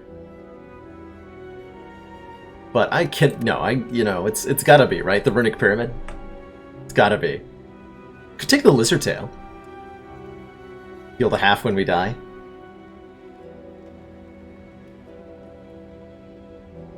I think we take the Runic Pyramid. At end of turn, no longer discard your hand, and then from here we're looking for a double energy card more than anything else.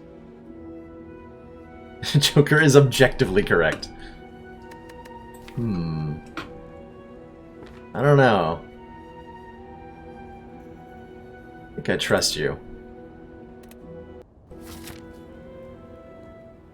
I don't think I trust you at all. Gonna go to 2 stores looking for double energy? Question mark. I certainly don't think we're in any condition to fight elites right now.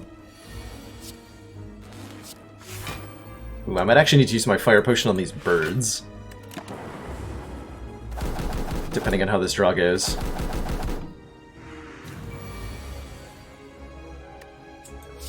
You've won Ascension 25 times? That's far more than most people have, Mathematician. So I would hardly call yourself subpar at the game in any way.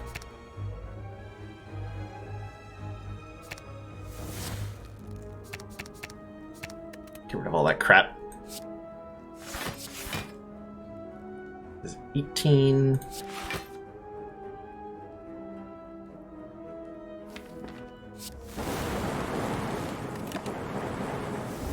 Gets me a kill next turn. On either of 2 targets. Perfect. Get that energy back, thank you.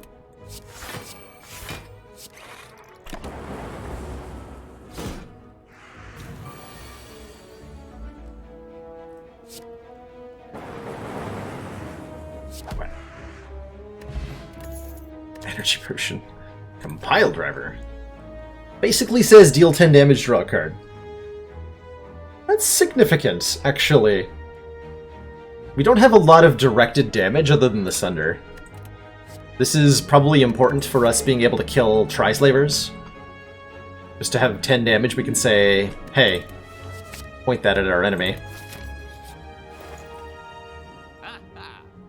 Gain 5 block, put a card from your discard pile into your hand. Absolutely do want that.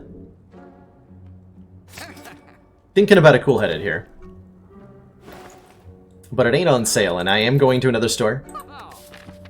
And I want to be able to afford a double energy, if there's one in that store. Plus we're going to be offered more upgraded skills. There's always 2 skills available in every shop. Shops have 2 attacks, 2 skills, and 1 power. Always.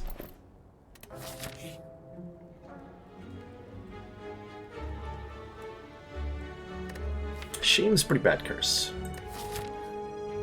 And I want to be able to buy stuff at the store. Alright. I refuse. I could take another hologram? Fascinating.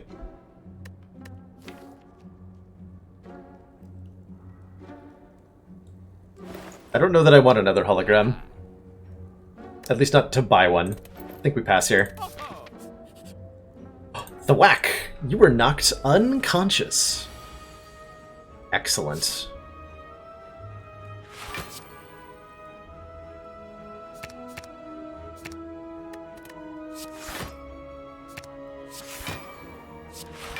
Let's go ahead and block that.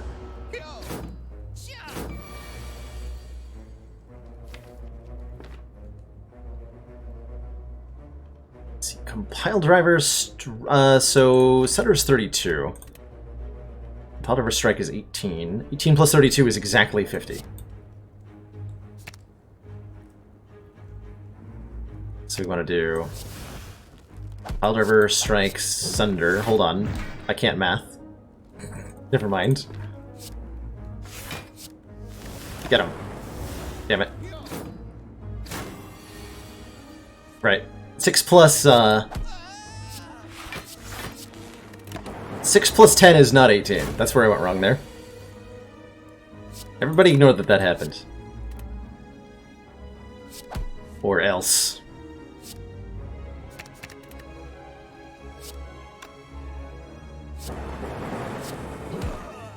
Alright, despite my embarrassment, we do have 2 good potions and a really good deck. I'm gonna fight. Powerful fight with many rewards, you say, is exactly the sort of thing I'm interested in. Even when it involves a gremlin knob.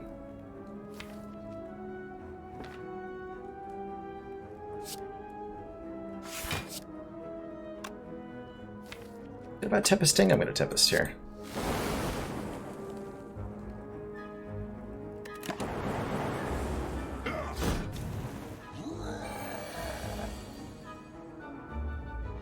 That was a little scary.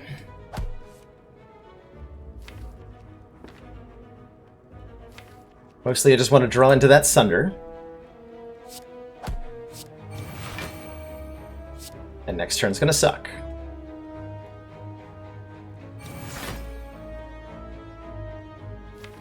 I should be reprogramming so I can guarantee draw the Sunder. I think that's worth taking the damage. Okay, we are.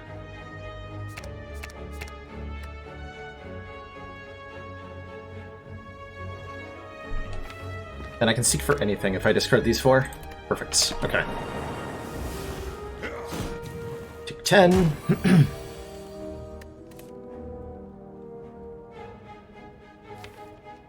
So 43. I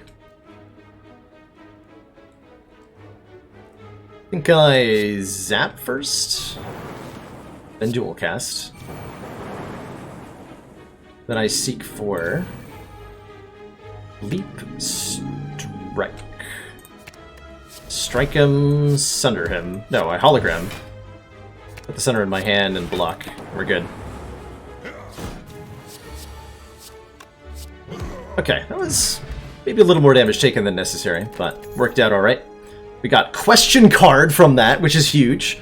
Future card wards have 1 extra card to choose from, which is twice as many cards. And a Turbo Plus, which seems insane, right? Gain 3 energy to use for Ice Cream. As well as, now that I have that, let's take an attack potion over the energy potion. And probably gonna rest, because I do want to fight an elite. Get another relic here. It's the Gromlin Leader. I'm gonna attack potion on turn 1, because I would like to be able to kill one of them. This does not let me kill one of them. Necessarily. Although Scrape could draw a Seek. Let's give it a chance. No. Discarded my Sunder, in fact. It's not what I wanted to do. But here we are.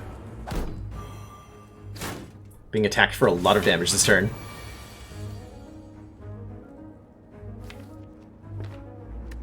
If I reprogram, I can hologram any card I discard. I think we're going to use our deck spot so that our blocks are half effective here.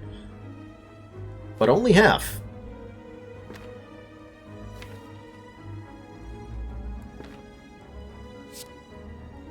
So I could hologram the Seek and draw some stuff.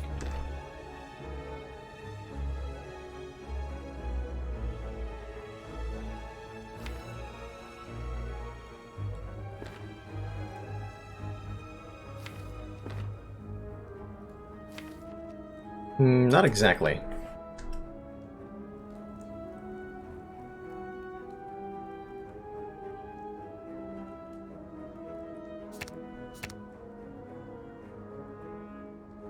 Be able to get Leap. Let's say I want to get Sunder, so I can kill the Fat Gremlin.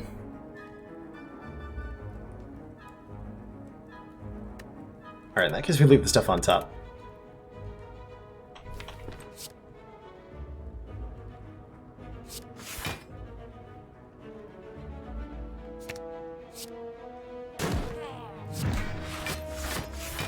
take more damage than I'm particularly comfortable with, but it's fine.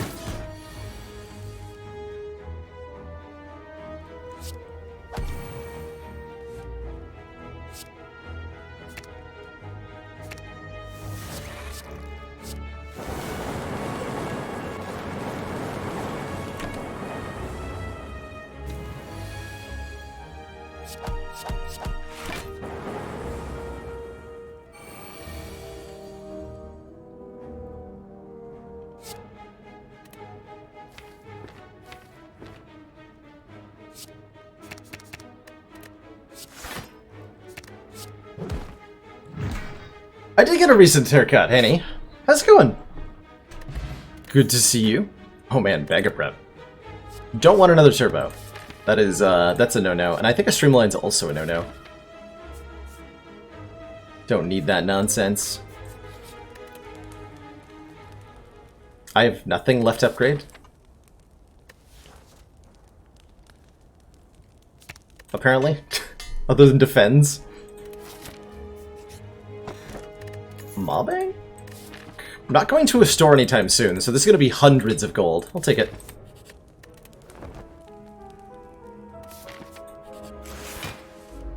Oh man, I haven't had many fights this act. Fair enough.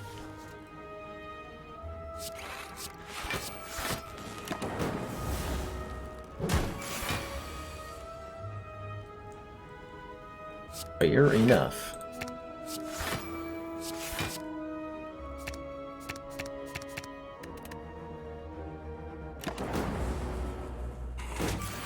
Oh, thanks, Annie. Appreciate hearing that.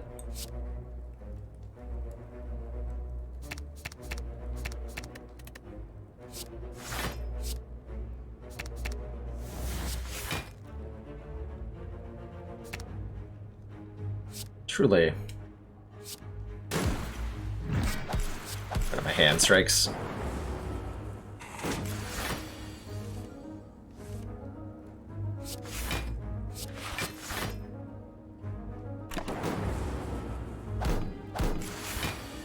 One little trick you can do, by the way, is if you're using turbo, you can use hologram to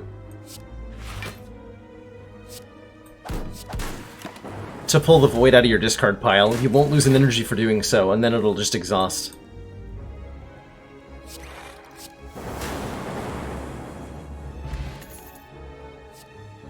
Recycle plus. Yeah. Exhaust a card, gain energy equal to its cost. Is most certainly something I'm interested in. And so is trading my face for a little bit of money, I think. The bad face, we can't take the bad face here because we haven't gotten our blue key yet. And if we get the 1 in 5 chance that this is the Unloth's Hungry Visage, which I think I pronounced correctly, causes your next chest to be empty, that includes the sapphire key you need to be able to go to Act 4. So there's a 20% chance that clicking this button causes us to instantly lose the run. So no, I'm not going to click that button. But I will take compensation for our nice face. And I will take an elite fight. Because I'm insane. Or something.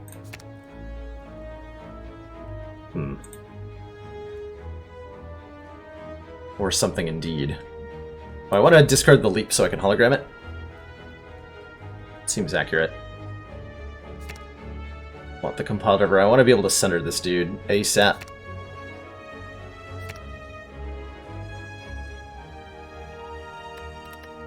Discard everything then.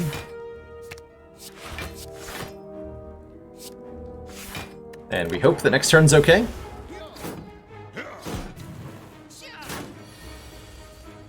Nice.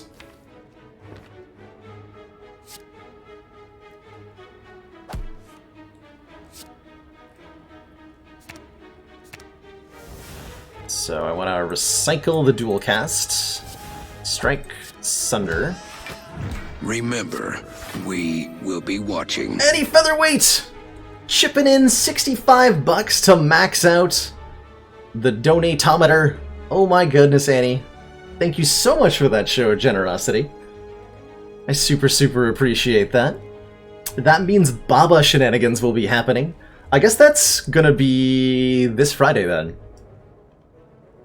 So, because we've hit our goal there for our computer rebuild, I've decided on the Discord the other day, by the way, to get one of the new generation i9 processors, which should be able to handle just about anything I throw at it and be nice and future-proof. Because I have no idea where the direction of the stream is headed, but I figure might as well allow for some upward mobility, right? Thank you so much, Annie. Super generous of you, and very kind. So yeah, on Friday, just 2 days from now, I'm going to revisit Baba as you.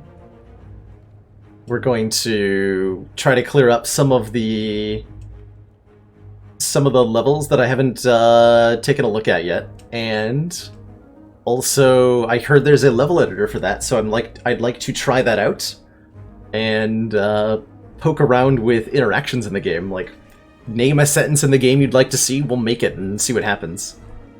Should be a lot of fun. By the way, quick shout out to Annie Featherweight here, who is indeed, let's see if I can spell that right, is indeed a fellow streamer. Annie streams herself drawing stuff for, like, what is it, 36 hours in a row sometimes? She's a very talented artist who streams herself drawing video game fan art to chill video game music and has an awesome relaxed chat environment. So if you just want a place to hang out and chill, there's truly, like, no better place on Twitch. Also, ow, my face. This isn't gonna kill anybody, I'm just gonna hold on and pray. Pray to not die. Praying is, so far, not that successful.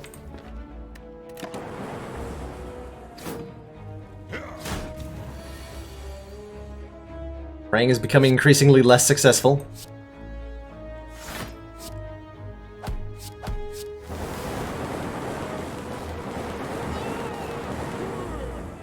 Praying has succeeded. I actually didn't do the math. I didn't realize I had guaranteed lethal there.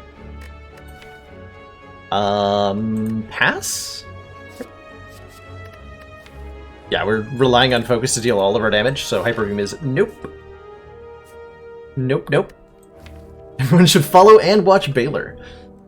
Damn right. You're on the channel listening to me right now, watch Baylor's stream.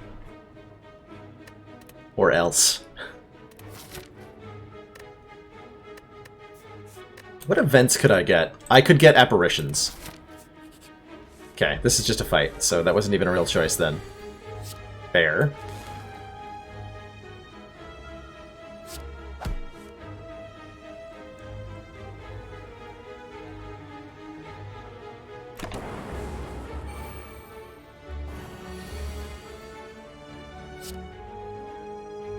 Fair enough.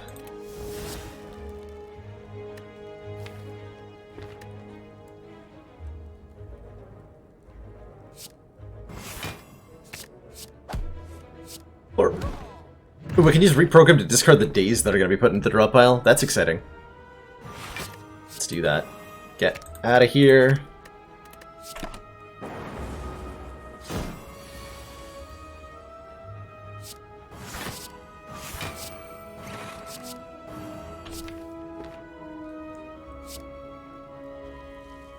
Guess I didn't need to block, huh?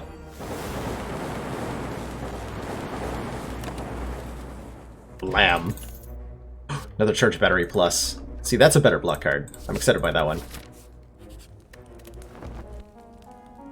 No potions for this fight. This is a little bit rough. So my goal here is build up enough energy to win, I guess. Let's do that trick I said, taking the void out of the discard pile, letting it exhaust.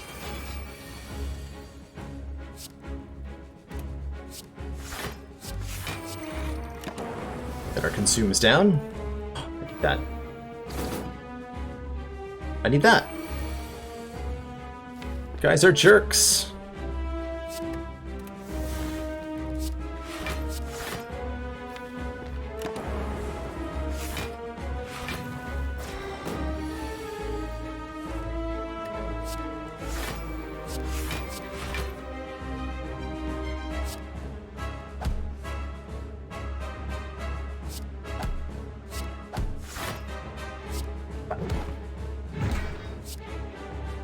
Okay, I want all of these.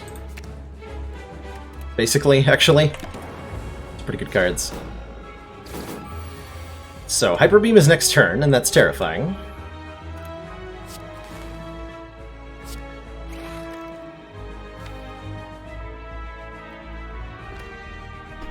This is 14 per, so I need... How much energy to get a kill here?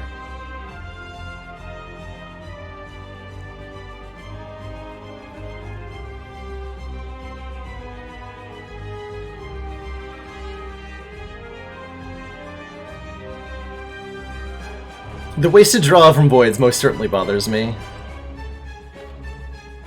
So I think that's a solid consideration. We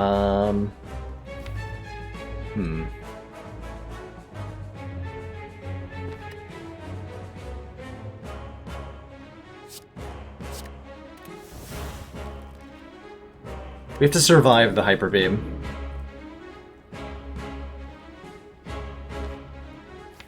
I'm pretty sure.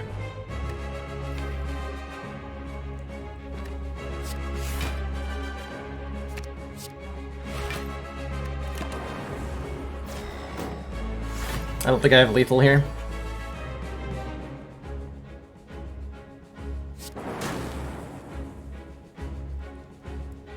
Certainly Tempest Now is not lethal. Tempest Now just gets us killed. So we'll block as hard as we can.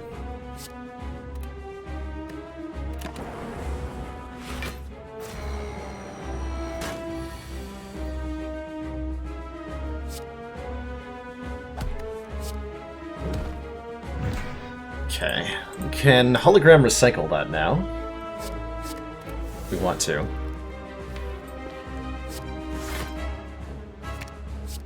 Just want to recycle a lot of stuff.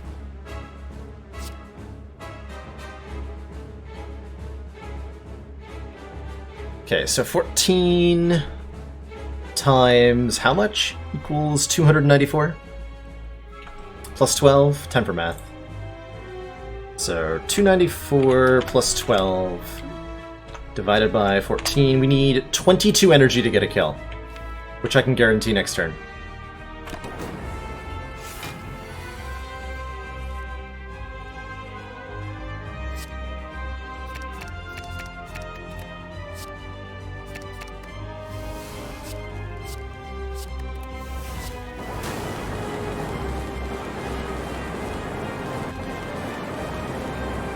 Bizarre.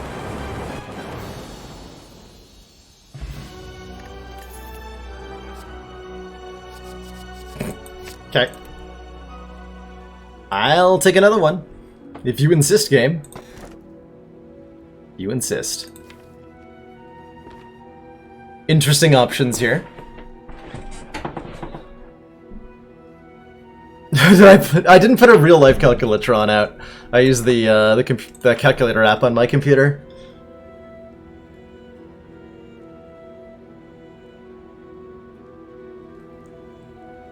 Fusion Hammer's amazing, right? Because literally the entire deck is upgraded except for the strikes and defense.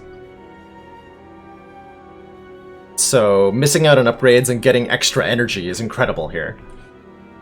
By the way, we need to find a different way to kill the heart, because Tempest is not going to do it. We need, like, 2 more copies of Tempest or something. We could take Tiny House, which gives us a potion, 50 gold, max hit points, a card, and an upgrade. These are all good. Black Star gives us extra relics from elites, which is also good, but I think at the moment just making our gimmick work harder is going to be better. Just get Static Discharge, yeah. And then figure out a way to block or something. Okay, we have to go this way for the Burning Elites, and we do get a store, which is great. Only the one elite. Oh well. We don't really care that much about fires or elites because reasons, actually. So, like, whatever.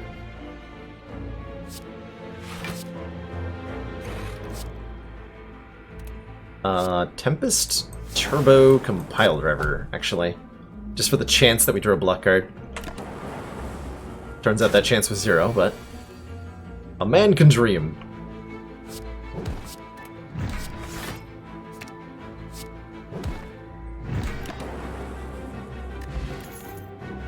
Cool-headed. Okay, that's our first actual... well, we saw one a while ago, but it's a better way to get Frost. This is also great because these might be upgraded to... Madness? Thinking Ahead's nice. Hold on.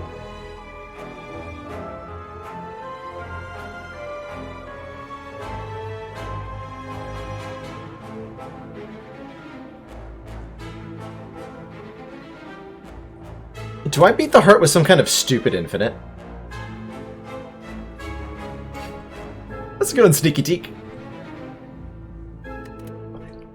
My strongest potions would kill you, traveler. Definitely gonna take Thinking Ahead. It's hand manipulation. I think I want to take this Madness. Especially with 2 Seeks in the deck. We can set up some sort of, like, hologram infinite? Maybe? Ooh, Deep Breath is an infinite, actually. Amazing. Okay, we have all the ingredients we need to beat the heart. As long as we play in a very strange way. Which, with Runic Pyramid, we can.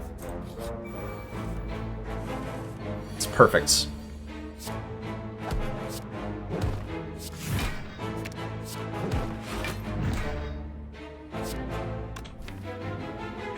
I want to seek for... oh my god, check this out. Deep Breath and Seek, play the Deep Breath to shuffle my discard pile back into my hand. So I can get the Sunder a 3rd time. Because I am a baller. Or whatever. And then not quite actually have lethal. But we can pretend that we do. Okay, we found 4 potions in one, and another cool-headed, which I think we desperately want. Yeah, more card draw we can have, the better right now. Because we're looking to do stupid things.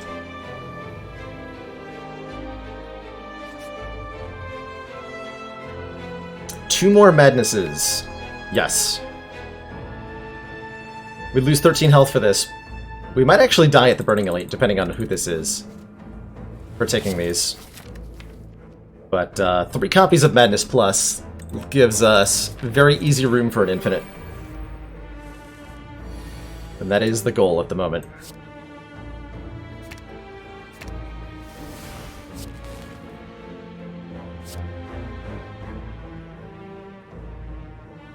Recycle Sunder.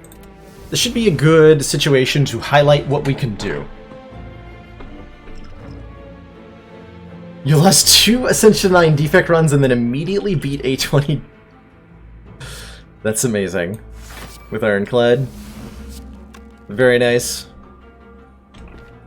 So I'm going to seek for Reprogram Hologram, I think.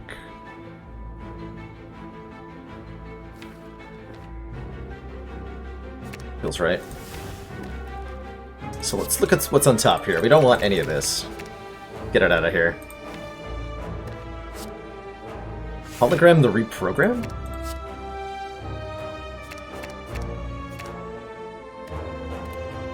Put all that crap in the discard pile. Breath. So we avoid the issue.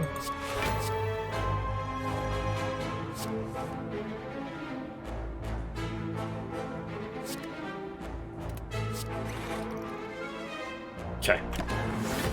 That's a fun turn 1. It's not a fun turn 2. In fact, it's a horrible turn 2.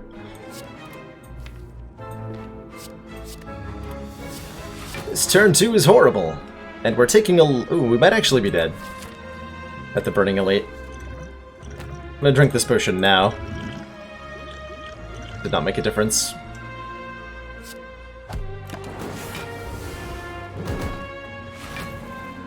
I made the deck too fancy, guys. I'm sorry. But I may have broken it.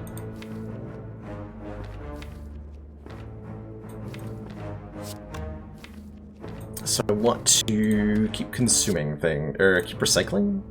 No. Yes? No? Goal is to purge the deck of the bad cards that are in it. Somehow.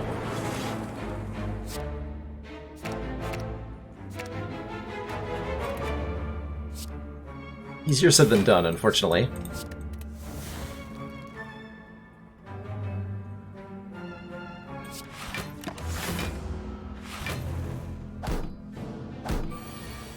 You've got to balance fancy plays with front-loaded damage, I think is part of the problem. And I don't have that, because I recycled my Sunder like a dumbass.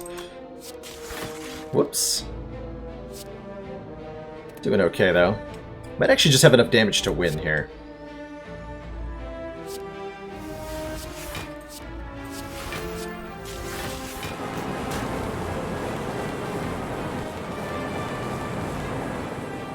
Yes. Definitely more card draw, okay. It's not good. That is not good. That's extremely not good. Alright, we're gonna have to do shenanigans with Sunder. I'm pretty sure.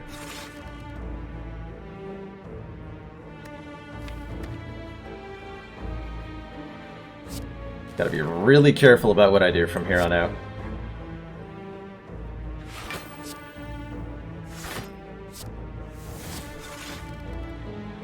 Good. Yes. Excellent. Okay, so we block these just fine. Wait till next turn.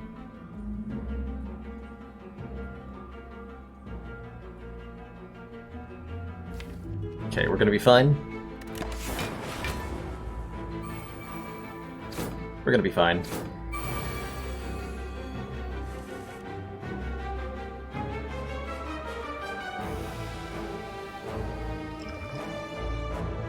Let's do casual 50 damage here.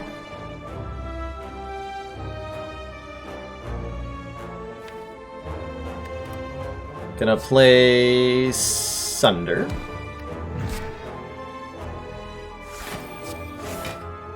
It's guaranteed to hit Compiled River. That's fine. Going to seek for Hologram and Seek. Hologram, Sunder. Kill another one. Draw some cards. Deep breath. Seek for Sunder and Compiled River again. Wherever that went. There you are. Pick up a kill, pick up a kill. Start thinning the deck now. Want to hit this cool-headed.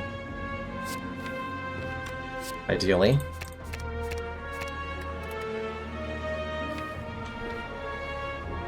Not gonna do that yet. Just in case she's attacking this turn, which she totally is. Very rude. Okay, now I don't care what the Madness hits, because it hits a cool-headed either way.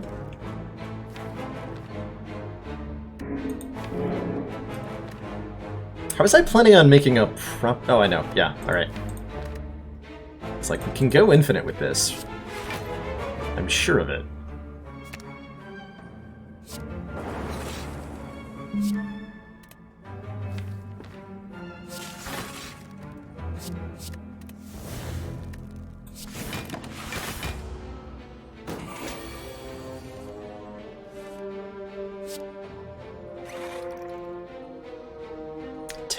This is 32, 22, 32.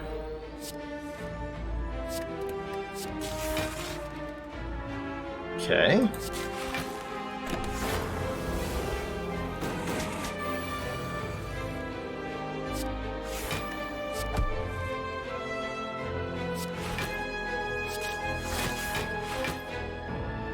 Times how much? We're getting close to a kill here.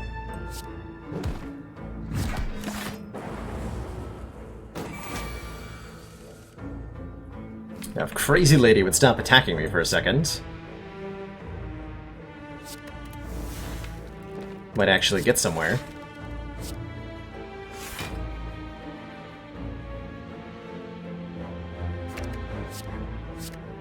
I probably had lethal this turn with, like, Turbo Hologram Turbo Tempest, but that's boring.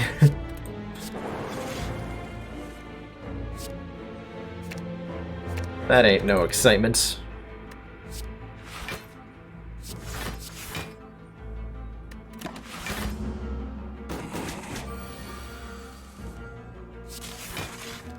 I'm here to flex on this enemy, not to win. Right? That's what I'm here for? Pretty sure that's what I'm here for.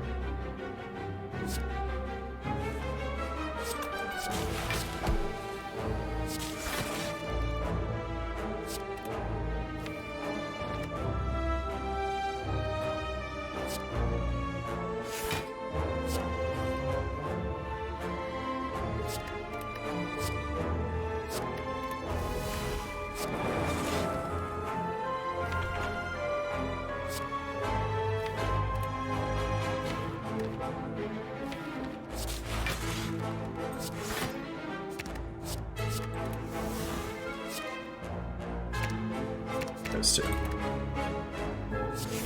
There we go.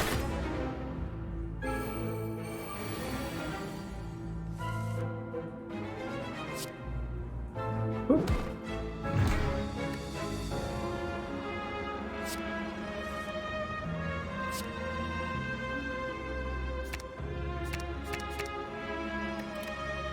I'm only drawing one. That's fine.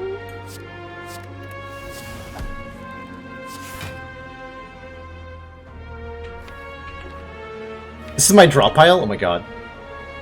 Just draw two then.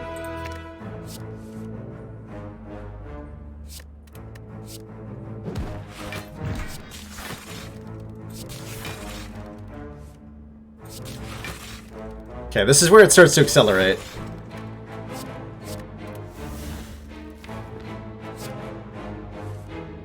Moments like these.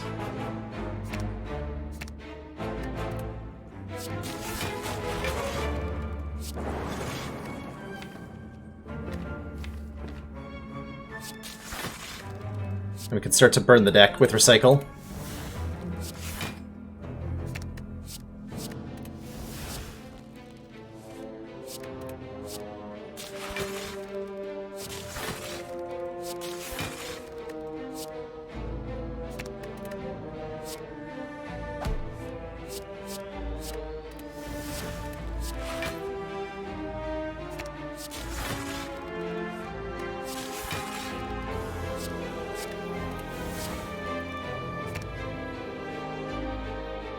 Oh yeah. I don't know why I manipulated that in the way that I did.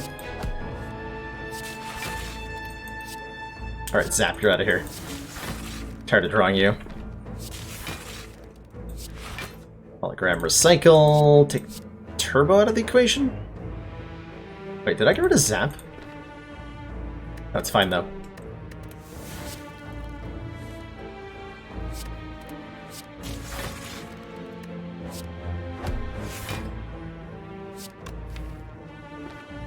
I need to keep drawing cards.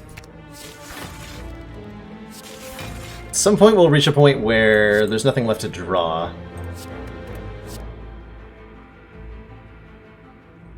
And that's when we win. Get rid of Tempest.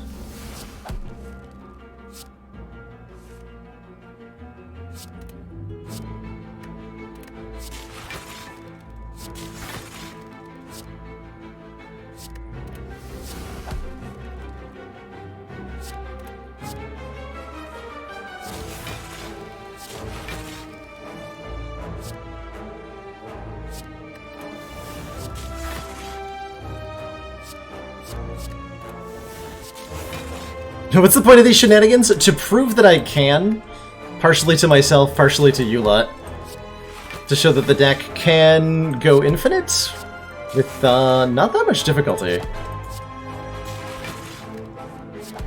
And from here, we have a, like, if we get our deck into this position, it beats the heart, which it doesn't currently do in any other way than this. So I'm hoping to make that process faster. And Smiling Mask will definitely help. And Loop will definitely help. Although Darkness will also definitely help. Hold on.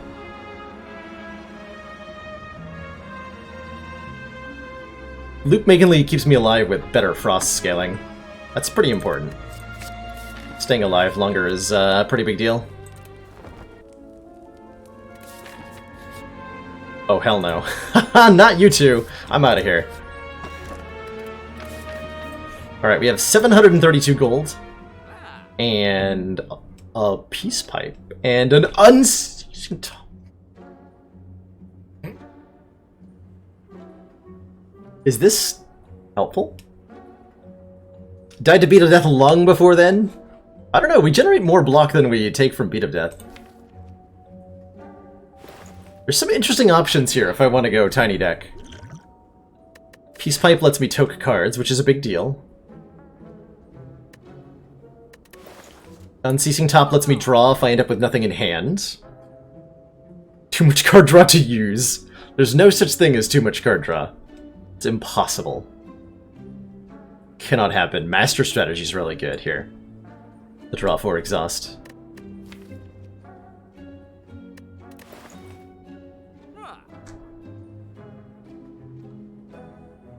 I don't need the fourth Madness. That's too many Madnesses. Clockwork Souvenir will block Artifact against block Vulnerable on the Heart, which is probably essential to our survival. Now that I think about it. Oh, for the Unceasing. Yeah, that's probably fair. I'm thinking card removal, Clockwork Souvenir, Master Strategy. Definitely these three things. And 275, maybe we save all of this for the Act 4 shot. Is there a world where we Madness the Sunder? Probably. There's probably a world where we do that. Although, if we get our deck into an infinite position, it doesn't matter what our damage is. It could just be Zap as our only damage source, and we'd be fine.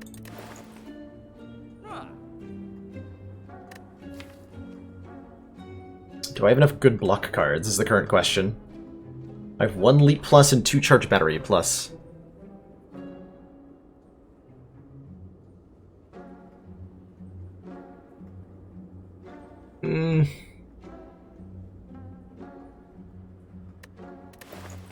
It'll do.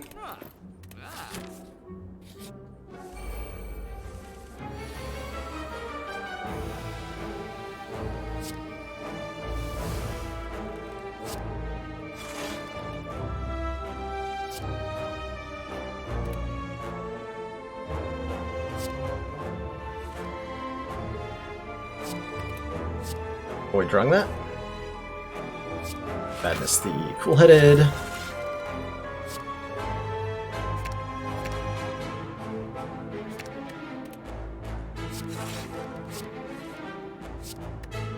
Madness the Cool-Headed. Gonna recycle this Sunder here. We're gonna do this as aggressively as we can. I want to see how quickly this works.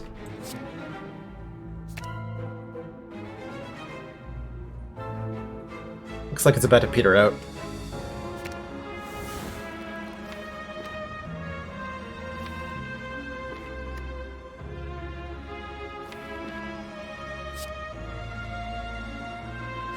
Actually, wait.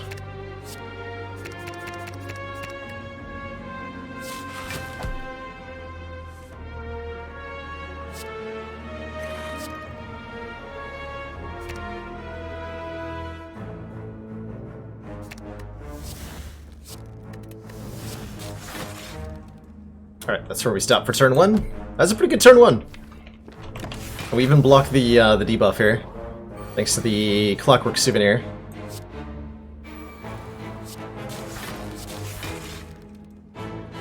No more card draw, alright.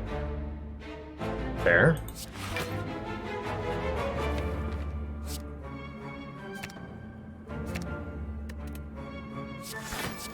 Let's make room in hand. Hey, Core! Hello, hello!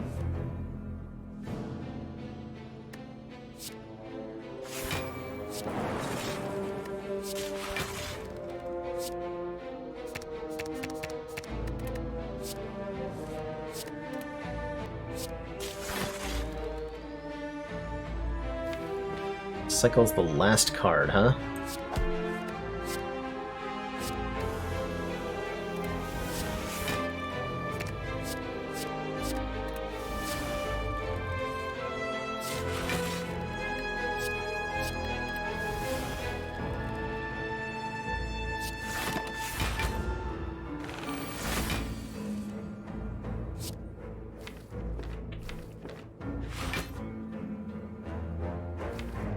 Draw pile. Look at that.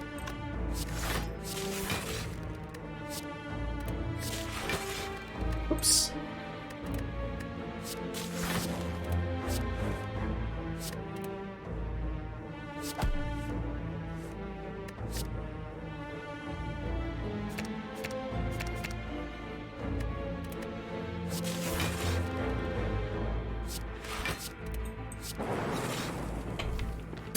Recycle is very elusive sometimes.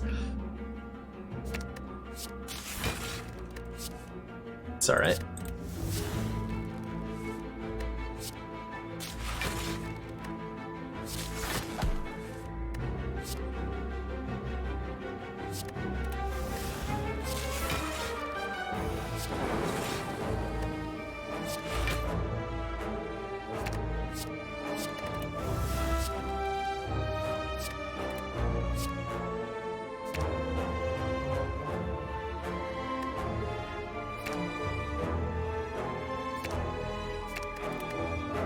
Fine. This deck is a absolute brain melter to play. My lord. What is happening?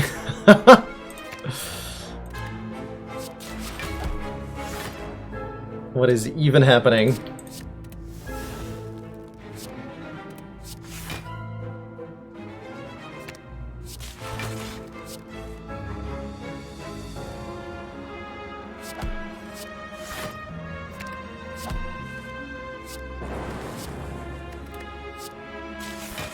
Defends. How long has this turn been going on?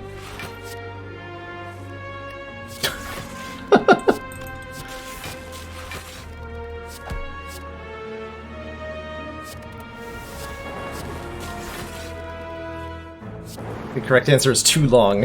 GG, good fight. You tried. Oh, that goes so much faster now. Oh, that goes so much faster with a second copy of Recycle. Oh my. I really hope we don't don't face Time Eater.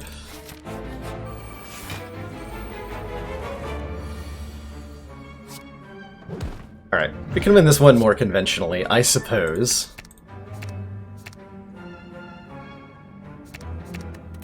I have to.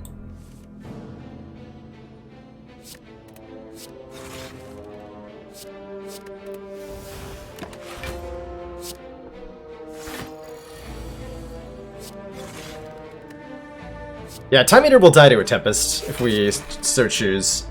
That works just fine.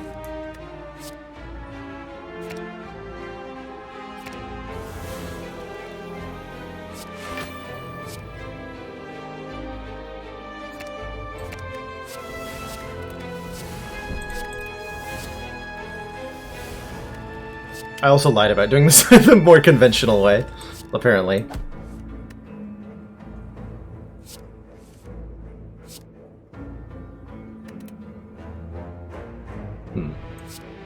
Get these out of here.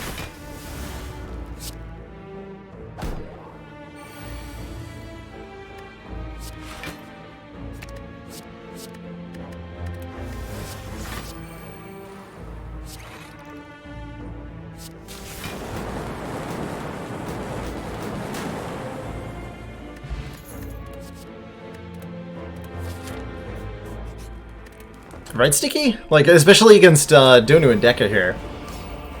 I'm a little afraid of how this could go. Maybe this is a situation where I want to Madness this Sunder. I can force Madness onto Sunder and Cool-Headed here. That sounds incredible, actually.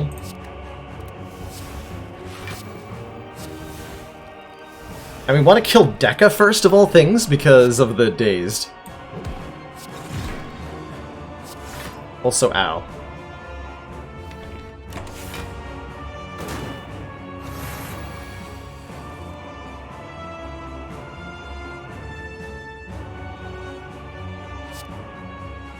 Madness on Hologram seems like an excellent idea.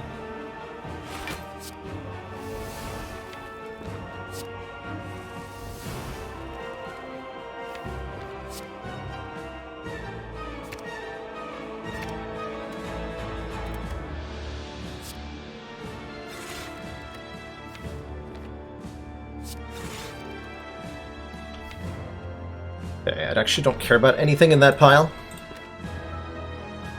So let's hologram Sunder. Keep whacking Deka here.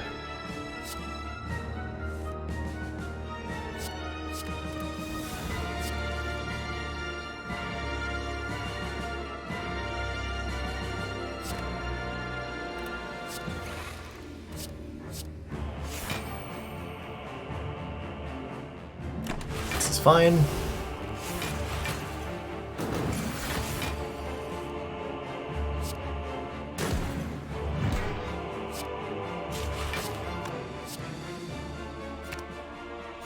Those are all great cards to draw.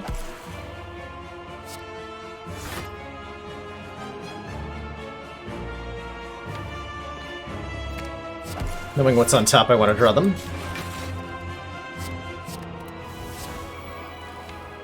Okay, we want to seek for both Cool-Headeds.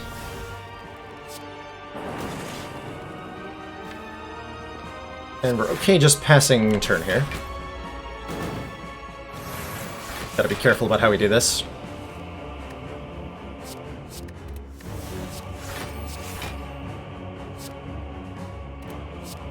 Seek for reprogram Sunder?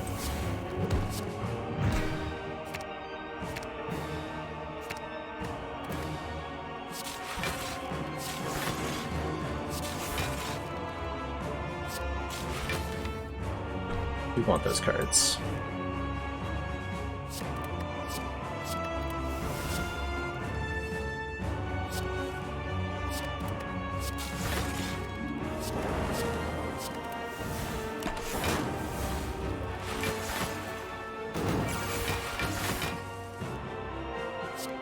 Or not a whole lot left in the deck that I want to get rid of, which is really good. Get rid of Turbo here.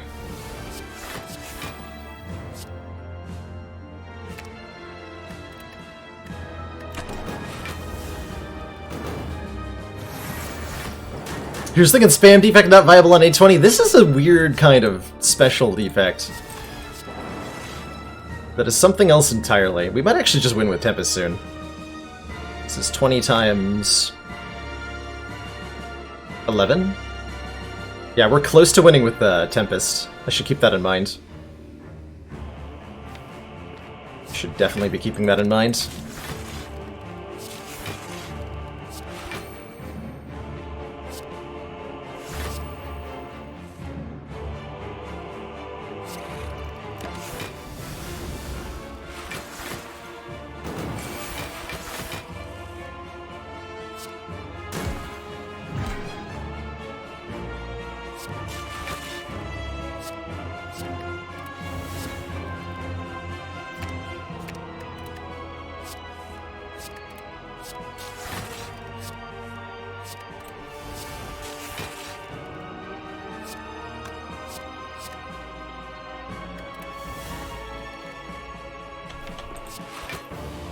Starting to get a little scary in here.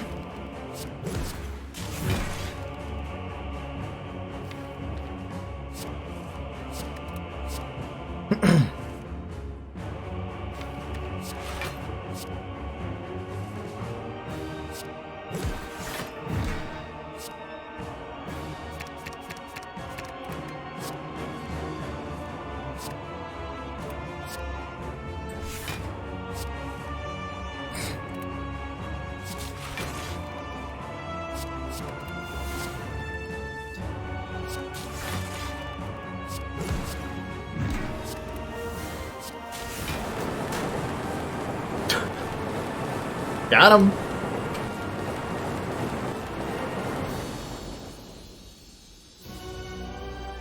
GG. A nice random X-Cost card? Well, yeah, other than the Tempest itself. Oh god, it's Time Eater. Alright. But we have our own way of beating Time Eater here. I'm just wondering if it involves any of these potions.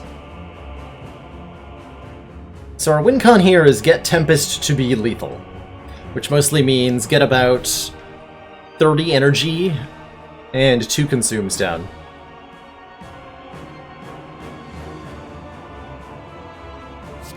Certainly maybe we start by drawing a bunch of stuff. Okay, Seek is great. Seek is excellent. Seek lets me put Loop and Consume into play immediately, so we don't have to worry about dying to not being able to block here.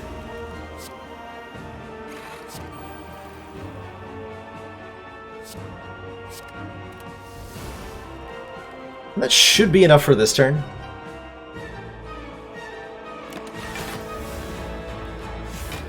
We block the vulnerable off this, so we're not even that scared here.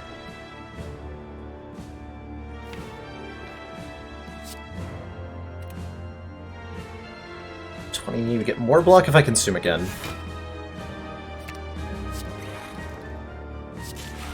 So I'd like to do that.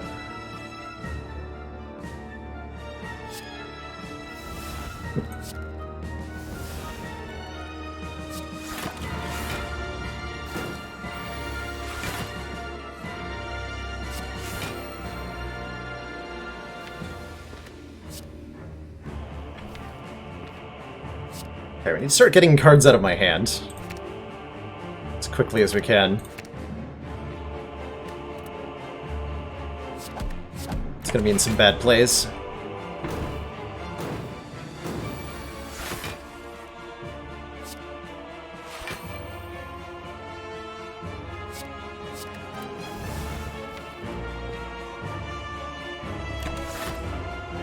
I should probably be playing center.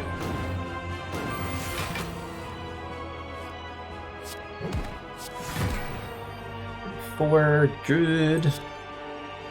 Let's just tick him over here.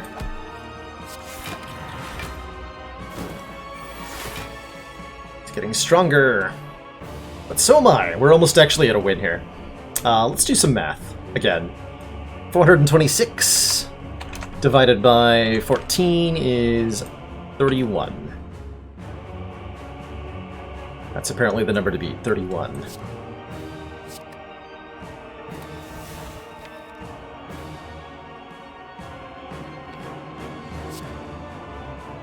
So let's make that happen as quickly as possible.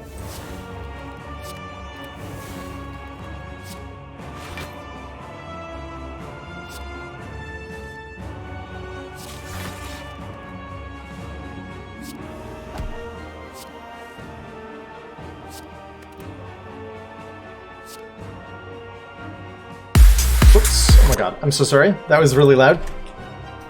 Shit. So that was a fun one. I was trying to stop that in time. God, that was so loud. What happened was a YouTube notification popped up under my mouse, and I clicked on it. And I'm so sorry, everybody. Let me disable my YouTube notifications before I stream again. How about? God damn it. That's embarrassing.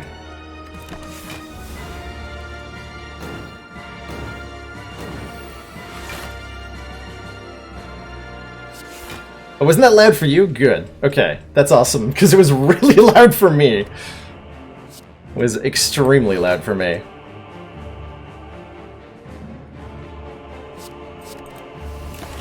Should dual cast it. Whatever, we gotta win here. GG Nori.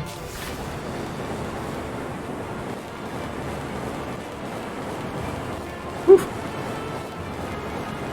It's one spicy slug boy fight. 420. Blaze it.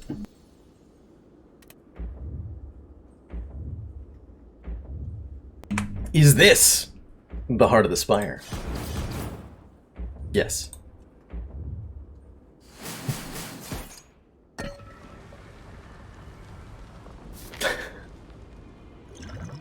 Alright, we're required to sleep. This is how I feel basically every day. Options. Very good options here. Can't help but notice we've got Speed Potion, Ancient Potion available, so we can gain +5 permanent dexterity if we need to. In addition to blocking the vulnerable. Certainly I'm going to remove a strike here. One step closer to this deck going ridiculous. And yeah, I think I get rid of these 2 potions by these 2 potions. And call it a day. That's all we need. That is all we need.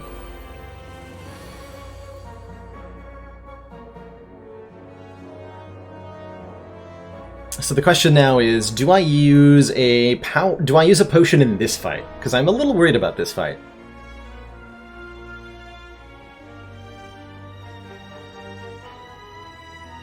Just a little bit worried. Maybe I use the Dex potion here. Then we have 2 decks here, 5 decks for the next fight.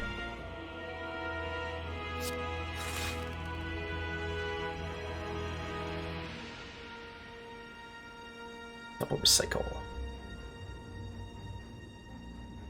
Bend will block. Let's use the deck spot. I'll get that into play. Hold on to all of this. We're going to have 2 burns added to the onto our hand next turn, and then draw 3 regular cards, and hopefully those regular cards are good. Otherwise we could take a lot of damage next turn.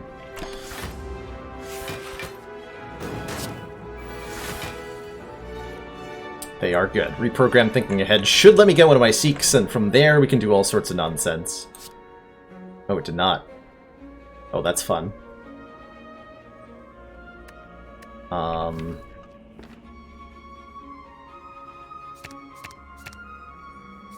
Did I choose to draw these 2? No, it's too early for Consume. Just give me Hologram and some other random card. Actually, Cool-Headed Hologram is better. Cool-Headed Hologram is better. Okay. That. Ahead. Let's just get rid of a burn right now, because I don't need the energy. Do I hologram reprogram to look at what I'm drawing? I think so. Oh my god. Where are the good cards at?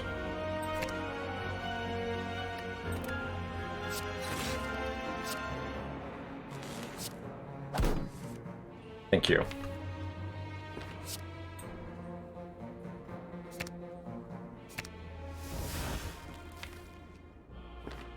I should have done this differently. Should be able to do this anyway, though. Master Strategy did draw the Cool-Headed, so we get to cycle the deck, and the Seeker gets the entire deck to pick from. Aha. Now we are cooking with mayonnaise.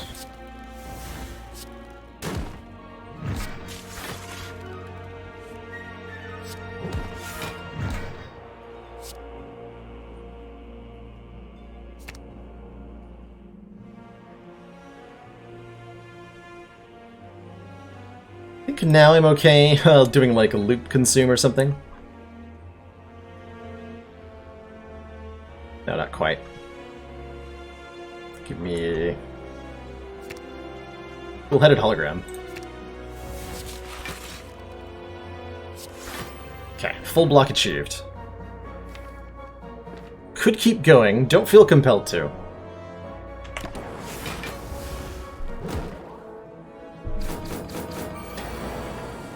Yeah, cooking with mayo. Isn't that what all the kids are saying these days?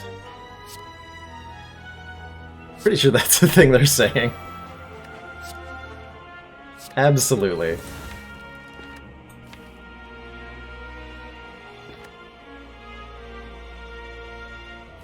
Choose to hologram my 0-cost Cool-Headed here. Then deep breath. Thinking ahead. Okay. Cool-headed. Good. 38. That's enough. Okay. 2 more burns get added, but we're able to remove the burns approximately as quickly as we can remove, as we have them added. I'm pretty sure.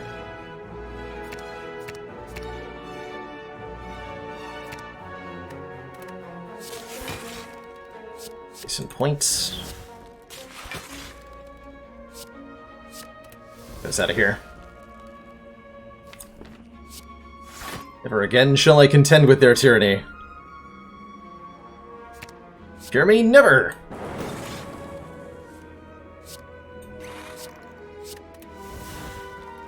Okay, gorgeous.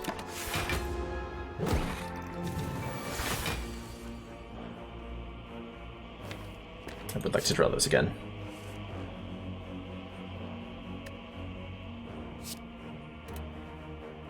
Consume one more time.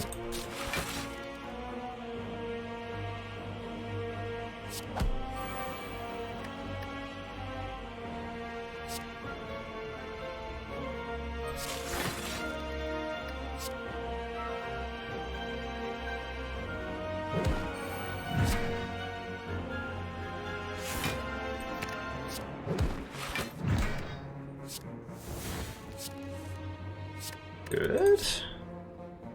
Get out of here.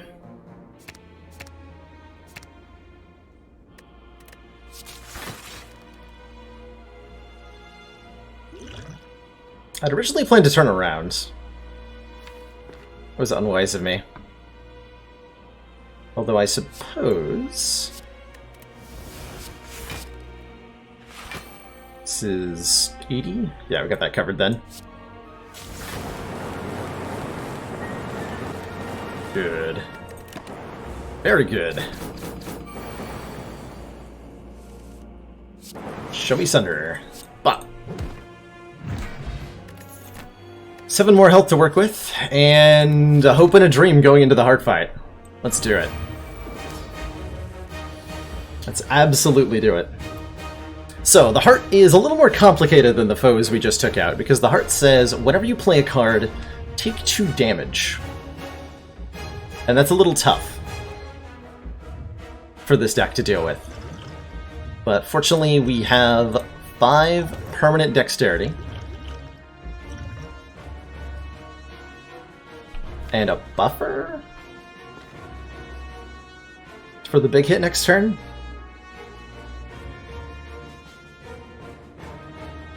Certainly I don't care about Electro or Heat Sinks otherwise. Alright, buffer it is.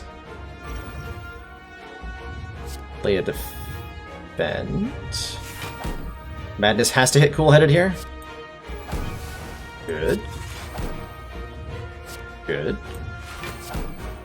Get that in play, although maybe I could have held on to that. Seek for Master Strategy and Seek. Get some bad cards out of this deck. Definitely dual cast can go.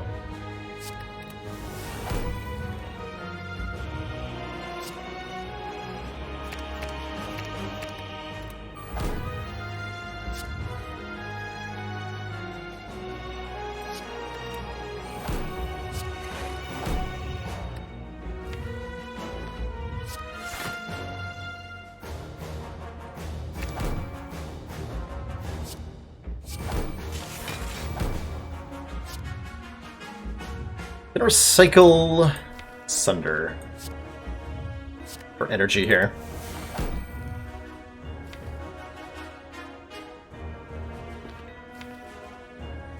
And I'd like to keep Seek until I draw a Deep Breath. Okay, this should work fine for turn 1.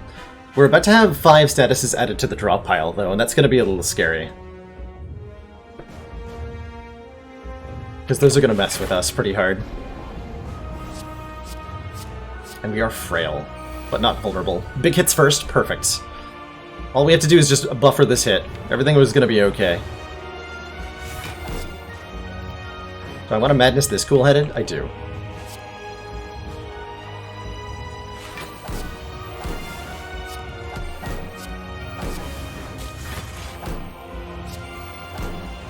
Okay, that's fine.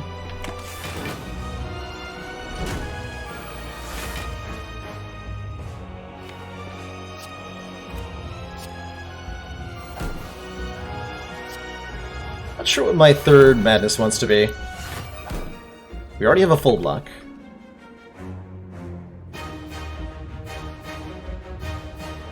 I think we're gonna seek both these voids, just so I don't draw them.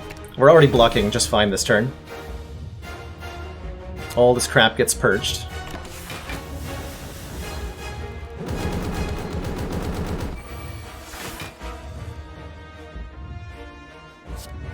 Now it's time to start burning the deck down as best we can.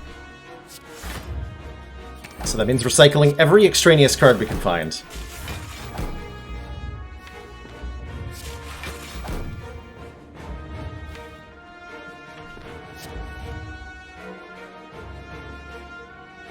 Including Turbo.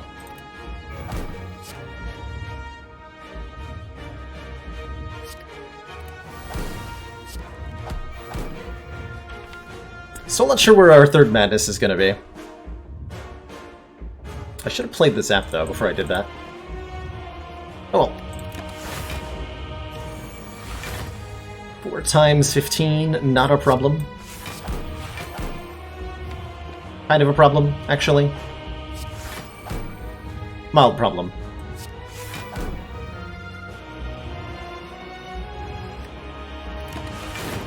That was a pretty weak turn.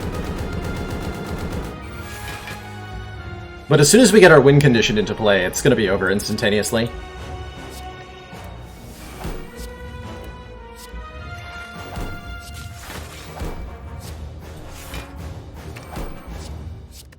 Rid of that.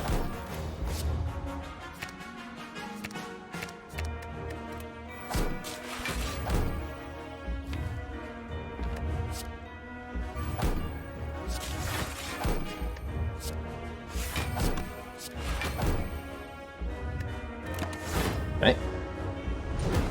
Heart is the only enemy with a damage cap. Absolutely correct.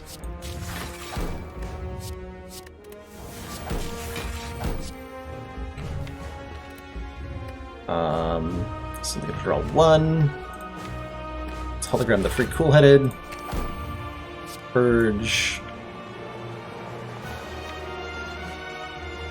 Defend.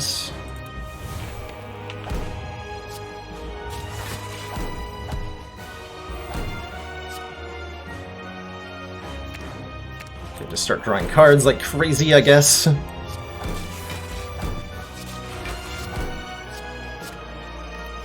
Okay, I think we've managed to do it here.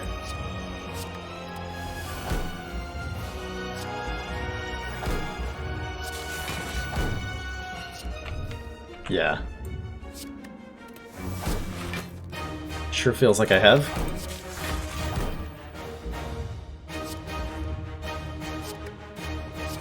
Bum bum bum bum.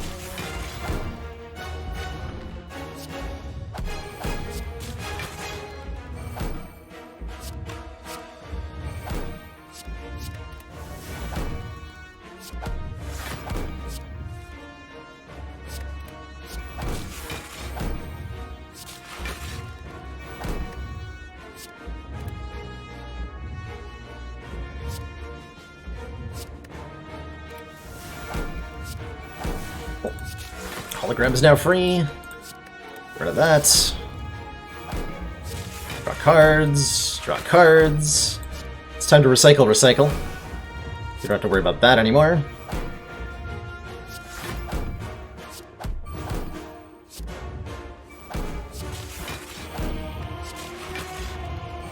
Okay, every card in the deck now fits into my hand. So that means we can do Zap, Cool-Headed, Zap, Cool-Headed, Zap, Cool-Headed, until we win. And we can do that every turn. I am absolutely flabbergasted that this actually managed to get here and win. But I'm gonna take it. I am so gonna take it.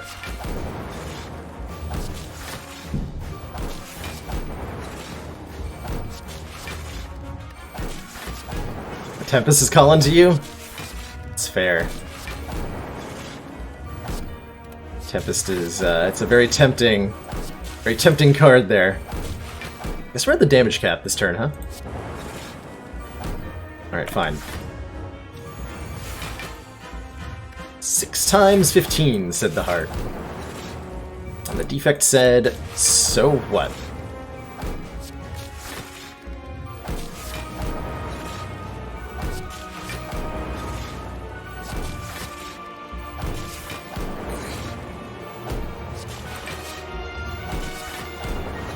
Yeah, what do we say to the god of ending your turn? Not today.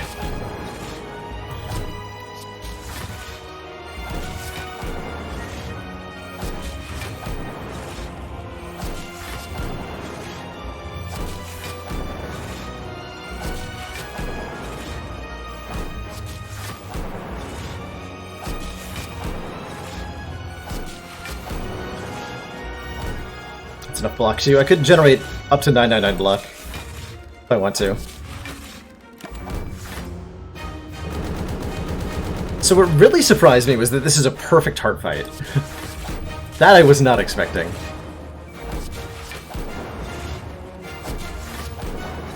Like, what?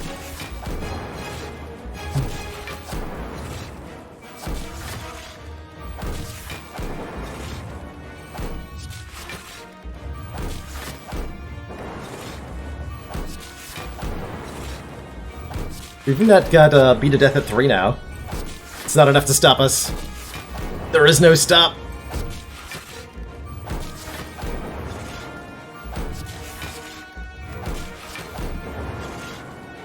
Toxic Egg Runic Pyramid is disgusting for so many reasons, and this deck is a pretty good highlight of how and why.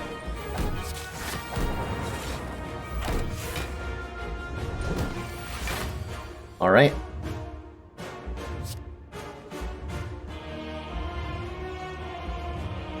There's a storm brewing. That's a fierce one.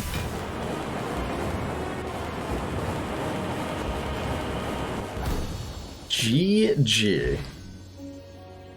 That is by far the most ridiculous Ascension 20 heart kill I've ever had. Oh my god.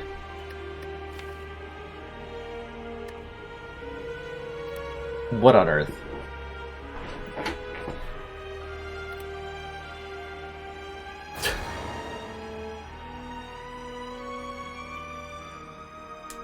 Ridiculous. Send it to Disney! We're going to Disney! GG. Well, I think I can't possibly top that. So, seems like a pretty good place to call it, with 2 wins in a row, no less, right? Is that 2 in a row? I won that silent run, right? Has to check in with self. Has it been done? The turn ended? That was 2 in a row. There's definitely,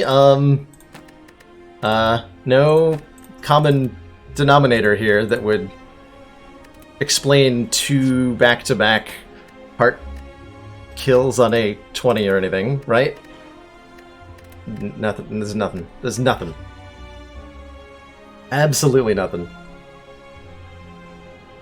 I'm glad you enjoyed that, Annie. That is some of the most fun I've had on Ascension 20 in a long time.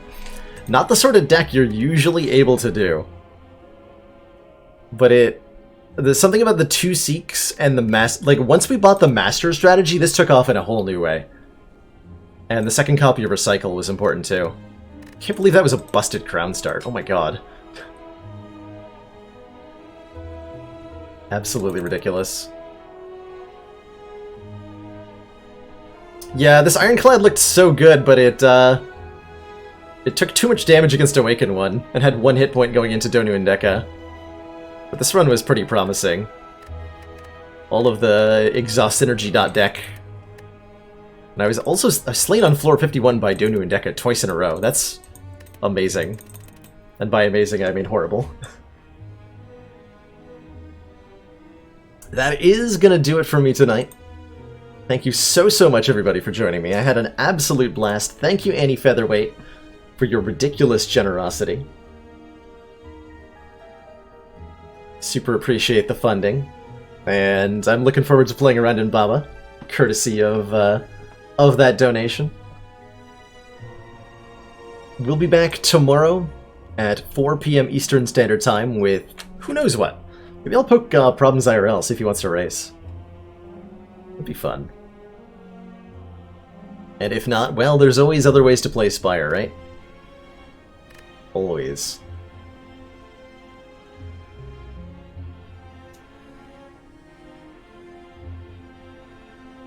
Let's see, who can I throw a host on over to?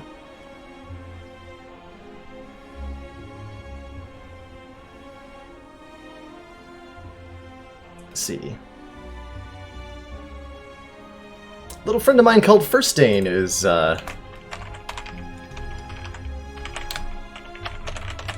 doing some Ascension 20 heart runs. So I'm going to throw a host on over to him. Say hello for me if you don't mind. And have a great night, everybody. Thanks for watching.